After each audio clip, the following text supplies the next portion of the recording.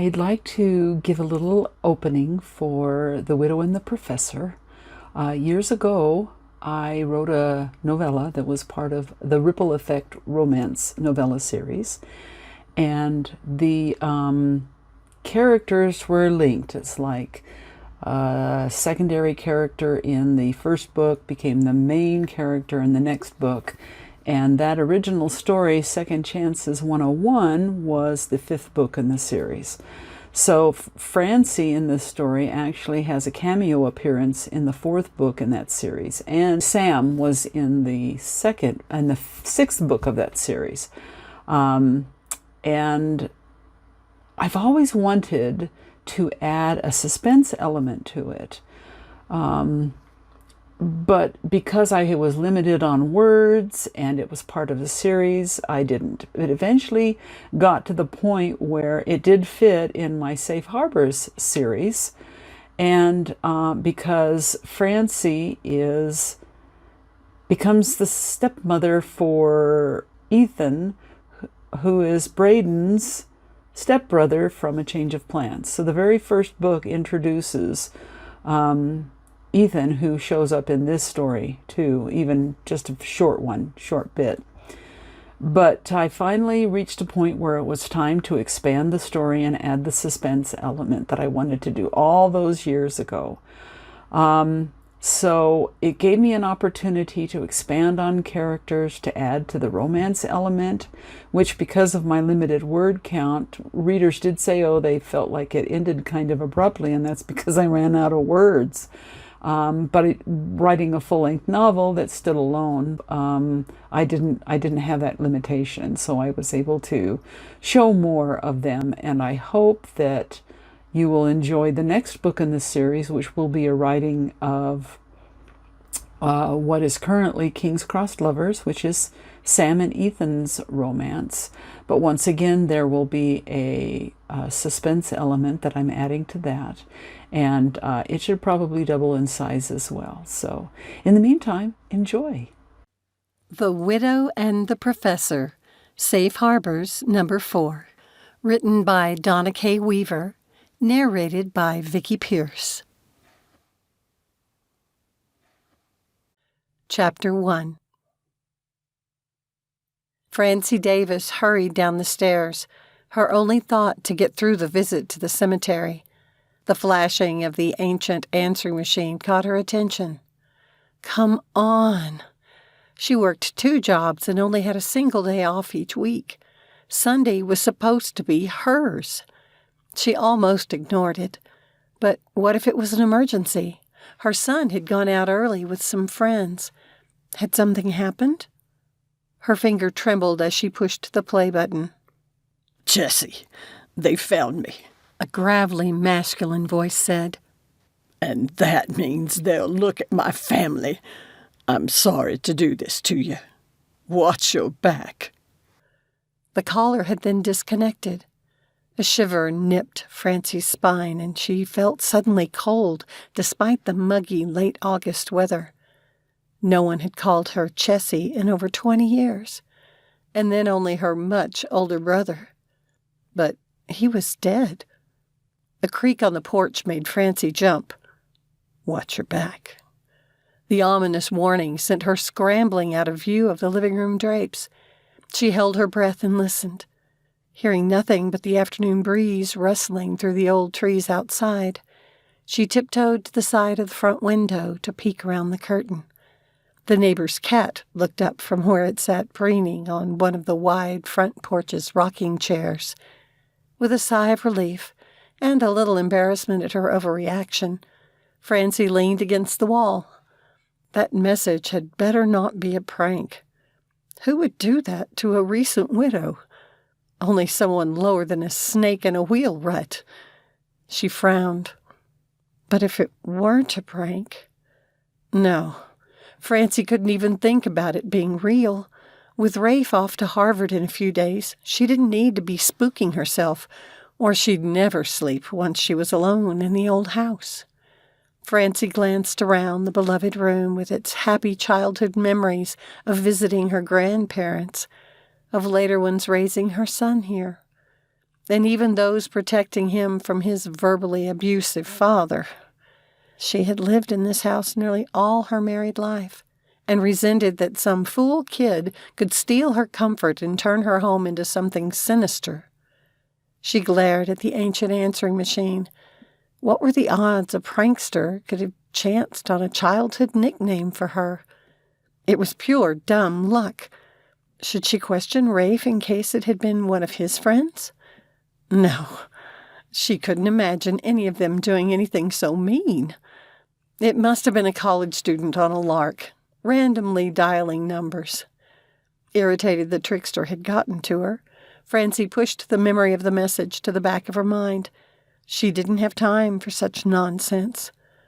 After collecting the flowers she had picked earlier, she hurried out to her clunker of a car. Francie placed the bouquet on her husband's grave and stepped back. Since the burial 2 months ago, she had come every Sunday. No longer numb from the shock, now she only carried guilt.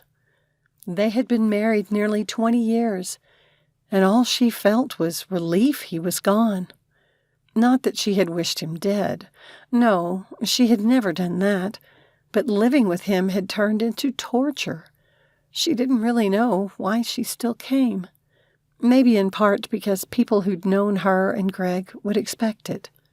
They had all thought the marriage was a good one, despite his poor health. It had been a lie. The sound of approaching footsteps behind Francie brought the answering machine message to the front of her mind. She spun around, her hands raised in defense. When she recognized the beloved face, she let them fall. Feeling foolish at her jitteriness, she smiled at her son. The one good thing to come from Greg.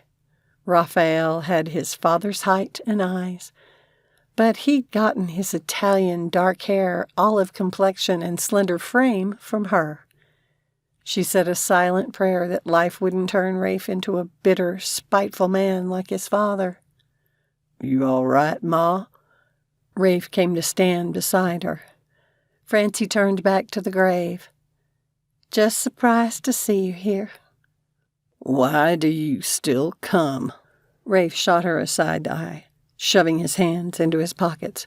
"You know he didn't deserve it." Francie glanced away. She'd given up trying to stop Rafe from making disparaging comments about his father, but she refused to acknowledge them. It was bad enough she agreed with most of them. "I thought you were going to pack today." "Done. But I need to talk to you, Ma." Something in his tone made Francie face him. Out of habit, she crossed her arms. He arched a brow at the gesture, and she dropped them. After Rafe had taken a psychology class in his senior year of high school and studied body language, he'd taken to chiding her for doing it. He'd declared it proved how closed off she was. It had tempted her to remind him she was the parent, but he'd also noted she only dropped her arms at home when she was doing something with them. That she always crossed them around his father. Francie might have succeeded in keeping her problems from their neighbors, but Rafe had lived the truth right beside her. Her little protector, now all grown up. "Let's sit." Rafe guided her to a stone bench near the grave. He sounded so serious it made Francie's stomach twist. Had he done something he shouldn't? Her biggest fear was that he would make the same mistakes she and his father had. All those years ago, Greg had been so handsome in his high school cap and gown, so confident. They were going to conquer the world, and Francie had believed every word. College, great jobs, they would have it all. Francie clenched her rough, calloused hands and took a deep breath, trying to steel herself for bad news. She reminded herself that Rafe had said he'd finished packing. Whatever he had to say couldn't be something to threaten his Harvard scholarship. "I don't like leaving you alone like this." He leaned forward, his elbows on his knees, not looking at her. "I don't have to go, you know." Francie blinked, and then her poor heart thudded so hard it made her chest hurt. All these years of working 2 jobs so he could have the best opportunities, and he might throw them away because of her? Do I hear BBs rattling around in that boxcar of a brain? She growled, shifting to face him. Getting that scholarship is as much my reward as yours. You know they don't give out many of those each year. You think I don't know that? Rafe sat up, scowling. Look, Ma. No. Francie crossed her arms, this time as a sign of defiance. I don't need anyone's help. That's the problem. You've done it all for too long. Rafe jumped to his feet and strode to the grave, glaring at it. And all those years, taking that... He bit back the word and kicked at the flowers instead. Francie forced her tight hands to relax and let Rafe's rant flow beyond her. Once he had calmed down, and he always did, she could reason with him. He finally gave the flowers one more kick and faced her. It makes me sick to think of leaving you here alone. Her thoughts went right to that stupid prank message. She had never lived alone before, and Rafe couldn't know how uneasy the thought of doing so in the big old house made her. So Francie pulled out a fact that would help put things into perspective for her overprotective son. Let's be real here, she pointed to the grave. Would it have been easier for you to leave me alone with him? No. Rafe dropped onto the ground in front of the bench and ripped out a clump of grass. Francie slid off the seat and sat beside him, their shoulders touching. When she said nothing more, he stopped mangling the lawn and leaned his head on her shoulder. Tears stung her eyes, but she blinked them back. He couldn't see her cry. Her sweet son could be stubborn. If he got it in his mind that staying in Boone with her was the right thing to do, he would, even if it meant giving up the prestigious scholarship. You do want to go to Harvard, don't you? She finally asked. You're not going because of me. No, Ma. I'm going for me. You know this is my dream. Rafe lifted his head. But what are you going to do now? I have my own dreams. Francie had planned to tell him the news this evening, but reached into her purse and removed an envelope. What the? Rafe said when he read the return address. He took out the letter and gave it a quick scan. Appalachian State? Sweet. When did you apply? When you applied to Harvard. Same with the scholarships. Rafe leaped to his feet. You got a scholarship? That's incredible. I wish. No scholarship for me. As he paced before her, Francie tried to tug on the leg of his jeans, the ratty condition making her grimace. They'd sacrificed like crazy to buy him a new wardrobe for school, but he was saving his new clothes for when he got there. He finally stopped and ran a hand through his short, dark hair. You're not upset about this, are you? She asked, confused by his expression. Of course not. Rafe reached for her hands and pulled her to her feet. I just don't know why you didn't tell me about it sooner. Because I didn't know if they would accept me. Francie glanced at the grave to the side. You had enough on your mind about your own application. I didn't want you to worry about mine. But I thought Dad's life insurance only paid off his medical bills. How are you going to pay for your tuition? I've applied for a job on campus. Francie reached up and straightened his hair. If I get it, the benefit will be 3/4 of my tuition. Grants will cover the rest. The job is a part of a program for older women returning to college. Older women? Right. Look, Ma. Rafe grabbed her hand and held it against his chest. How can you do it all? It doesn't add up. A job plus full-time school plus studying. You won't have time to work a second job. How will you live? That is nothing an 18-year-old boy should worry about. I'm the parent here. I know that. Rafe's face softened. But, Ma, we're in this together, remember? Isn't that what you always told me? You know I won't be able to concentrate on my studies if I'm worried about you having enough food to eat and decent clothes to wear. See what I mean? That's my line. Francie picked up her purse and the letter Rafe had dropped. What would she have done all these years without him? She took his arm and led him toward her clunker of a car. Look, I've got a good counselor, and she's full of ideas to help. It shouldn't be that hard.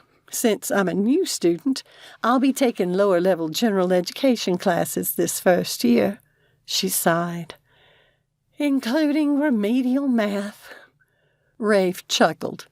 His bicycle leaned against the car her Granny Gladys had left Francie along with the house.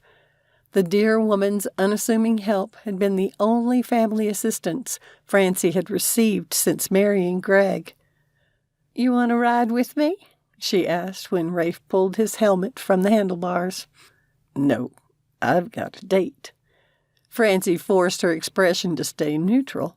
She remembered too well what it had been like at his age.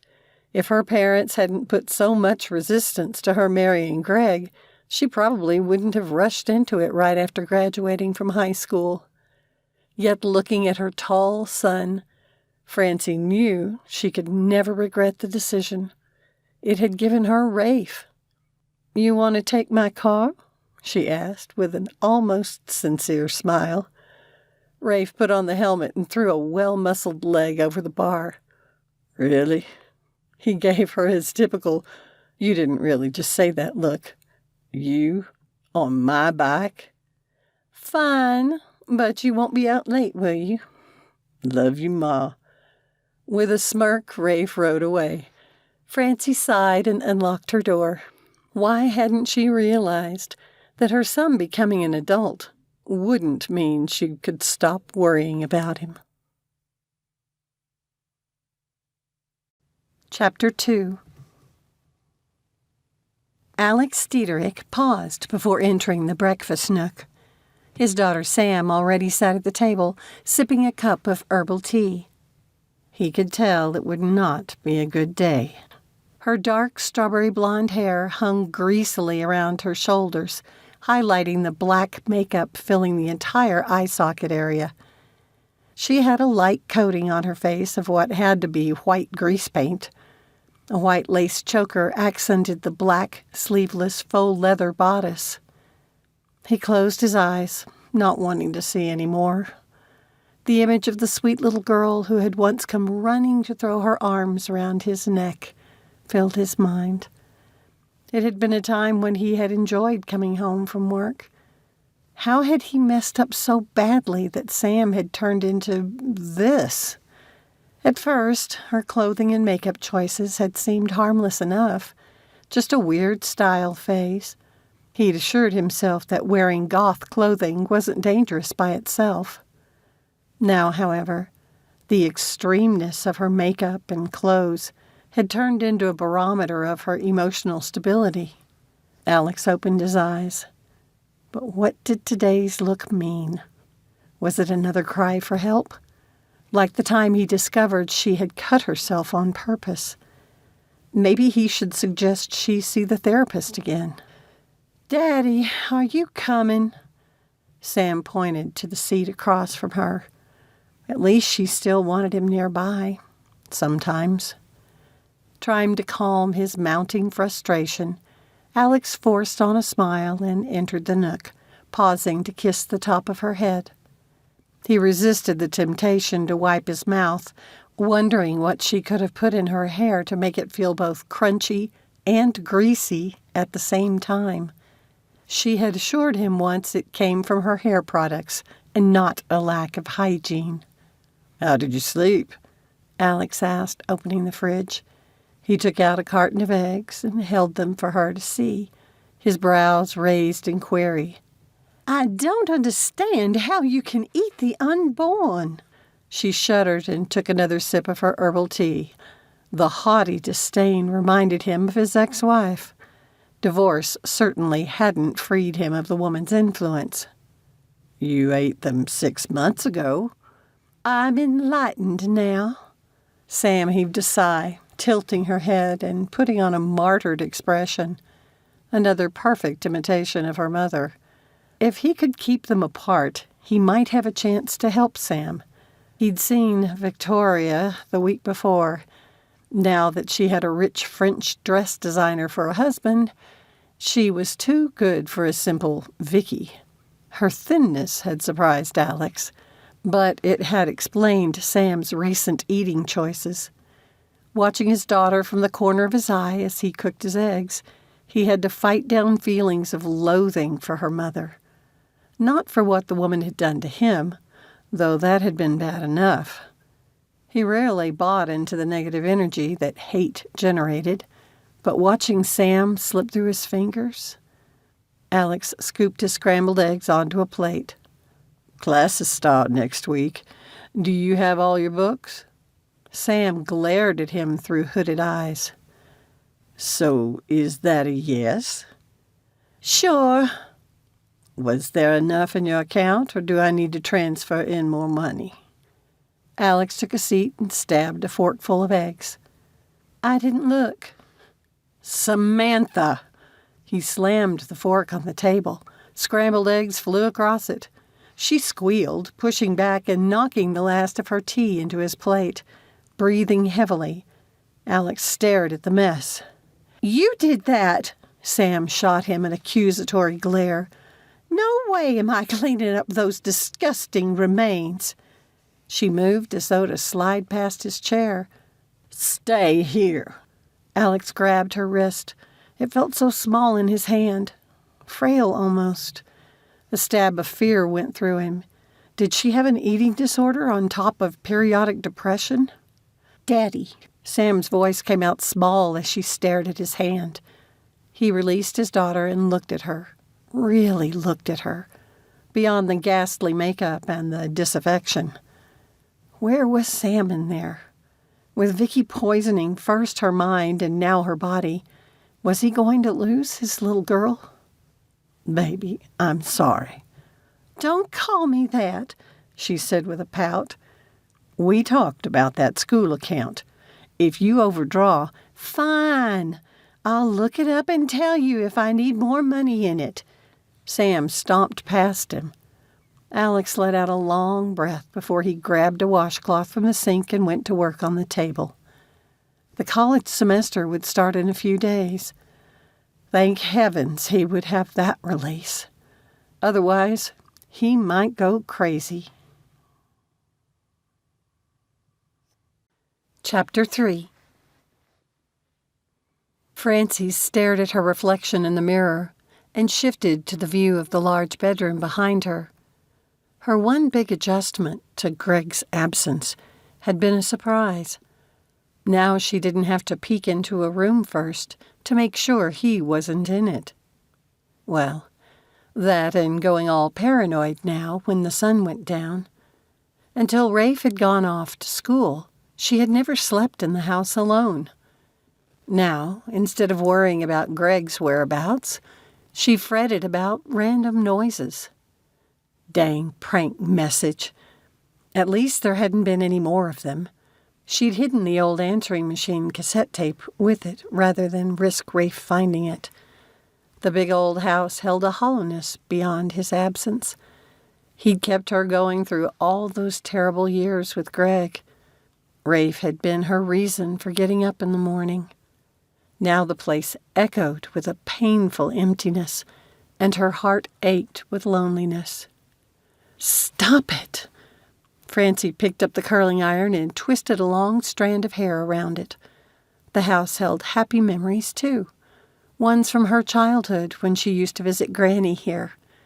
Before she had died, she had been working to get it on Boone's official register of historic homes. It made Francie doubly sad that her beloved grandmother hadn't lived long enough to see it happen. But first, the house needed a new roof and the dry rot under the eaves fixed, and a good coat of paint. Someday. She had to stop thinking about all the things she didn't have or couldn't do. It was destructive. The bedroom phone rang. Who would call her this early in the day? Francie went to the nightstand and picked up the phone. Hello? A deep, gravelly voice said a single word, but static garbled it. I can't understand what you're saying. Who is this? The phone crackled again. Jessie. Her body flushed with heat, her grip on the phone tightening. Who are you? Francie wished she didn't sound so trembly. If the caller was trying to frighten her, her voice was a dead giveaway of his success. Jessie. The voice broke off like the call had disconnected. With a shaking finger, Francie hit the cradle button several times, but all she got was a dial tone. She dropped the handset into place. The old rotary phone had no caller ID feature, so she didn't know the number of the caller. Who was doing this, and why? There was no way he could know what horrible memories her old childhood nickname would trigger. It had to be some dumb kid using one of those voice-changing programs folks in movies used sometimes. If she ever got her hands on him, he'd best have given his heart to Jesus, because his behind would be hers. Her lips pinched. Francie faced the mirror again, forcing herself to examine her hair. She was going to college today and starting a new job. By the time she'd finished with her hair, her hands had stopped shaking. The dark strands flowed nicely down her back. In her old jobs, it hadn't been smart to look nice or pretty. Plain and drab meant fewer passes from creepy guys, either the owners of the homes she'd cleaned or customers at the Quick Mart. Her breathing had slowed, and she checked her mascara. The makeup had turned out well today.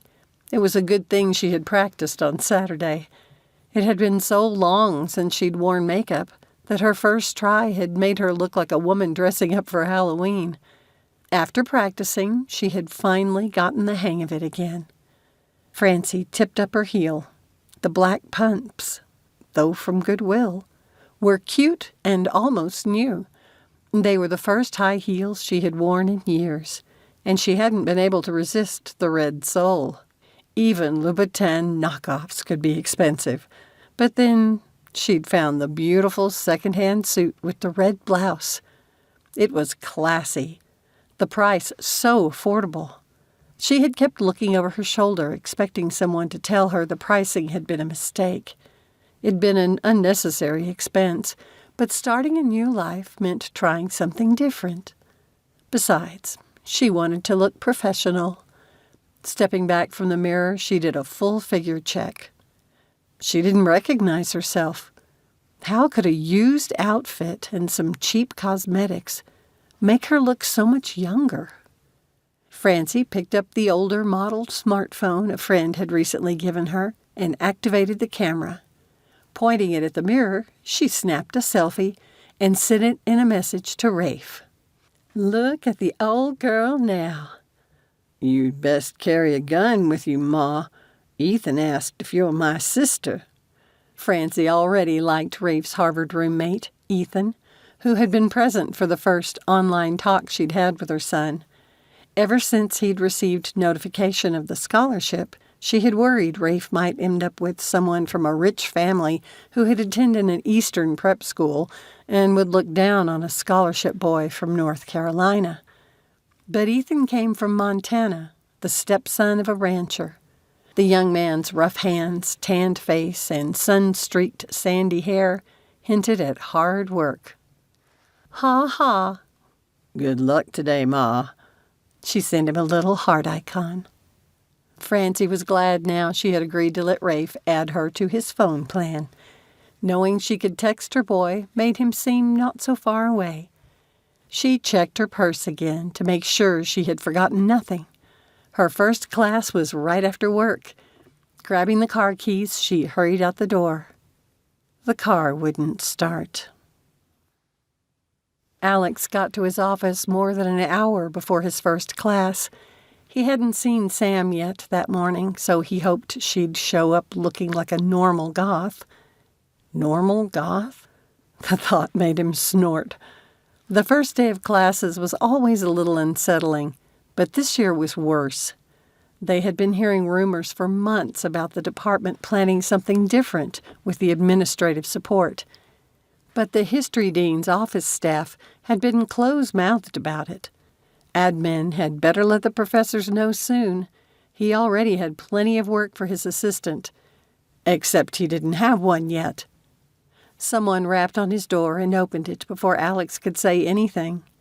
Professor Kevin Eldred stood with his styled graying hair, a plastic grin glistening with movie star white teeth. Whenever the guy turned on his smile, Alex expected a CGI light to sparkle on a front tooth. On her better days, Sam had joked about how Eldred must have patterned himself after the movie version of Harry Potter's Professor Lockhart. The real man was a prima donna, too. Alex could never understand how people, especially women, didn't recognize the sleaze factor in Kevin's fake behavior. Eldred schmoozed with the best of them and carried off casual professional easily in his suit and white shirt, minus a tie. The ladies loved him, but he always rubbed Alex wrong. "Hey, Alex." Kevin sauntered in without an invitation and sat in the cushy visitor's chair. He crossed a leg, spreading his arms out on each side. "Heard anything yet?" "Nope." Alex moved to his desk and powered up his computer. "Why do they always give us old biddies for assistants? We need a little eye candy around here." "Do you even know what that means?" Alex looked up. "Sure.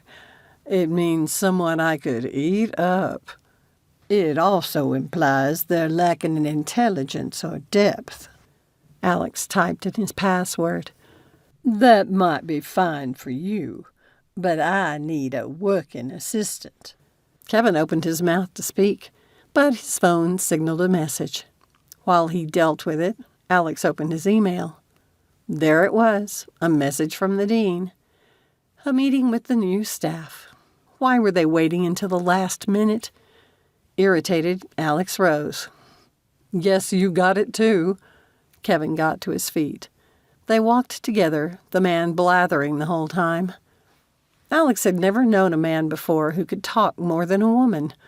By the time they got to the conference room, Alex thought his pulse could have popped a blood pressure cuff.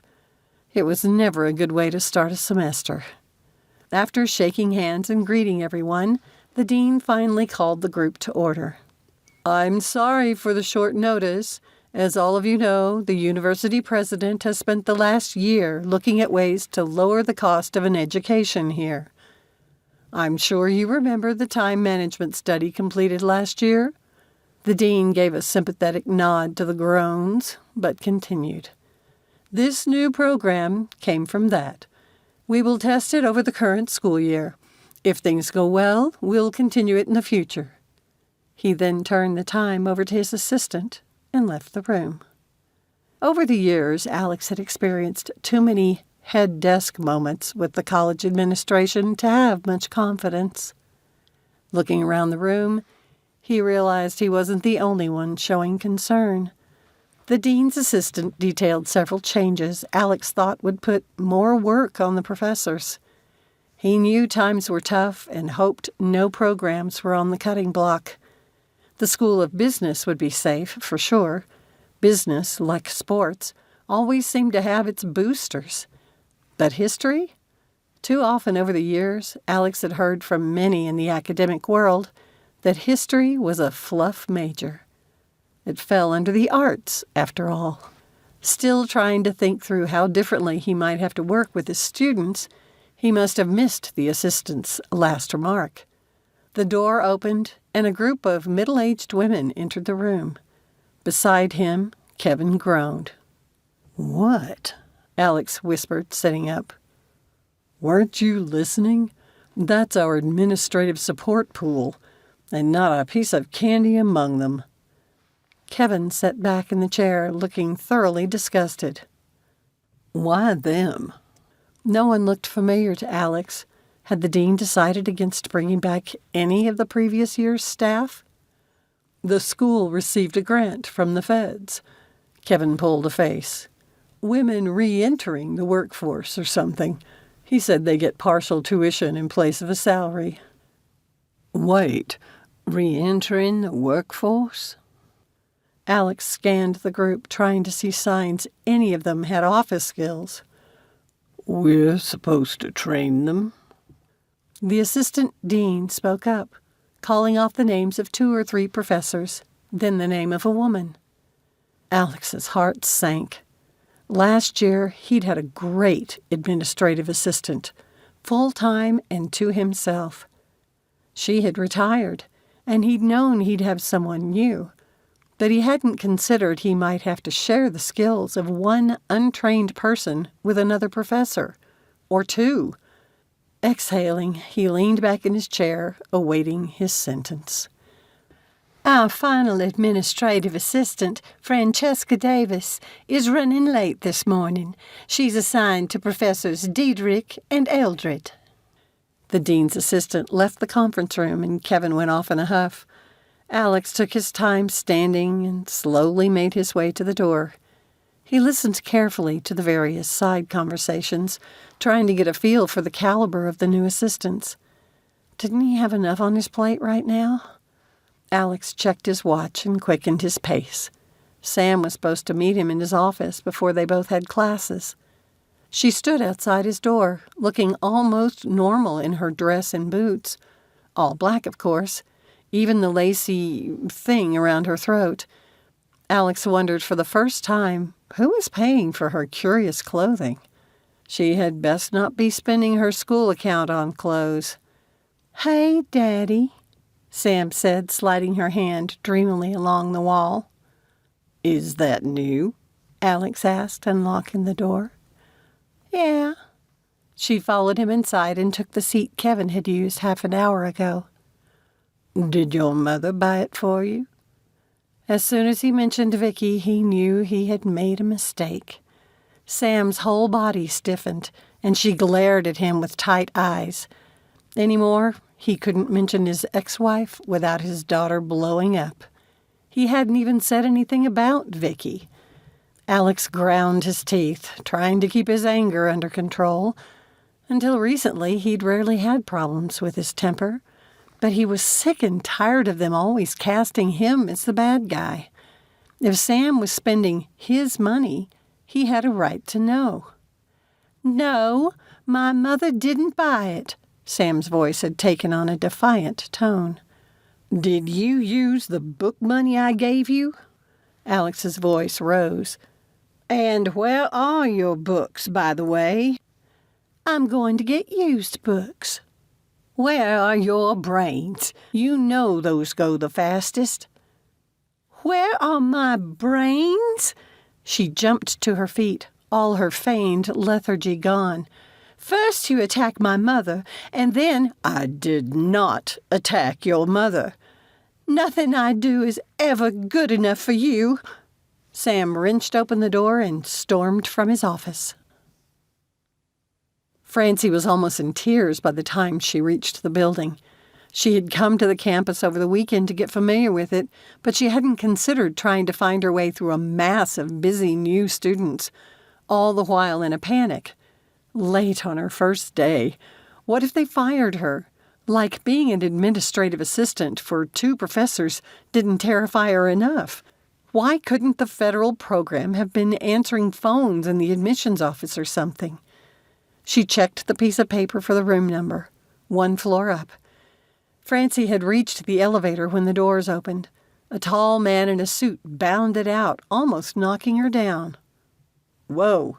He grabbed her before she fell, but he didn't release her. Instead, he held her out from him, eyeing her up and down. "Well, hello there, gorgeous." He gave her a flirty grin. "Why have we never met?" Francie pulled away, her cheeks growing warm. With a wink, he released her and jogged off. He made his way through the students, making what had to be teasing remarks in passing. If she was reading his body language and the response of the girls correctly. On house-cleaning jobs, she had dealt with plenty of men like him before. It looked like some things never changed. She pushed the elevator button again and started to wipe her palms on her skirt, but stopped. She didn't want to get anything on her suit. The elevator doors opened, and Francie took a deep breath. Walking down the hall, she searched for the dean's office while praying her new job wouldn't be over before it had begun. She found the door and opened it. "Mrs. Davis?" asked a pleasant-looking man, turning from where he'd been talking with the receptionist. "Yes, that's me. I'm so sorry," Francie began. "Don't worry about it. You called and let us know. Professor Eldridge should already be in class, but you might catch Professor Diederik before he leaves." The man gave her a room number and waved her off with an encouraging smile. Thrilled he hadn't fired her on the spot, Francie limped out the door. Why had she ever thought it a good idea to start wearing high heels again? Today, of all days. She found the office room number, confirmed by the name Diederik, on the plaque, and was about to open it when she heard shouting inside. She stepped back just in time. The door burst open and a pretty girl with long strawberry blonde hair stormed out. Her headlong rush drove her right at Francie, who squeezed against the wall, almost out of the way. Their shoulders hit, and they both stumbled. As Francie steadied herself, she could see tears in the girl's heavily made-up eyes. Staggering for a couple of paces, she stayed on her feet, then ran down the hallway. "Come back here!" A man yelled from inside. He dashed out the door and halfway down the hall before it was obvious the student had made her escape. Shouting at a student and chasing her from his office? Was he her new boss? Francie couldn't help staring at the compact but solidly built, almost buff, man who stood with his back to her. The angry energy came off him in waves, and she had to fight a primal instinct to run and hide. Francie glanced over her shoulder and edged away. Maybe she could pretend she had seen nothing. The man spun around, seeming to see Francie for the first time. "What are you doing here?" he growled. "Eavesdropping?" No. I'm Francie Davis." Her stomach twisted painfully. She had given up her old life to attend college. If she lost this job, there was no way she could afford tuition by herself. She would have to drop out. "Who?" His tone made it sound like he thought she was an idiot to think he should know who Francie Davis was. "I think I'm your new administrative assistant." The man strode towards her, then, fire in his eyes. "How good of you to bother showing up." His lips tight, he brushed past her. Francie's face flamed hotter than when the other man had flirted with her. She began, "But "You were needed here an hour ago," the man interrupted, his tone icy. "If you expect to keep this job, you'll need to learn the meaning of two things: responsibility and dependability. I have no use for a slacker." The professor turned as though to leave. He looked back and pointed to the inside of the office. "I have a folder on my desk. Let's see if you can follow simple directions." Francie continued to stand there, shocked, while he hurried down the hallway in the same direction as the fleeing student. With shaking hands, she stepped quietly into the office and closed the door. Sniffing, she put her purse on the floor by the front desk and went into the second office. She could hardly see in the dark room as she lifted the single folder from the rigidly tidy desk. After taking the folder to the outer office, she sat and opened the file. A giant tear dropped, splattering his carefully written notes. Chapter 4. By the time Alex reached the outside of the building, there was no sign of Sam. What was wrong with him? He knew better than to play the heavy-handed card with her.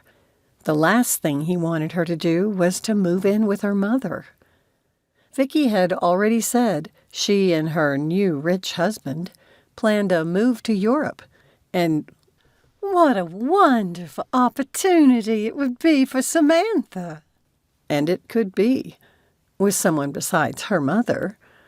With Sam almost 19, if she wanted to go, there was nothing he could do to stop her. Guilt stabbed him. Now that his flash of anger had passed, he couldn't believe he'd just compounded a poor word choice with his daughter by making a fool of himself in front of a total stranger. Alex glanced at his watch. He'd forgotten the file he needed for his next class in his office, where that woman was. The memory of the hurt and confused look in her dark eyes made him cringe. After losing his temper twice in such a short time, did he dare face his new assistant again? With a terrible sense that he'd acted like an idiot and a jerk, and was now behaving like a third grader, he hurried up the back stairs and slipped into the hallway. Alex took a gander around the corner just as the woman came out of his office, carrying the folder he had left for her. He watched as she walked down the hallway, unable to ignore how well that black suit fit her. He straightened. That was not good. If she looked nice enough for him to notice, Kevin was sure to. Just what Alex needed, having Kevin's eye candy working for the two of them. When she disappeared around the corner, Alex dashed to his door and slipped inside. The Davis woman already had a couple of neat stacks on her desk. A picture of a handsome young man in a cap and gown sat next to the phone. Alex scanned the rest of the desk. No photo of her with a husband or a boyfriend. Kevin would spot that right away. It only took Alex a second to find the file. He listened at the door before opening it and taking a quick look. The hall was empty, so he jogged to the staircase, relieved to have made it without seeing her. He took the stairs 2 at a time and blasted out the door, continuing to run. By the time he entered his classroom, he was puffing. "Hey, Professor D," a male student said from the second row. "Since you're late, does this mean we get a free ride the first time we're tardy?" "You know the rules, Hector." Alex took a couple of seconds to catch his breath and went to the front of the classroom. He put his folder on the table and faced the group. "I'll always be in charge of the guillotine." "Sick," the young man gave an approving nod. "Since a lot of your classmates seem a bit alarmed, Hector, why don't you explain the tardy rules?" Alex grinned when the young man jumped to his feet and hurried to the front of the room. With him in the class, this period was sure to be entertaining. "See, if all y'all are late, you have to come up with a creative reason for your tardiness." Hector leaned forward, taking his time to scan the room and make eye contact with every student. "And not just any creative excuse." He straightened, pointing a finger toward Alex. "It has to fit the class material you missed because you were late." With his brows raised expectantly, Alex looked at the young man. "Oh, yeah," Hector gave the rest of the class a conspiratorial wink. "Professor D will note anyone who's tardy. At the last class of each month, everyone with a mark will have to role play. He," Hector said, pointing to Alex, "gets to choose our roles." A girl in the front row raised a hand. Alex nodded for her to speak. "What's with the guillotine?" "Well, this is History 2100.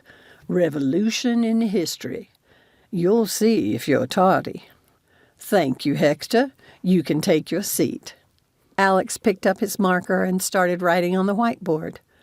"We will examine the causes, character, and significance of political revolution in world history, concentrating on a major revolution of modern history.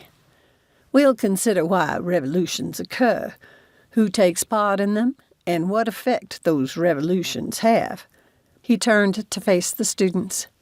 "If this isn't the class you thought you were signing up for, please drop it right away. There's a waiting list."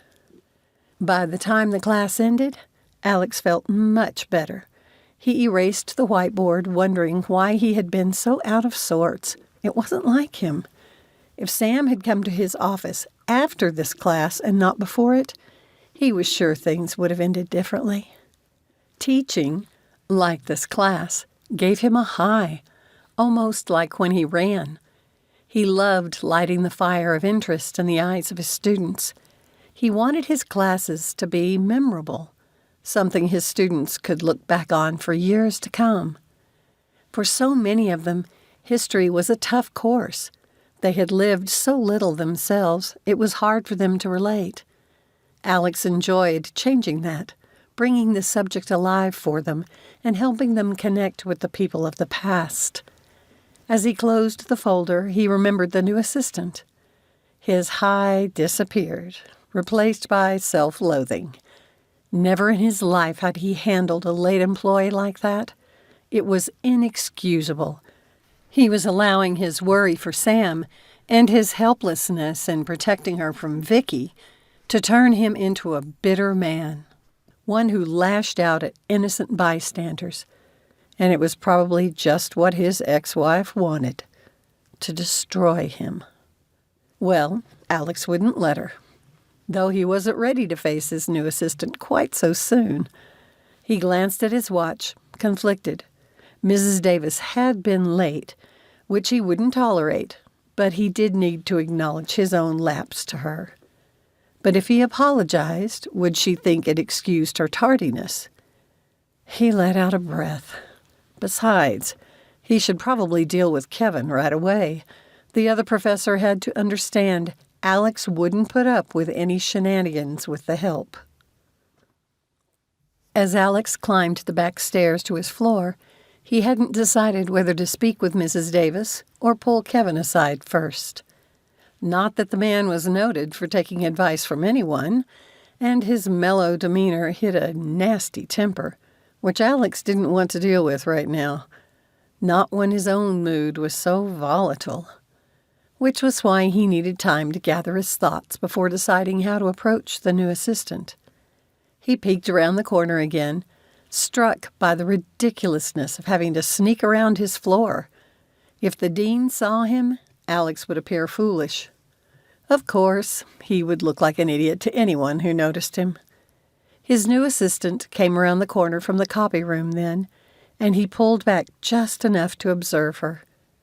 Maybe it wasn't a bad idea to skulk around after all. Except for the classroom, Alex struggled when he met people for the first time. Once he got to know them better, to trust them, he found it easier to open up. As Mrs. Davis walked down the hall toward his office, she looked shorter than he remembered. A quick scan, ending at her bare feet, explained why. His lips twitched. She struggled a little with the copies as she unlocked the office door, and Alex almost went over to help her. The memory of her hurt face flashed through his mind, and he hesitated. He really needed to apologize, to her and to Sam, but not yet. He used to be good at keeping his mouth shut when he was mad, still fighting some residual anger from earlier. He knew trying to talk to either of them now would be like stirring some dying but still glowing coals after a forest fire. He didn't want to spark any more fights. When Mrs. Davis disappeared into the office, Alex took a step toward Kevin's door, which stood ajar, indicating the other professor was there. The new assistant came into the hallway again, and Alex pulled back. Then he heard Kevin's familiar, flirty voice. "Well, well, well, so we meet again." Alex surged to the corner to watch. "Excuse me." Mrs. Davis tried to step around Kevin, but he moved in her way. "Hey, not so fast. You haven't told me your name yet." "That's because you don't need my name." She tried to stand taller, but it didn't help much against the substantial height difference. "But you're obviously an employee." He acted like he was going to point toward the small batch of papers in her arms, but took one of her long curls in his fingers instead, twirling the strand around. Are you new? Working for the dean, maybe? Alex was moving toward the pair before he gave it a thought. Hi, Professor Eldred. Mrs. Davis. Her back stiffened at the sound of Alex's voice. Was she more alarmed at him showing up than Kevin's obviously unwanted attention? Alex slowed his pace, stopping a couple of steps behind her. Oh, hey, Alex. I was just getting acquainted with this lovely lady. Kevin gave a conspiratorial grin, like Alex was in on it. She's new here. Jerking her head to the side to free her hair, Mrs. Davis turned to face Alex. Kevin shifted to her side and managed to position himself even closer than when they had been facing each other. A frown crossed her face, and she edged away. Moving quickly, Alex squeezed between them, even though it placed him in an odd line facing his office. Mrs. Davis, I see you've met Professor Eldred. He's the other professor you'll be working for. From the corner of his eye, he saw her blanch. Have you finished my copying? Alex gave her a subtle finger wave toward his office. I have it almost finished, sir. I'll put this on your desk right now. She hurried away. You gotta be kidding me, Kevin said, not waiting for her to get out of earshot. She's our administrative assistant? I'm adding the dean to my Christmas list. The woman increased her pace, and Alex clenched his fists. She must have heard the remarks. I want me some of that, Kevin said just before she got through the door. A hint of a smile tugged at the corner of his mouth, and he seemed lost in his thoughts. Did you really just say that? Alex hissed, giving the other man a not-so-gentle elbow to the ribs. After a football scandal over a decade before, the college scrupulously held annual mandatory sexual harassment training, in which one of the school's attorneys went over examples, lawsuit after lawsuit, in excruciating detail. After years of listening to those, no one could be stupid enough to do what Kevin had just done. Not even Kevin. What was he playing at? Did you hear me? Alex asked. I was just kidding. Kevin finally looked at him, putting on his innocent expression. For the third time that day, anger rushed through Alex. You listen to me, he growled, spinning and pointing his finger in the man's face. Even though Alex was shorter by a few inches, he knew his time in the gym made him seem bigger than he was. Wiry Kevin stumbled back a step, his eyes wide with surprise. Alex said, I don't want you upsetting our shared assistant. Call her Mrs. Davis. Did you notice that? She's a Mrs. What if she heard what you just said? Do you want her husband coming after you? You need to take a chill pill, man. Kevin straightened his jacket. A guy can't even flirt with a pretty woman anymore? He shot one last glance at Alex's door and shrugged. I also have a stack of things for Mrs. Davis to do. I guess I'll go get them ready for her. He turned around, put his hands in his pockets, and sauntered toward his office, whistling. Alex shook his head. A confirmed bachelor, Kevin was 45, only a few years older than Alex.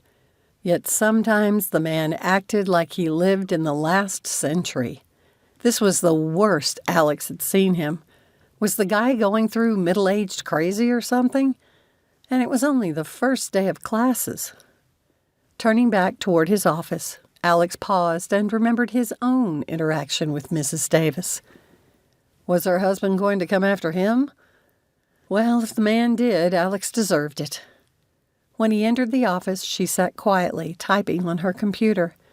He thought back to the sparse instructions he had given her, surprised at how well she appeared to be functioning. Maybe this was going to work out all right after all. Do you need anything, Professor? She was watching him. Caught staring at her, Alex pulled at his collar, but then straightened. Where he had thought to apologize for his earlier behavior, the ice in her gaze killed all desire. Let me know if you have questions. He strode into his office, determined to find out more about her situation. Once he reviewed Mrs. Davis's file, he realized why the dean's office had placed her with him and Kevin. They had complementary schedules. Alex read she was a widow, and her husband had died recently. June. He groaned, and the first thing Alex the jerk had done was to yell at her. Stellar. At least her husband wouldn't come after him. Alex reviewed the rest of her information, working and taking a full schedule of classes. His opinion of her went up. Good for her. Now for Sam. Alex pulled out his cell phone and sent a quick text message. Sorry I yelled at you. I'm not talking to you. How many times had she said that? Sam blew up quickly, but she got over it just as fast. Usually. Alex prayed this was one of those days. What are you doing for lunch today? You're dead to me. Alex groaned. She was really mad then. After nearly 3 years, he ought to know better than to mention Sam's mother in front of the girl. Early on after the split, his bitterness and hurt had bled out when he'd spoken of Vicki, even about simple things. Now, just mentioning his ex-wife brought Sam to her mother's defense, almost as though the girl expected him to say cutting remarks, and she meant to stop him. Alex should be a better father and not put her in a position where she had to defend her mother. Leaning back in his chair, he wondered if Vicki badmouthed him in front of Sam. Did his daughter come to his defense? Did he deserve it if she did? It had been easier right after the divorce. Vicki had obviously been in the wrong. There was nothing like having 16-year-old Sam come upon her mother in a tete-a-tete to put the girl solidly on his side. Vicki had moved out a few days after Sam had tearfully called Alex to tell him what she had seen. Lunch at 12:30? I'll buy you a salad. No reply. Be there or be square. It usually got a response. Still nothing. A rap on his door brought Alex to his feet. Come in. He put his cell phone on the desk. Mrs. Davis stepped in and gave him a chilly look. I'm sorry to bother you, sir. Do you need anything right away? Professor Eldred called to say he has some things he would like done before lunch. Since you have a class in 15 minutes, I thought now would be a good time. Wondering how much more he could alienate this woman, he considered warning her about Kevin. The way she had moved away from Eldred showed she must have a measure of the man. It might offend her for Alex to suggest she couldn't take care of it herself. That'll be fine, Mrs. Davis. Alex picked up one of the folders she had made for him this morning. Just so you know, starting next week on Mondays, I'll have meetings with the History Club. We're cataloging potential new historical buildings this semester. I have an open door policy Monday through Thursday at 3, also starting next week. I need my assistant present when I'm meeting one-on-one with students. Kevin, Professor Eldred, has his student appointments on Tuesday and Thursday mornings, so there shouldn't be a conflict for you. Very good, sir. I will make note of that. Mrs. Davis turned and walked stiffly away. Alex followed the woman out the door, careful not to catch up with her. He felt an odd sense of sadness at her coldness. He determined that from that moment on, he would win her forgiveness. Kill her with kindness, maybe. Mrs. Davis had put her heels on again, and there was something endearing about the way she limped toward Kevin's office. The suit really did fit her well. Not that Alex was looking. Chapter 5. Francie groaned as she climbed the back steps. Once inside the kitchen, she set down her booksack, pocketbook, and the shoes, and collapsed into one of the old wooden chairs. If she hadn't had some cheap bandages with her, the blisters on her heels would have gotten much worse. But what a day. And she had done it. Francie grinned. She had survived her first day of college and working for 2 bosses, one a creepy flirt and the other one just plain rude. Her stomach turned sour at the memory of how Professor Diederik had shamed her. It got her goose he would do it in such a public place, and Francie could only be grateful no one had overheard his tirade. Their interactions for the rest of the day had been strange. She did not understand the man. When Professor Eldred had done the uncomfortable flirting thing with her, Professor Diederik had come to her rescue, and both of them had seen it as that, a rescue. Yet he hadn't apologized for his poor behavior, which she supposed he never would. He'd had the right of it, after all. She had been late. It was good to know her new boss was unforgiving. Maybe he wanted an advanced warning. She smiled at the thought, imagining her telling him as she left in the evening that she would be late the next morning because her battery would develop problems. But he would likely expect her to take better care of her car. If the old vehicle broke down again, would he yell at her then, too? Francie sighed. Professor Diederik's eyes had hinted he wanted to apologize. So why hadn't he? Or had she imagined it? Well, she had more pressing things to do than fret over that man. And pleasant things, too, like wondering how Rafe was doing. All day she had wanted to text him, but as the good mother she was struggling to be, Francie had resisted. She figured he would know how hard it had been, and she hoped he was proud of her. Sometimes she couldn't believe that when she had been Rafe's age, she had been expecting him. Had she ever been that young? She bent to peel the bandage strip from her heel. After determining the blister wouldn't need draining, she took her things upstairs. Her vast garden wouldn't tend itself, and she had to take advantage of the remaining daylight. The food she canned this fall would have to get her through the winter. Francie slipped into her flip-flops, smiling at how Rafe would have chided her for not wearing proper footgear. But she thanked his cleverness for how he had crafted a rudimentary watering system with drip hoses and PVC pipes. With him so busy getting ready for college this summer, she would have had to let a good third of the garden die otherwise. She loved this time of day. It relaxed her as she walked down the garden rows, the wind rustling through the trees, the sound of the chickens settling for the night in their coop. With her basket full of eggplant, okra, peppers, tomatoes, snap beans, and an onion, topped with the smaller egg basket, she headed back to the house. She needed to make the cherries and berries in the freezer into jam. She ought to have collected enough money from recycling scavenged bottles to buy enough sugar. In the fading light, Francie had to take care as she climbed the steps. She reached for the screen door, but froze in place. Why was the kitchen door ajar? After receiving the first prank phone call, she had made a habit of shutting it whenever she went into the garden. She listened but heard nothing out of the ordinary. From inside the house, there was only silence.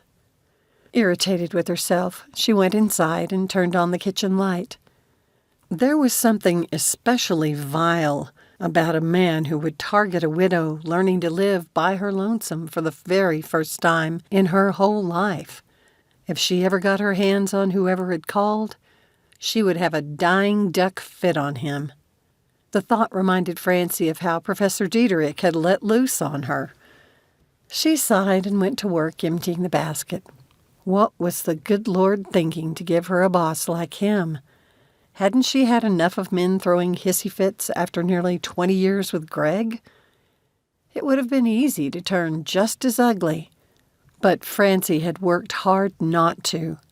Kindness had become her life's philosophy. Well, she supposed the good Lord meant for her to learn something.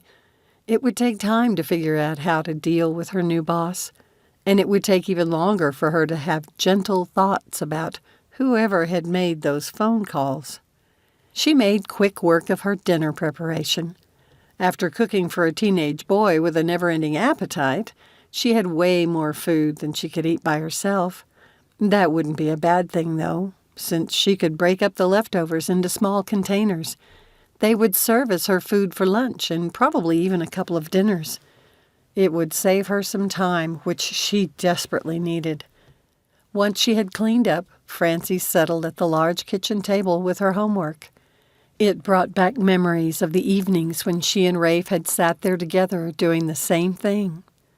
She wanted so desperately to call him again, but they had agreed to save their conversations for the weekend, unless there was an emergency, of course, and she intended to honor Rafe's request. It was his first time living away from home, and she needed to let him be in control of his life. Francie was nodding off while reading her English book when the sound of a car turning into her gravel driveway brought her fully awake. She jumped up and turned off the kitchen light. The rest of the house was dark except for the front porch light. The long country road didn't have street lights, and all the homeowners left on their lights as a courtesy to their neighbors. In her stocking feet, she quickly tiptoed to the front door to make sure she had bolted it. Who would come here anyway? No one visited her. Greg's surly attitude and her working 2 jobs had made sure they never had guests. Through a small opening in the drapes, Francie could only tell that a dark SUV had stopped out front.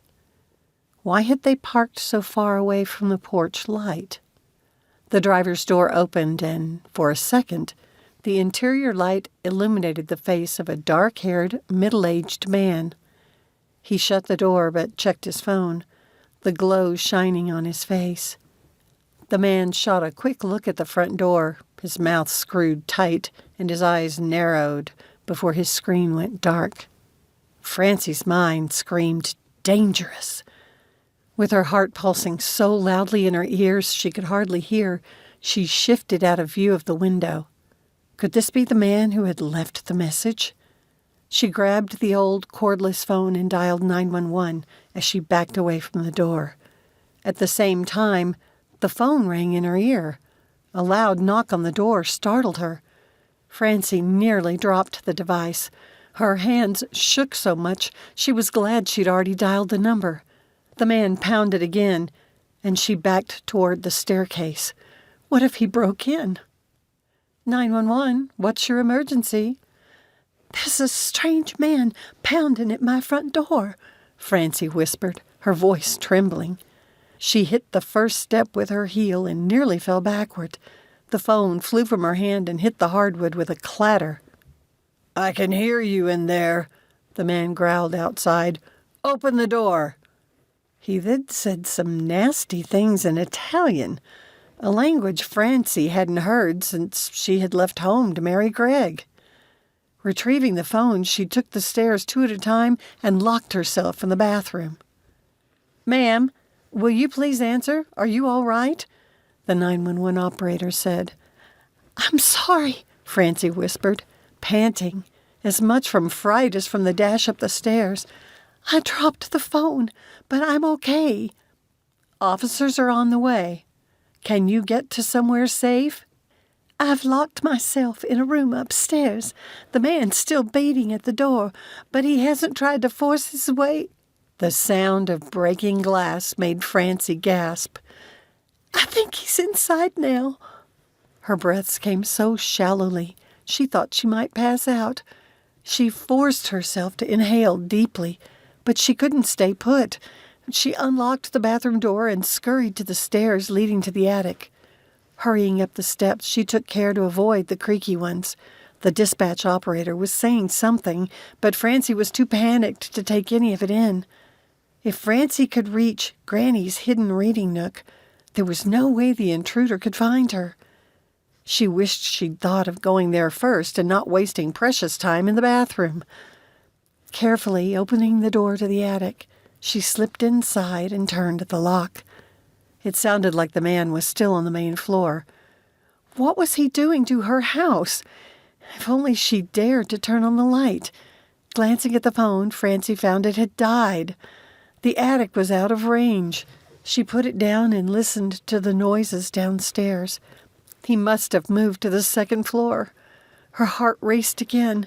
She felt her way along the gingerbread molding lining the attic walls. Grandpa had insulated them for Granny's reading hideaway. The nearly soundproof room had kept Rafe from hearing some of the horrible things Greg had said about him and her. Finally, Francie's finger found the recessed pressure plate. The latch released with a soft click. She bent a little to fit into the opening and slipped into the corner section of the attic and bumped into a solid chest. She sucked in a breath to scream. A large hand covered her mouth while a powerful arm pinned her to the man. "Shh, Jessie," he whispered in her ear. "It's me, Tony." Between her fear of the invader downstairs and this brute's impossible claim, Francie's rational mind stopped working, but her sense of self-preservation did not. She bit the palm of the hand over her mouth. At the same time, she brought her heel down hard on the top of the man's foot. He growled, but his grip tightened until she could barely breathe.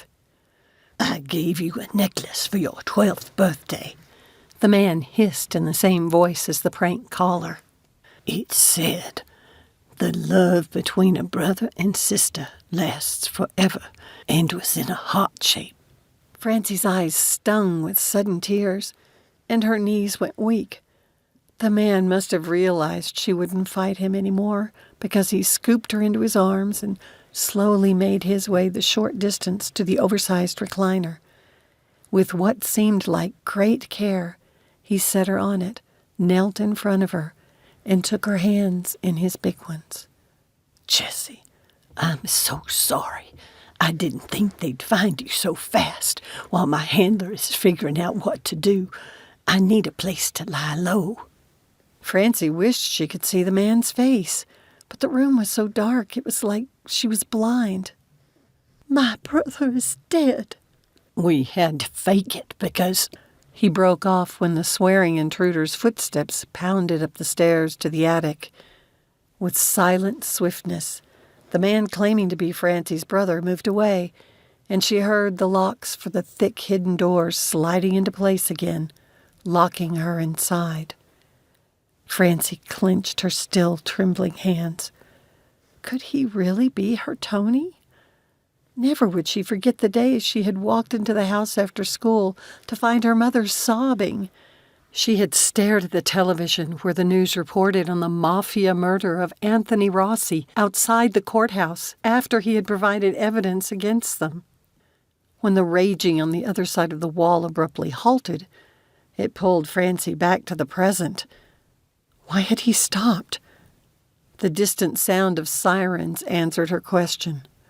Finally, the noise of the intruder's footsteps followed an oath as he pounded down the stairs. "Jessie, the police can't know I'm here." Her brother took her hands and pulled her to her feet. Could he really be Tony? She reached up in the darkness to find his ear and tugged it. He chuckled. "Remember how I used to carry you on my shoulders when you were little, and you'd rub my earlobe like it was your security blanket?" "Tony!" Francie threw her arms around his neck, sobs overtaking her. He squeezed her close, but only held her for a few seconds before stepping back. "I mean it about the police. No one can know I'm here. I'll get out of your house as soon as the cops leave." With those words, Francie's heart knew she couldn't allow it. Tony had come back from the dead, and she would do anything in her power to help him. "No, now that my son's away at college, there's only me here. This is the perfect place for you to hide." She put a hand on the wall to feel her way to the door and said over her shoulder, "I'll talk to the police. You can turn the light on once you close the door. Grandpa made this room sound and light-proof." "I know that, but Francie—" She spun around to glare at the darkness. putting on her most stern voice. "Do what I tell you, or you and me are gonna mix. I reckon you have quite a story to tell, and I'm not losing you again so fast. Make yourself comfy on Granny's big old recliner for now." Not waiting for a reply, she felt her way to the door and undid the locks. Francie was sure the police would eventually come looking for her. She recalled the advice she'd heard in a news report about how to handle an intruder. In the interview, they had said not to open the door until she was sure the police were really there. How would she know? The intruder hadn't broken the attic door's lock. The room held Rafe's exercise equipment that he'd gotten over the years at yard sales or doing odd jobs to get at Goodwill. Francie picked up one of the handheld weight bars with no weights on it. Voices and footsteps came to the stairs. "Francie, are you there? Boone Police here." The voice sounded familiar, but she remained silent until she heard the crackle of his mic. "How do I know you're really with the police?" A chuckle followed a sigh of relief. "Because I've known you since you were knee-high to a grasshopper and used to visit your Granny Gladys during the summer and on holidays. She would come back from the dead and whoop my hide if I let anything happen to you." "Is that you, Leo?" "Yep." Francie put down the rod and hurried to unlock the attic door. The tall man with the beginnings of a potbelly gave her a quick scan. "Did he hurt you?" "He never found me." All the feelings of someone breaking into her home and then discovering her brother was alive hit Francie, and she burst into tears again. "Hey there." Leo awkwardly patted her shoulder. "Looks like there's a little damage downstairs, but nothing that can't be fixed. At least he didn't hurt you." "Did you catch him?" she asked when she could speak. "Nope. I saw lights pulling away as I drove up to your house, but I wanted to check on you first. Dispatch said you hung up." "I didn't," Francie explained about the signal. Leo scowled at her. "What about your cell phone?" She winced. "I just barely got one, and I never even thought of grabbing it." "Well, with your son off to college, don't you dare tell him about this." Francie grabbed Leo's sleeve. "And you have to make sure no one else at the station does. I don't want my boy worrying about me." It might tempt Rafe to come home, where he would discover a mysterious uncle hiding from the mafia in their attic. "Well, you best stop carrying that phone around with you everywhere and keep it charged. Come downstairs so we can take your statement." Leo headed to the stairs. "Why?" Francie asked, hurrying behind him. "Dispatch was afraid you might have been assaulted and sent one of them new victims' advocates." He stopped, and she nearly ran into his back. Leo glanced over his shoulder at her. "I know money's tight, so be sure to ask her if there are places that can help with the damage." Francie heaved out a breath. She barely had money enough for gas right now. How was she ever going to pay to fix the window she'd heard shattering? Or feed a big man like Tony? Somehow he didn't look like a vegetarian, and she didn't have money for meat. Chapter 6. After spending a dismal evening in his empty condo, only to receive a cold shoulder from his daughter, Alex approached his office the next morning with trepidation. He'd had plenty of time to think about how he'd lost his temper, both with Sam and with Mrs. Davis. Unless he fixed things with both women, he was in for a dismal year. His assistant was not at her desk, and he had to fight back a flash of irritation. Was she late again? Alex took a deep breath. No, she wasn't late. He was habitually early. The woman wasn't even required to be here for another 10 minutes. Last night he'd already accepted his error in not bothering to check with her to find out why she had been late. He would not make the same mistake today. Her voice came from down the hall, and he leaned back to look out the door. Mrs. Davis was stepping out of Kevin's office, her body stiff like it had been the day before when the man had first approached her. Alex stepped from the office and strode over to them. He shoved his hands into his pockets to make sure he didn't reach out and punch the smirk off Eldred's face. "Ah, Mrs. Davis, I'm glad to see you made it in on time today." Alex cringed as her cheeks flushed, highlighting her attractiveness, which was never a good thing in front of the skirt-chasing professor. "I was just making copies for you, Professor Diederik, when Professor Eldred wanted to chat." Mrs. Davis said the words in a flat tone, but Alex noticed she also had dark circles under her eyes. He sincerely hoped his harsh words yesterday hadn't given her a sleepless night. He narrowed his eyes at Kevin. "If I remember correctly, don't you have a class you should get to?"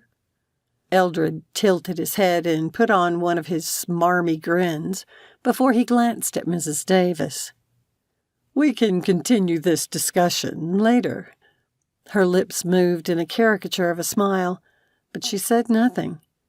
Instead, without a word to either man, she strode to Alex's office suite. He followed. "Is everything all right?" Alex asked when he stepped through the door. "You don't have to put up with anything inappropriate around here."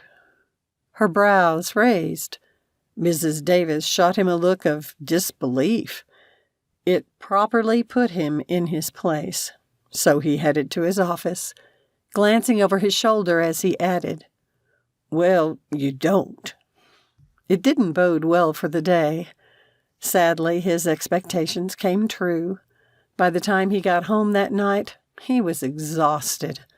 The only thing he could be grateful for was that his daughter had left a generic note explaining she was with a study group.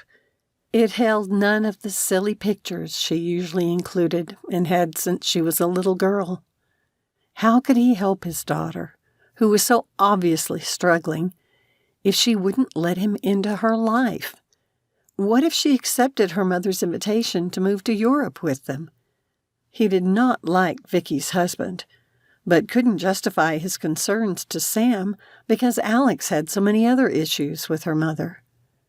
He must find a way not to alienate his daughter while trying to protect her.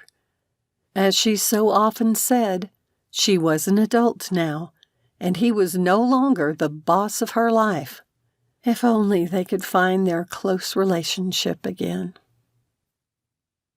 After concentrating hard all day in order to do her work and to take notes in her classes, Francie thought she might collapse when she finally pulled into her driveway.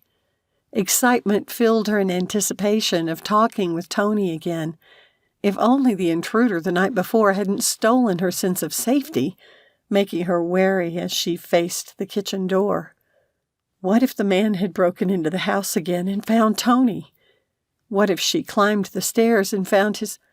Francie shut down the negative train of thought.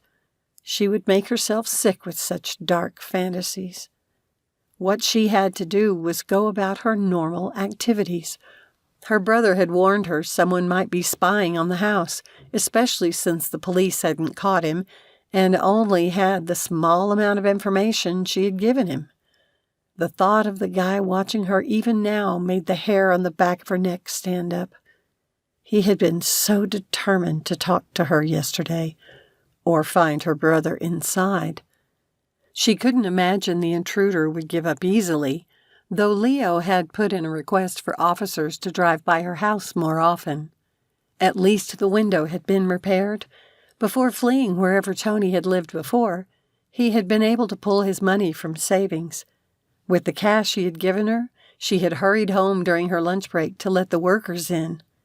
At Tony's urging, she had also hired a locksmith to add a deadbolt to both the front and the kitchen doors.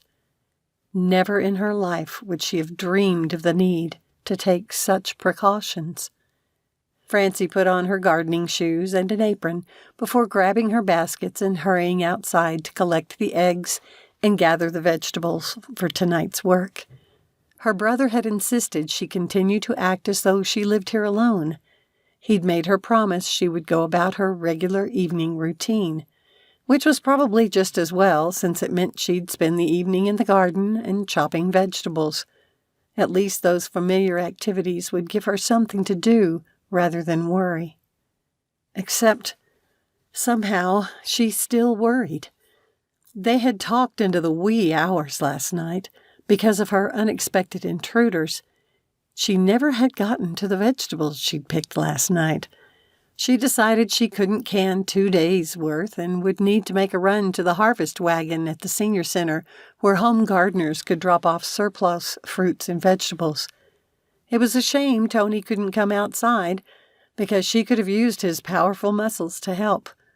With her baskets full, she returned to the kitchen. Francie wanted to close the drapes so he could come down from his hiding place, but she rarely did that until dark. But after the attack, would it have been normal to close herself off? Maybe, but she would play it safe. It wasn't until she was removing the eggplant casserole from the oven that she heard wheels on the gravel out front. All the panic she had experienced from the night before struck her, and Francie almost dropped the dish on the floor. For a second, she thought she might pass out. She set it on the stovetop, closed her eyes, and said a quick prayer for strength before picking up the rolling pin and storming to the front of the house. With her arms raised, prepared to strike, Francie ripped open the door. Leo stared at her open-mouthed where he stood on the front step. Sheepishly, she lowered her arm.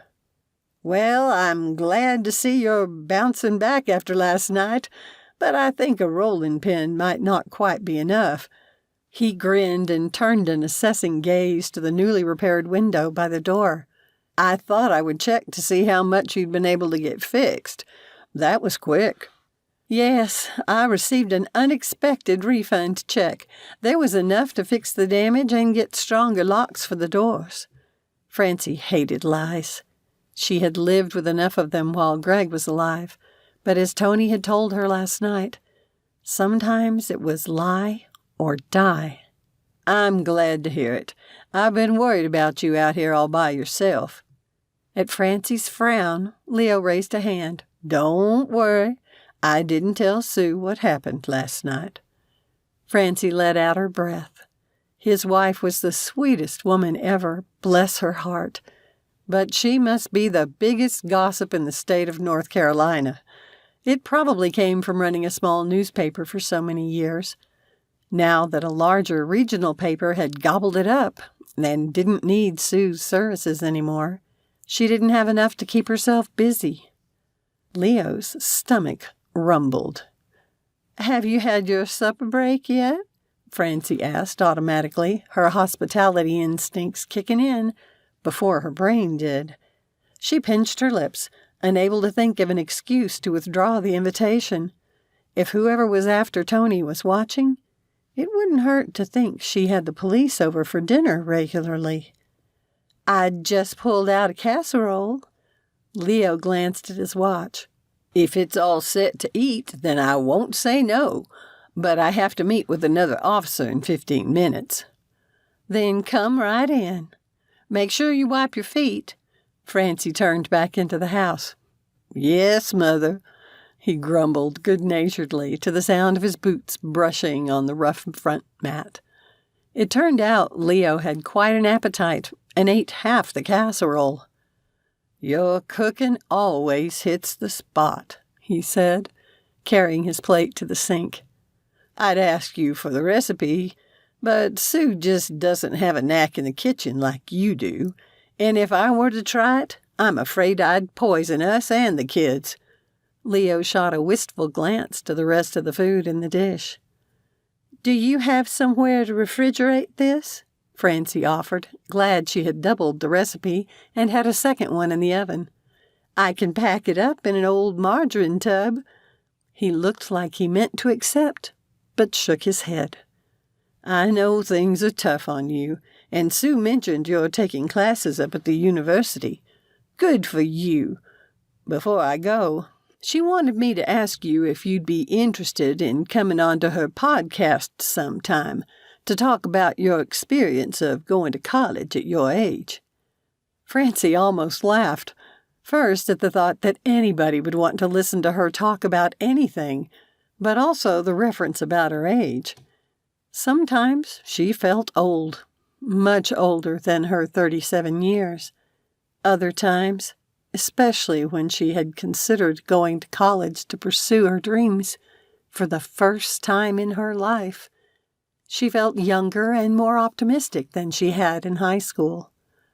"Did I say something funny?" he asked, looking confused. She just shook her head. "I think I probably have enough on my plate right now, what with classes and a new job and learning to live without Rafe. And Greg. As Rafe would say, I just don't have the bandwidth right now to take on anything else. But tell Sue I appreciate her thinking of me." "If you're sure." "I am. If she's still interested, she can ask me at the start of the next semester." "But it's next year." "Right. And my harvest and canning will be done, and I'll have a semester under my feet. There's no way I could give her a real accounting after such a short time. Maybe I'll find I love college, and maybe I'll hate it and want to drop out. Either way, I need time to experience it before I can give a report. Please don't pressure me." "My apologies. Sue would cream my corn if she thought I'd done that. Just keep it in mind, and if you decide to do it later, you can call her." He glanced back at the leftovers in the casserole dish. "Maybe I'll take that after all." Trying not to smile, Francie said nothing, but pulled out an old tub and found a matching lid. Because of the way Leo was watching her, she gave him the remaining casserole. He started to grin, but then guilt washed over his face. "Won't you be needing that for yourself?" In reply, she grabbed her oven mitts and opened the door to show him the second casserole. "This will last me the rest of the week, so I'm fine." "You know, as a contribution to the fine meal you shared with me, I'll bring you over some ice cream. We aren't eating as much because one of the kids is lactose intolerant now. Having it around the house is an enormous temptation." "Well, if you're going to toss it anyway, I suppose you might as well toss it my way." Another visit from a police car wouldn't hurt either. Francie felt a little guilty. She hated when people tried to manipulate her and couldn't help but feel she was doing that with Leo. "All right, then." He lifted the container with a grin. "And thank you for this. It's a shame you can't run cooking classes to teach people what it is you do that makes your cooking so special." "Someday, Leo, someday." Francie shook her head. "If I don't have the bandwidth to handle being on a podcast, I sure don't have it to teach classes. Right now, anyway." "I'd best skedaddle, or I'll be late." Francie went with him as far as the porch. Once she'd waved him goodbye, she hurried back into the house. She had another hour before she could close it up, so Tony could come down to get some food. They had decided last night that the kitchen curtains were too thin for him to be in there, but Granny Gladys had preferred heavy drapes in the dining room and parlor. Francie had never had the money to change them out for something lighter, which she was grateful for now. So she spent the time prepping vegetables for bottling. As soon as twilight arrived, she made her way around the downstairs rooms, closing them up. She had the table set for him by the time he called from upstairs. "Is it okay?" "It sure is." He came bounding down, and Francie gave him a quick hug. After fretting about him last night, and then worrying about him all day, she wondered if she would survive this. Maybe Leo had been right when he'd commented about her age. This experience was sure to turn her gray. "I heard that cop come back. Why was he here?"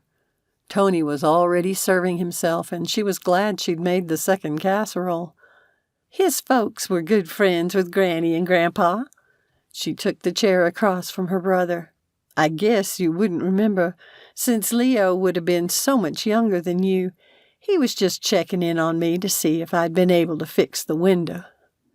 This is so good, Chessie. Mama never cooked this good. Granny Gladys taught me, and I've learned a lot on my own since. Have you heard from your handler? Francie still couldn't get her head around her brother being alive and in the witness protection program, what he called WITSEC. Not yet. He's keeping contact to a minimum until he has a new place for me to go. He said he'd lay a false trail to take their eyes off you.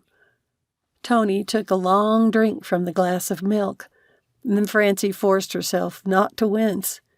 He reached into his shirt pocket and pulled out some folded bills. I saw that look in your eyes, Chessie. You still don't have a poker face, but I need you to try, for me. You're keeping me alive while we fix this. He held the bills out to her. Flushing, she accepted them, thinking of the foods she would buy for him, but his next words killed those plans. You can't suddenly stop buying a lot of food. Your son's gone off to Harvard, so why would a lonely widow need a bunch of meat or milk? Tony arched his brows. I could mention I'm making cheese again. You make your own cheese? Well, I did before I sold the cow. I still have a supply, but I can make more. You're welcome to it. Francie rested her elbows on the table. You never explained how they found you. Tony leaned back in his chair and heaved out a breath. I broke my one rule. One stupid rule. I did an online search for a forbidden subject. And no, I won't tell you what it was. But I've worked in online security for years, and I was arrogant enough to think I could cover my trail. Wrong. But I had my own security program working, so I knew when I'd been made. Having a fast way out was the only thing that saved my life. That and studying up on how to change my appearance. So that's how you got out with all your money? Not all of it. They blew up my house within 2 hours of me clearing the city. I heard about it on the news. The authorities called it a gas explosion. I'm sorry to have dragged you into this. I figured it would be safe here since it's been over 20 years and you hadn't had contact with the folks. He gave a dark chuckle. Not that I blame you for that. How they treated you was wrong. Francie's eyes prickled.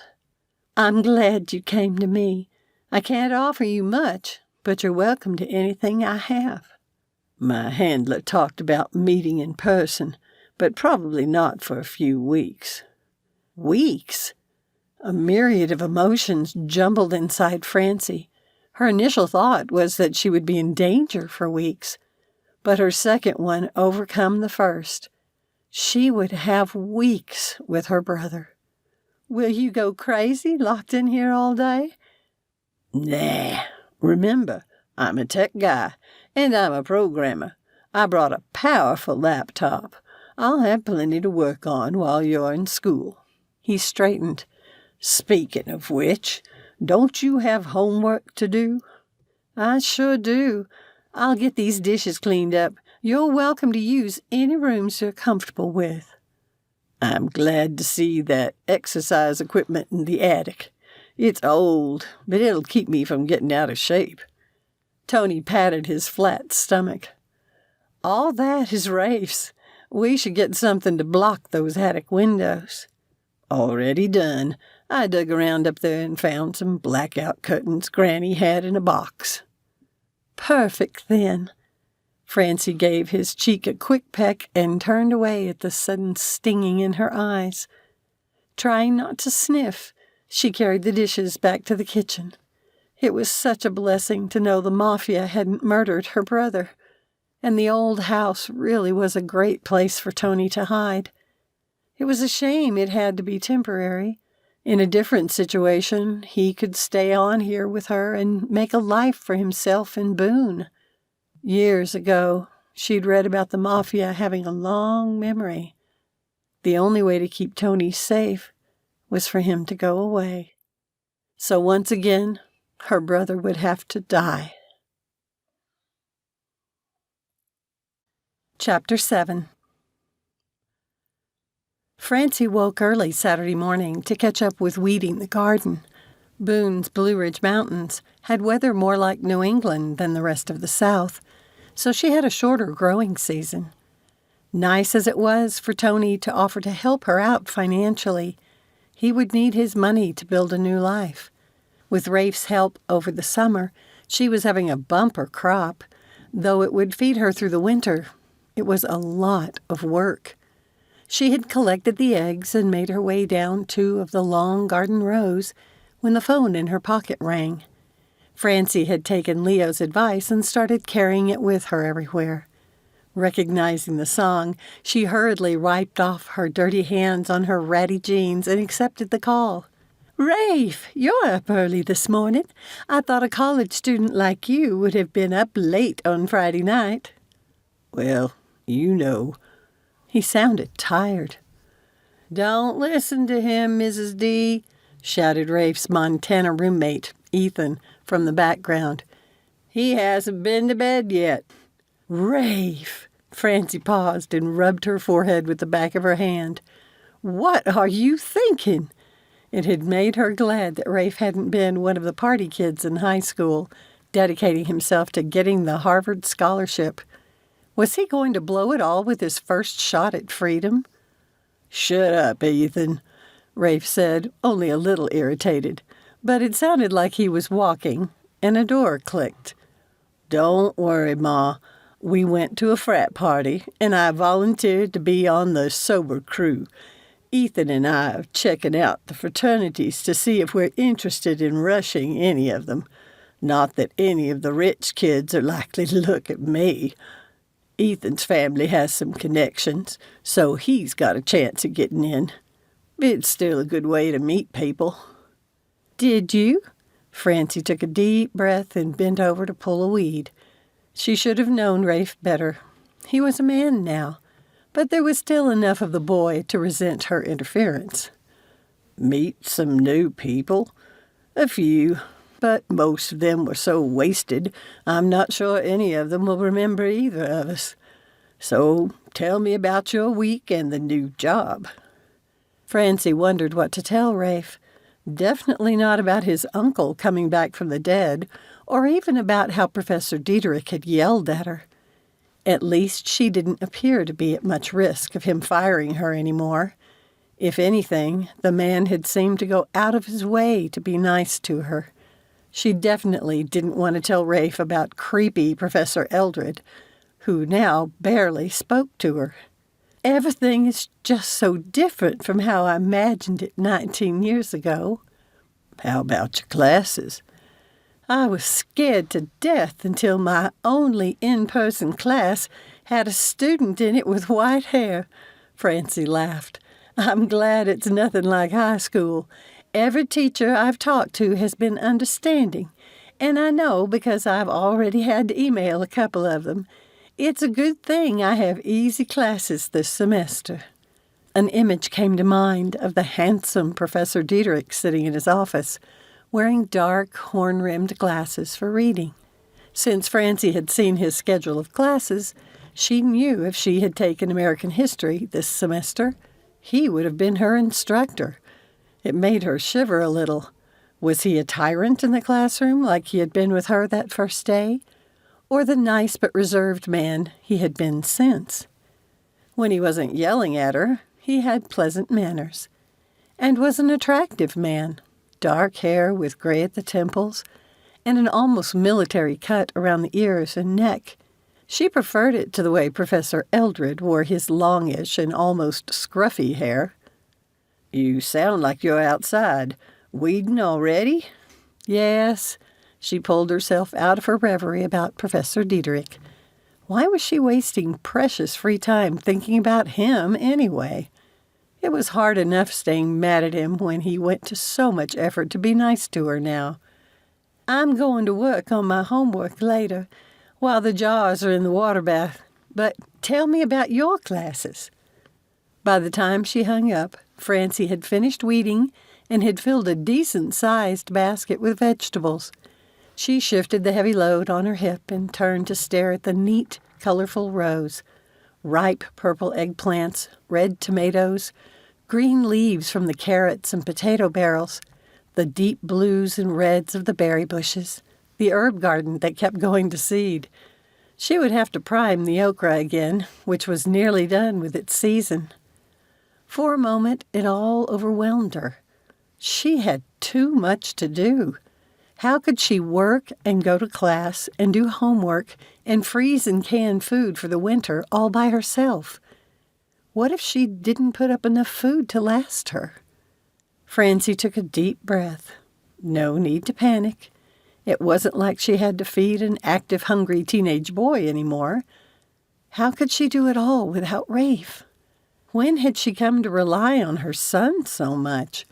She missed him coming into her bedroom after a date and telling her all about it. Missed watching him play sports and going to his band concerts. How he would see her working on something and jump in to help. The way he had taken to coming to her defense when Greg would say something horrible. What if Rafe didn't come home next summer? His roommate might get him a summer job at that ranch in Montana. Rafe would see it as a grand adventure, and it would be. He'd jump at the chance. But what if he didn't? Francie thought back to the conversation in the graveyard and his offer to stay in Boone. She couldn't let him pass up opportunities because of her. It was time she got used to being an empty nester because her brother wouldn't be here forever.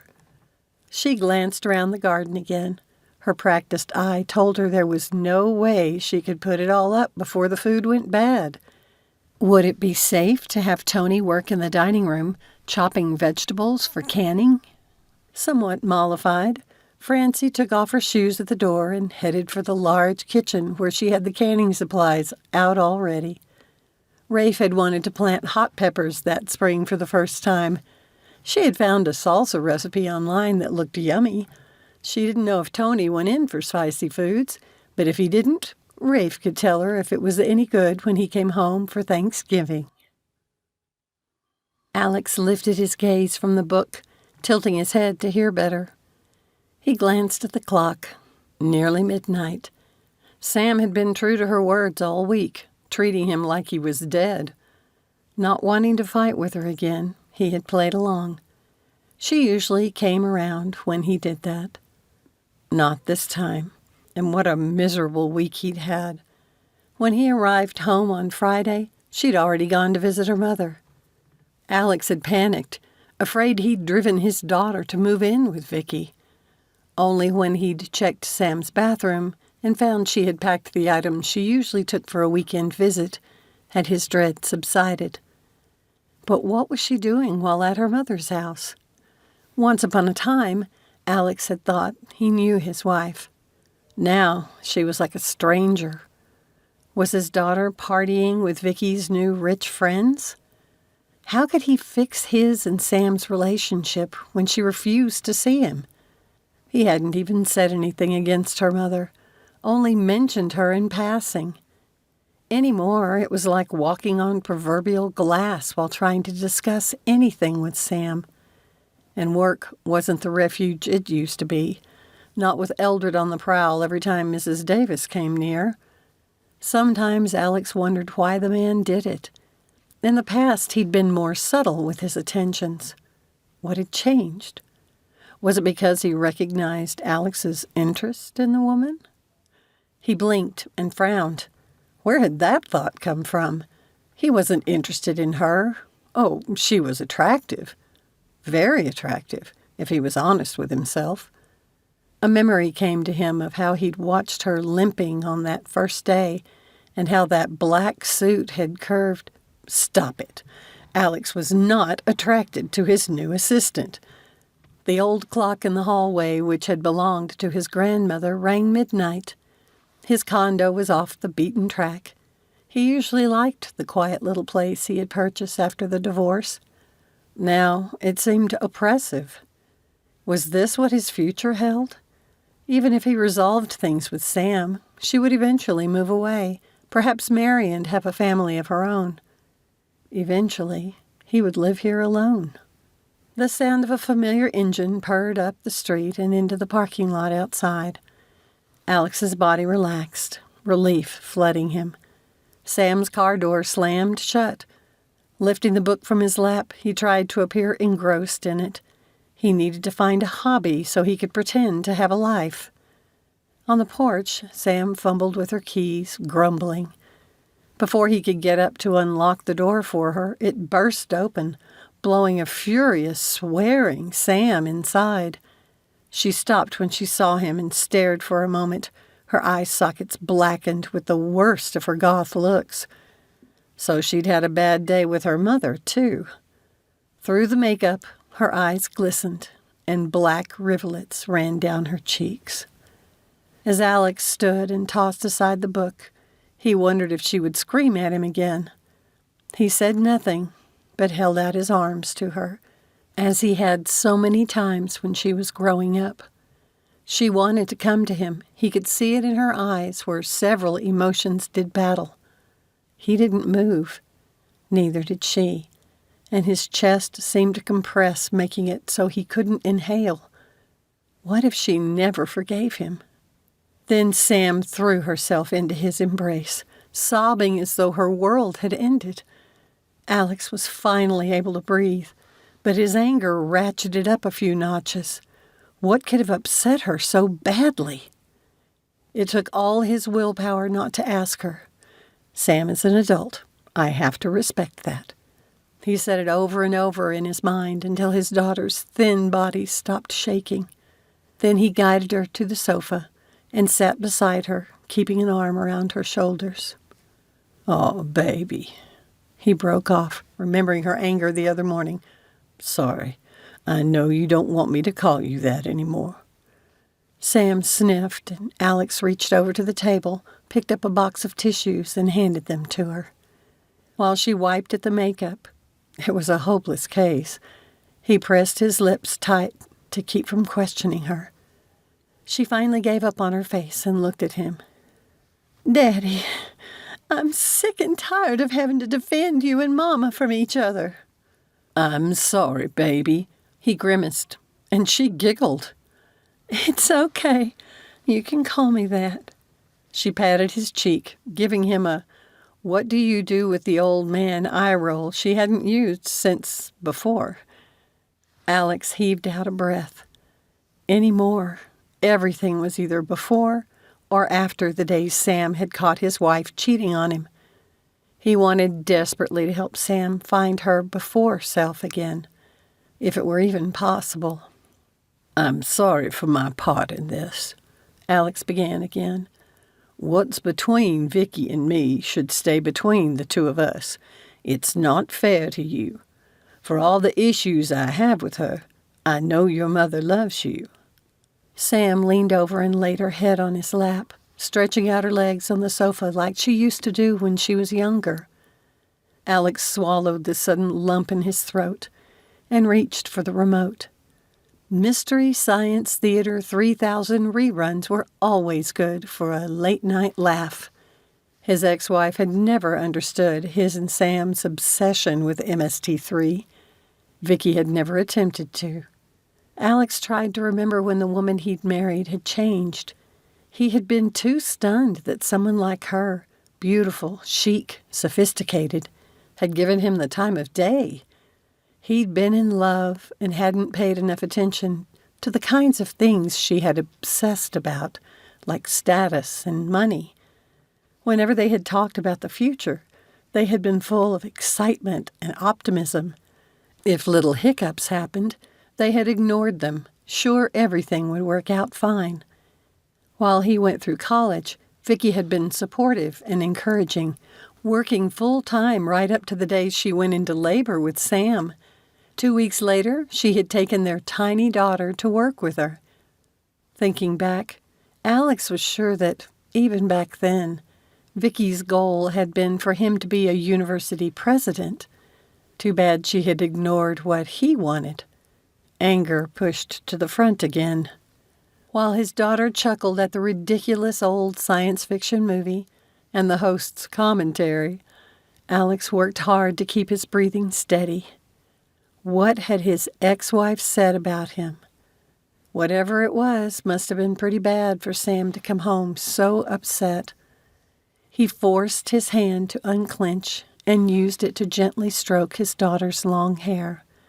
The tightness in her shoulders relaxed, and it wasn't long before her breathing slowed. Careful not to disturb her, he raised his feet to the ottoman and pulled a throw from the back of the sofa, tossing it over her. Leaning back his head, Alex closed his eyes. If he was going to yell at anyone, it was Vicki, but not where Sam could hear. Chapter 8. Francie packed up her things. The week had been a long but fulfilling one. It would be October soon, and she felt good about how she had adjusted to her new life.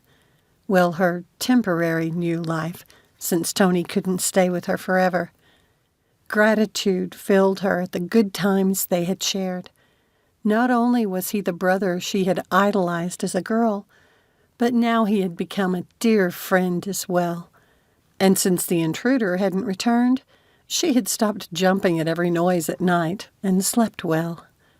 Now, if only Professor Eldred would stop being an idiot. When it came to females, the man only had one oar in the water, bless his heart. Just today he had come up behind her while she was filing in his office and startled her out of her self-control. "It must be lonely for you without a man around," he had whispered, his tone the deep, throaty one she'd heard him use with his female students. Surprised though she might have been with an instinct to slap him, Francie had kept enough of her wits not to strike the man. But it hadn't stopped her from giving vent to her thoughts.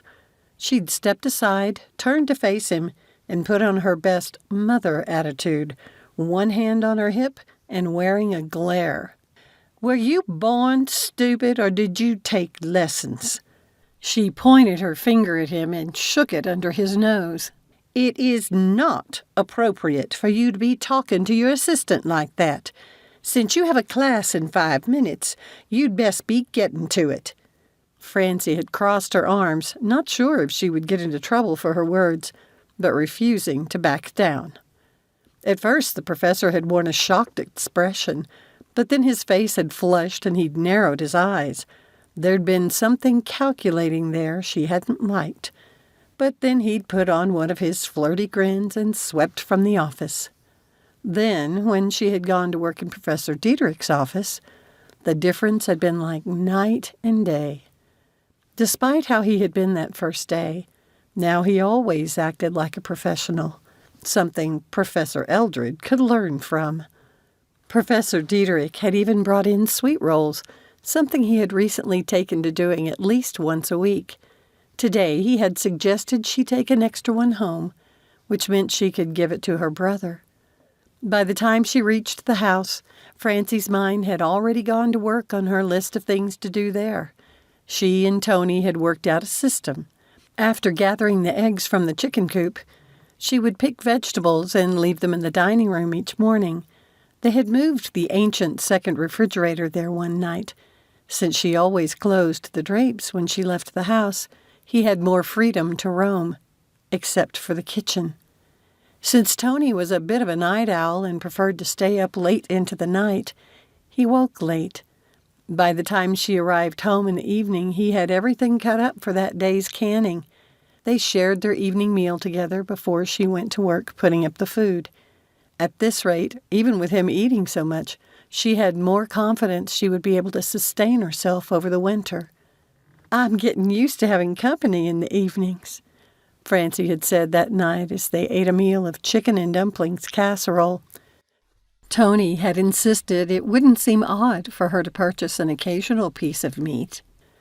"I'm going to miss when you're gone." He lifted his head from his food and frowned, though there was a twinkle in his eyes. Can't wait to get rid of me, huh? Francie appreciated his levity because she still couldn't shake the unease which came with knowing her home was likely being watched by evil people. Leo had come by a couple more times. Since nothing else had happened at her house, the patrols had returned to normal. He had assured her he would check in once in a while. "I would offer you a permanent home in a hot minute if I knew you could live here safely," she said, her voice thickening with emotion. "I think you and Rafe would get along really well, especially since you're both into computers. Well, he tells me he's just competent, but he's a whiz to me." I wish I could have met him. It sounds like you've done a great job with him. Tony returned his attention to his food. How are things at work? Is that boss of yours still making an effort to be extra nice to you? Francie had confided to her brother about that first day and how nice Professor Diederik had been to her since. She thought to make amends. She hadn't told Tony yet about the creepy Professor Eldred. Her brother might get angry enough to come after the man. Besides, she'd had to deal with enough men like the sleazy professor that she thought she could handle herself well enough. The best thing was to keep her distance from him. "Oh, that reminds me." She jumped from her chair and hurried into the kitchen, where she retrieved the sweet roll she had brought for him from the office. Francie set the container next to his hand and took her seat again. Another roll? Tony asked, removing the plastic wrap. "This one's a little bit of heaven," she sighed, remembering the delectable taste that morning. "I don't remember if I told you about the bakery that makes these. They get all creative with their sweet rolls. What you have there is called a Nutella s'more.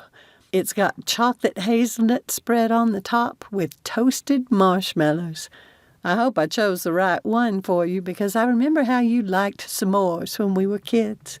I had an orange sweet roll this morning, but they have coconut pecan caramel rolls, and one's filled with cherry preserves. Let me think. There's a pumpkin one and a gingerbread. There was even a bourbon bacon cinnamon roll, if you can believe it. Professor Eldred took that one, which doesn't surprise me in the least."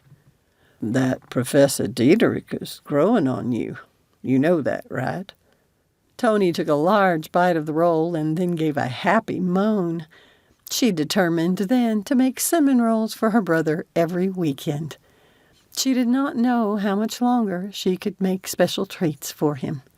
"Jessie, why won't you answer me?" he asked, serious now. "You were rightly angry at him at first, but you've softened to him a lot lately, and you'd be the first person to say that repentance is a good thing. But you go all closed mouth about that second professor. Why?" "He's just one of those men who thinks he's God's gift to women and struts around like a peacock, thinking every female should fall all over him. I just find his behavior irritating." Tony's expression darkened as she talked, and she hoped she hadn't said too much. "But you don't have to worry about him. I know his kind and how to handle them." Tony tilted his head and shot her a side-eye. It reminded her so much of Granny Gladys that Francie burst out laughing. "Oh, my, but that does take me back." She wiped her eyes with her napkin. "Those weeks each summer that we got to spend in this house with Granny and Grandpa were the best of my life." "That has to change." Her brother picked up a serving spoon and dished more of the casserole. "I dug my hole with my life's choices, but it was wrong of our parents to punish you for being young and stupid." "As you told me when you first arrived, it's the past. You're taking control of your life and will build a new one for yourself. I'm doing the same. Did you ever marry?" "Nope. The danger would have been too much to ask. I decided a long time ago. I wouldn't pull innocents down with me. You'll just bring them to my doorstep. Francie had meant the comment as a joke, but she could tell it had not come across to him that way. They were coming after you anyway. Tony said, his jaw muscles tight. Believe it or not, I've been watching you. He shook his head. Not like that, but online. I wrote a covert program, well disguised and filtered through things you've never heard of, that has watched for searches for you and for our parents. With them both gone now, you and Ray for my only family, it wasn't hard to know when someone with mafia connections had searched for your address here. A knot formed in Francie's stomach. Before or after your mistake? After. Should I sell the house and move? No. You've done nothing wrong, and as soon as I'm gone, there's no reason for them to search here. You won't have any knowledge of my new identity or whereabouts. Have you ever regretted your decision to testify? Francie asked. Not once. If I had known who I was working for when I started that job, I never would have accepted the offer. What those people do is wrong. I mean, just look at that guy who broke into your house. He didn't even know if I was here. But he had no compunction about damaging anything he touched. Tony shook his head, his expression full of disgust. Then he straightened and pinned her with a hard look. What? She asked, leaning back in her chair. You still haven't told me about Professor Sweetroll and how you're softening up toward him. Francie's cheeks warmed, and her thoughts went back to the dream she'd had the night before. It had embarrassed her and made her feel foolish. Doubly so that her brother had picked up on how attractive she found Professor Diederik, which was ridiculous, considering how foul his temper could turn. Even if he hadn't been her immediate supervisor, she had no interest in a man who could get angry so easily. She had spent enough years already tied to someone who did that.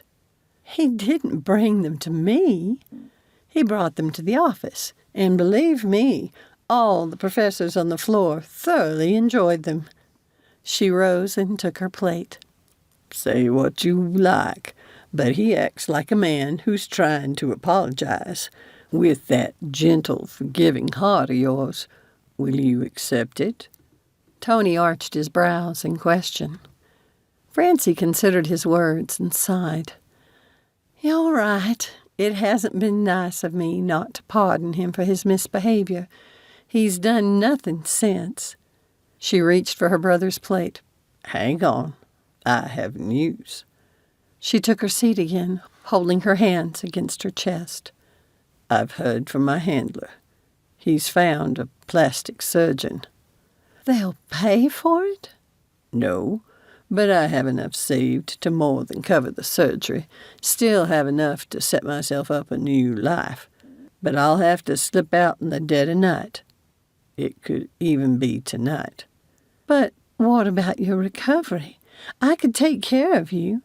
My handler has a safe house I can go to for that. But I'll need more than one surgery. Once those are done, I'm hoping to hold out here until the bruising is gone. His worried gaze held hers. I don't want to say goodbye yet. But if you think it's safer... No! Francie covered her brother's hand. I want you to come back if you can. But then you'll be gone for good? He nodded.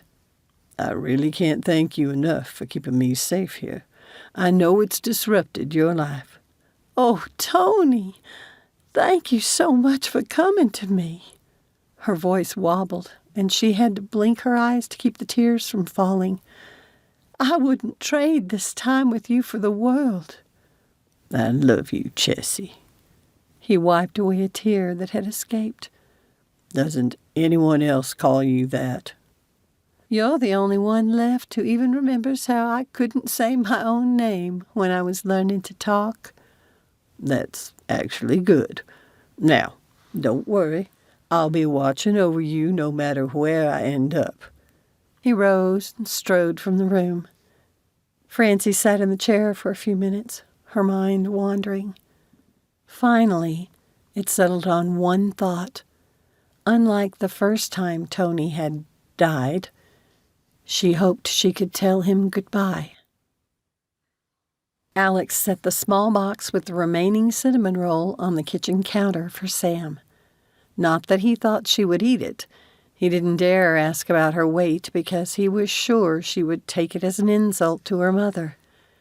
After regaining his camaraderie with his daughter, he had taken care the last few weeks not to do or say anything which might set her off again.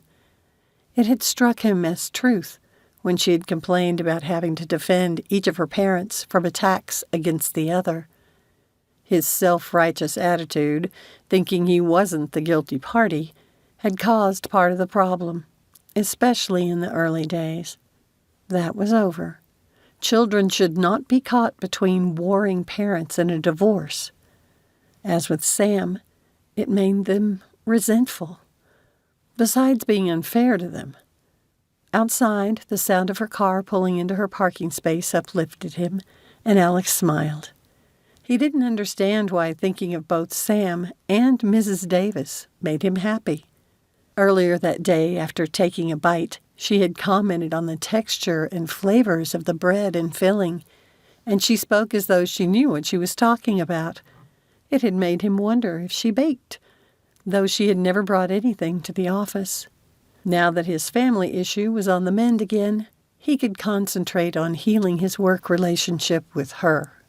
Not that he was in a relationship with Mrs. Davis, could never be in one with his assistant, but he liked how the idea made him feel, which was encouraging.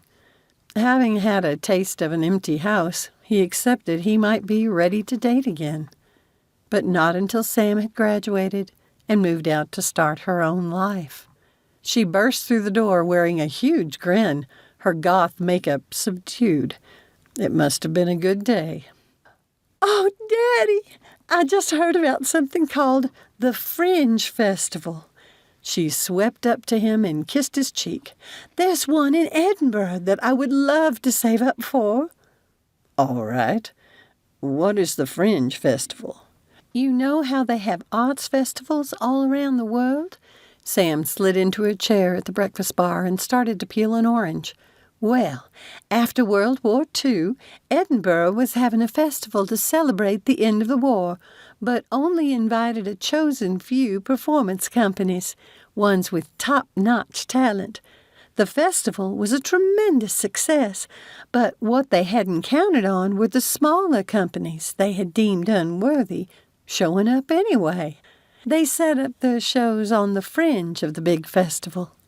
She tore off a wedge of orange and handed him a slice. "And?" Alex asked as he accepted it. "People who came to the festival also attended those plays, and it turned out some of the best received acts were those done on the fringe." He nodded. "Thus the name, Fringe Festival." "Right. That's where the idea for an open-access arts festival came about. Instead of just plays, now they have musicians, dancers, comedians, and street performers. Just about anything that could be called an art. Anyone from anywhere is welcome. There are fringe festivals all over the world now." Sam shifted in her seat, her eyes alight with excitement. "There's one in Asheville in March." "Well, Asheville is closer than Edinburgh." Alex was more traditional when it came to his entertainment, but he would gladly go with his daughter anywhere she wanted to. "Right? A group of us are going." Alex thought he had gotten good at keeping a neutral face, but he wasn't sure he had successfully hidden his disappointment. Of course, she wanted to go with her friends and not her old, stodgy father. "I think you should come too." Sam leaned closer, conspiratorially. "But with a date." He scowled, and she laughed. "Oh, Daddy, this is why I'm giving you some advance notice. You have 6 months to find someone to bring with you. so you have no excuse." She handed him the rest of the orange before going to the sink to wash her hands. As he peeled off another slice, he wondered if he could pull it off. It had been 20 years since he'd been on the dating scene. A picture of Mrs. Davis on his arm immediately came to mind, but he pushed it aside. There was no point in even going there. Chapter 9. Alex's phone rang with the villain melody from an obscure play he knew Sam had never seen. The call was not unexpected, since it had been nearly a month since his ex-wife had indulged in a dis-Alex fix. He had gotten through the first year after the divorce, thinking that he would have less contact with Vicki once Sam had turned 18. Not so. His daughter's adult status hadn't changed her mother. Sometimes it seemed to him that all he had to do was think about her, and she would call in all her snarky splendor. Fortunately, Mrs. Davis was away from her desk, so he wouldn't have to hold back his words. He still hadn't apologized to her, though he almost had more than once. The more time passed, however, the more lame he felt for waiting so long to bring it up. She continued to look at him like he was a cell under a microscope. At first it had made him think she'd wanted to dissect him, or vivisect him. It did serve him right, but he was pretty sure she was softening. It was more like she was trying to understand him now. And occasionally, they reminded him of when he'd been a kid and he and his friends had held glare contests. They'd always ended in laughter. And a few times he'd thought Mrs. Davis's mouth had quirked with the hint of a smile, which he'd taken as a good sign she couldn't stay mad at him forever. Alex accepted the call and leaned back in his chair. He was determined not to lose the upper hand in this conversation with his ex-wife. "Hello, Vicki." "I told you not to call me that." "It was good enough for 17 years. Her voice took on an acidic edge. "What you fail to understand is that I merely put up with it for all those years." Alex could imagine how she must be tilting her nose in the air. He usually replaced the mental image with one of a turkey looking up in a rainstorm and drowning in its own stupidity. "What do you want to talk about, Victoria?" "The only thing I would make any call to you about, my daughter." "Our daughter?" "Whatever." "Sam was pretty upset when she came home last month." "You know how emotional she is," Vicki huffed. "She'll get over it." The memory of Sam's tear-stained face went through Alex's mind, and he clenched his fists, fighting against an adrenaline rush. When Vicki blew off their daughter, it always infuriated him. But if he lost his temper, he never showed well, and his ex-wife knew it. "Have you decided about Samantha's study abroad next semester?" she asked, now sounding bored. "Wait, I'm still talking about what upset Sam." He winced at the edge in his voice and took a deep breath. "There's nothing to talk about." "Look, you can badmouth me all you want. I'm sure it's one of your favorite things to do." Alex was pleased with his level voice. "But you save your comments for when Sam's not with you. It's not fair to her." "Don't tell me what's fair to my daughter. I have a duty to make sure she sees you as you really are and not allow her childish devotion to blind her. I won't let her make the same mistake I did." Childish devotion? Heat flushed through him and he wiped his top lip. Yes, Sam was immature for her age and had been since the day she had caught her mother in bed with a strange man.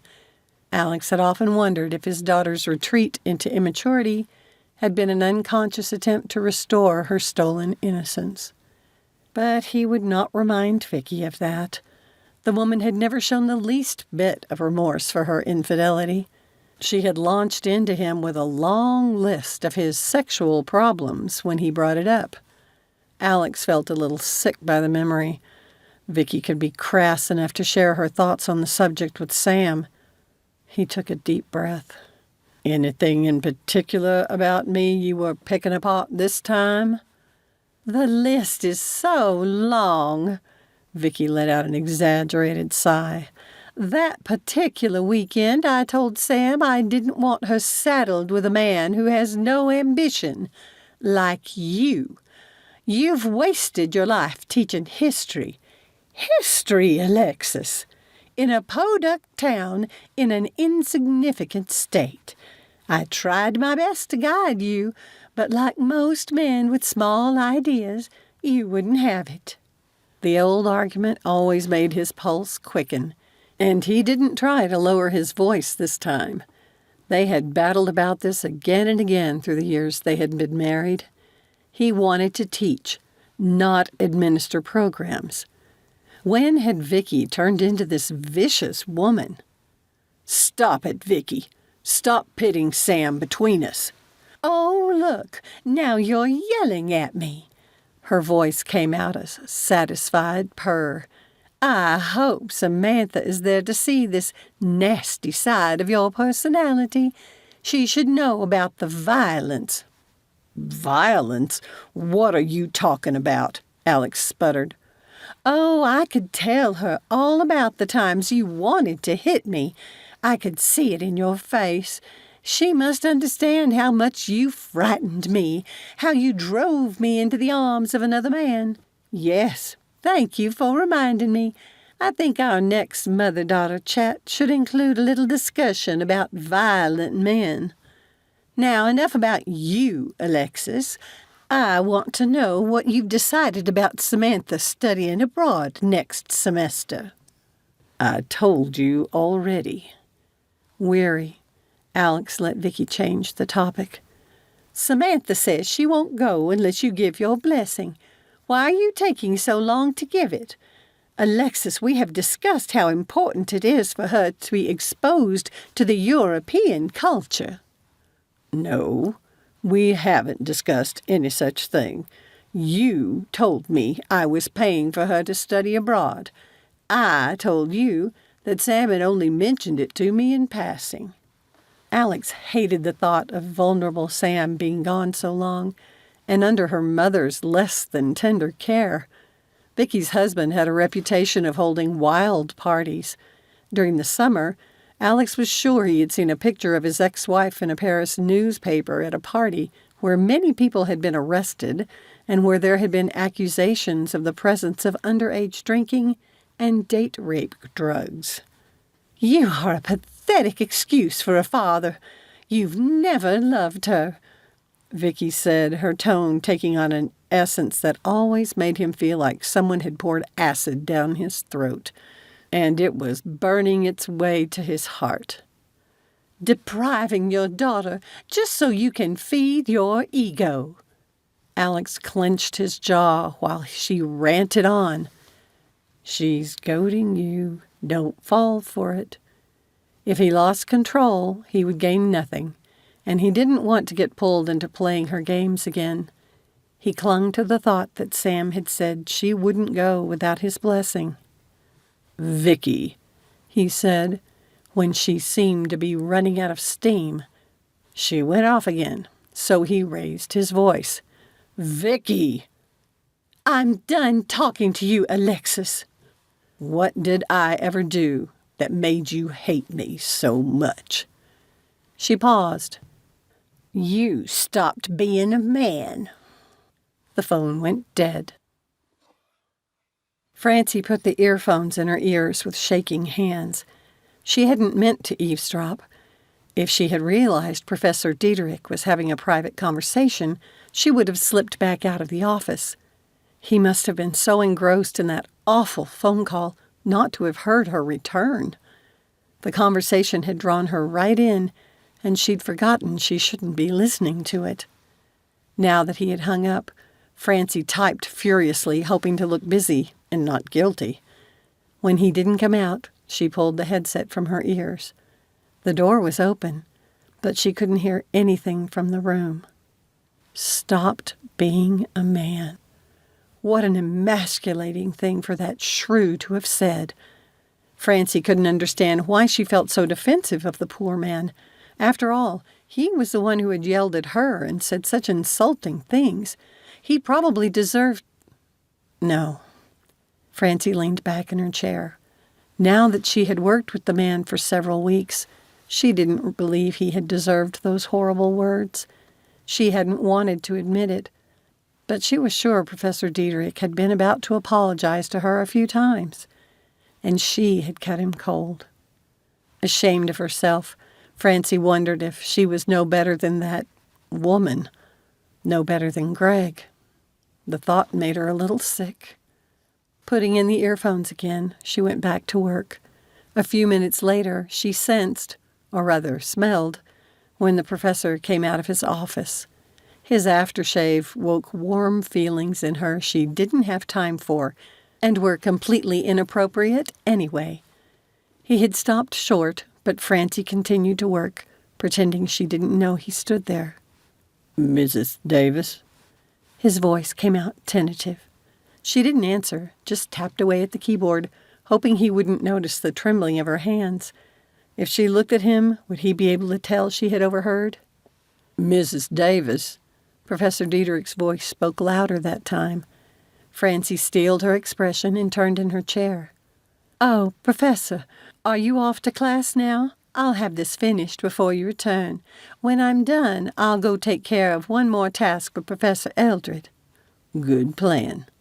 Watching him leave almost hurt. Everything about his posture as he walked down the hall spoke of defeat.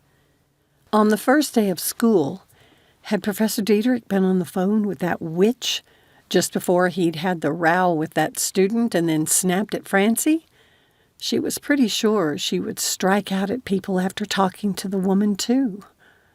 It seemed the professor's ex-wife was like Greg, making snide, cutting remarks, little jabs that could just as easily have been done with a knife, and left as many scars. In the beginning, her husband would apologize later, always promising he hadn't meant to hurt her. Every year, Greg had gotten worse, shouting about how stupid and lazy and ugly she was, how if he hadn't been saddled with her, he could have done something with his life. And Francie had believed it. After all, her own parents had thrown her away at age 18 when she had married him. It was no wonder he couldn't find anything good about her. Back then, she had thought he was right, that she was the problem. Then he had started in on Rafe. Beaten down, Francie could believe she was stupid and inadequate, but her perfect little son was not, and she had refused to sit back and let Greg, in his bitterness, say those ugly things to a child. She glanced toward the professor's open door.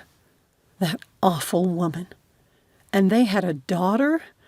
Francie shivered and turned back to her work. She couldn't let him know she had overheard. But she wanted to cheer him up. After putting some paper in the printer, Francie pulled her pocketbook from under the desk. For lunch, she had brought a small jar of some new preserves she had made. It was a variation of one Rafe had named Chaberry Preserves, a blend of strawberries, raspberries, and cherries. With this batch, she had added a hint of jalapeno to what she thought was great effect. Tony had certainly loved it. Since it had been Rafe's idea to grow the hot peppers in the first place, she was sure he would love it. She hoped the professor did, too. So many times over the years, especially after one of Greg's bad days, she would have appreciated a gesture of kindness from someone, anyone. Francie polished the little jar with her blouse and went into Professor Diederik's office. Not wanting to spy, she didn't look around, but placed the preserves in the middle of the desk so he would be sure to see it first thing. Feeling better than she had since she had begun the job, Francie completed her morning work and headed to the central dining. One thing she loved was having a good view of the college environment. She still didn't feel a part of it, but she loved watching people, especially those who were actively engaged in learning. The bustling cafeteria was the perfect place. It didn't surprise Francie when a girl carrying a tray approached the table. "I can't find a seat anywhere else. Can I sit here?" The strawberry blonde girl didn't wait for an answer, but slid her tray onto the table and pushed Francie's book against her lunch bag. The young woman then pulled a phone from her backpack and started typing on it. Francie recognized her and closed the book, deciding the young woman might be more entertaining. Why had she been fighting with Professor Diederik on the first day of school? Today, her lighter makeup showed what a pretty girl she was, her green eyes startling. Was she wearing contacts? The girl glanced up from her phone. "You keep looking at me. Do I have something on my face?" No.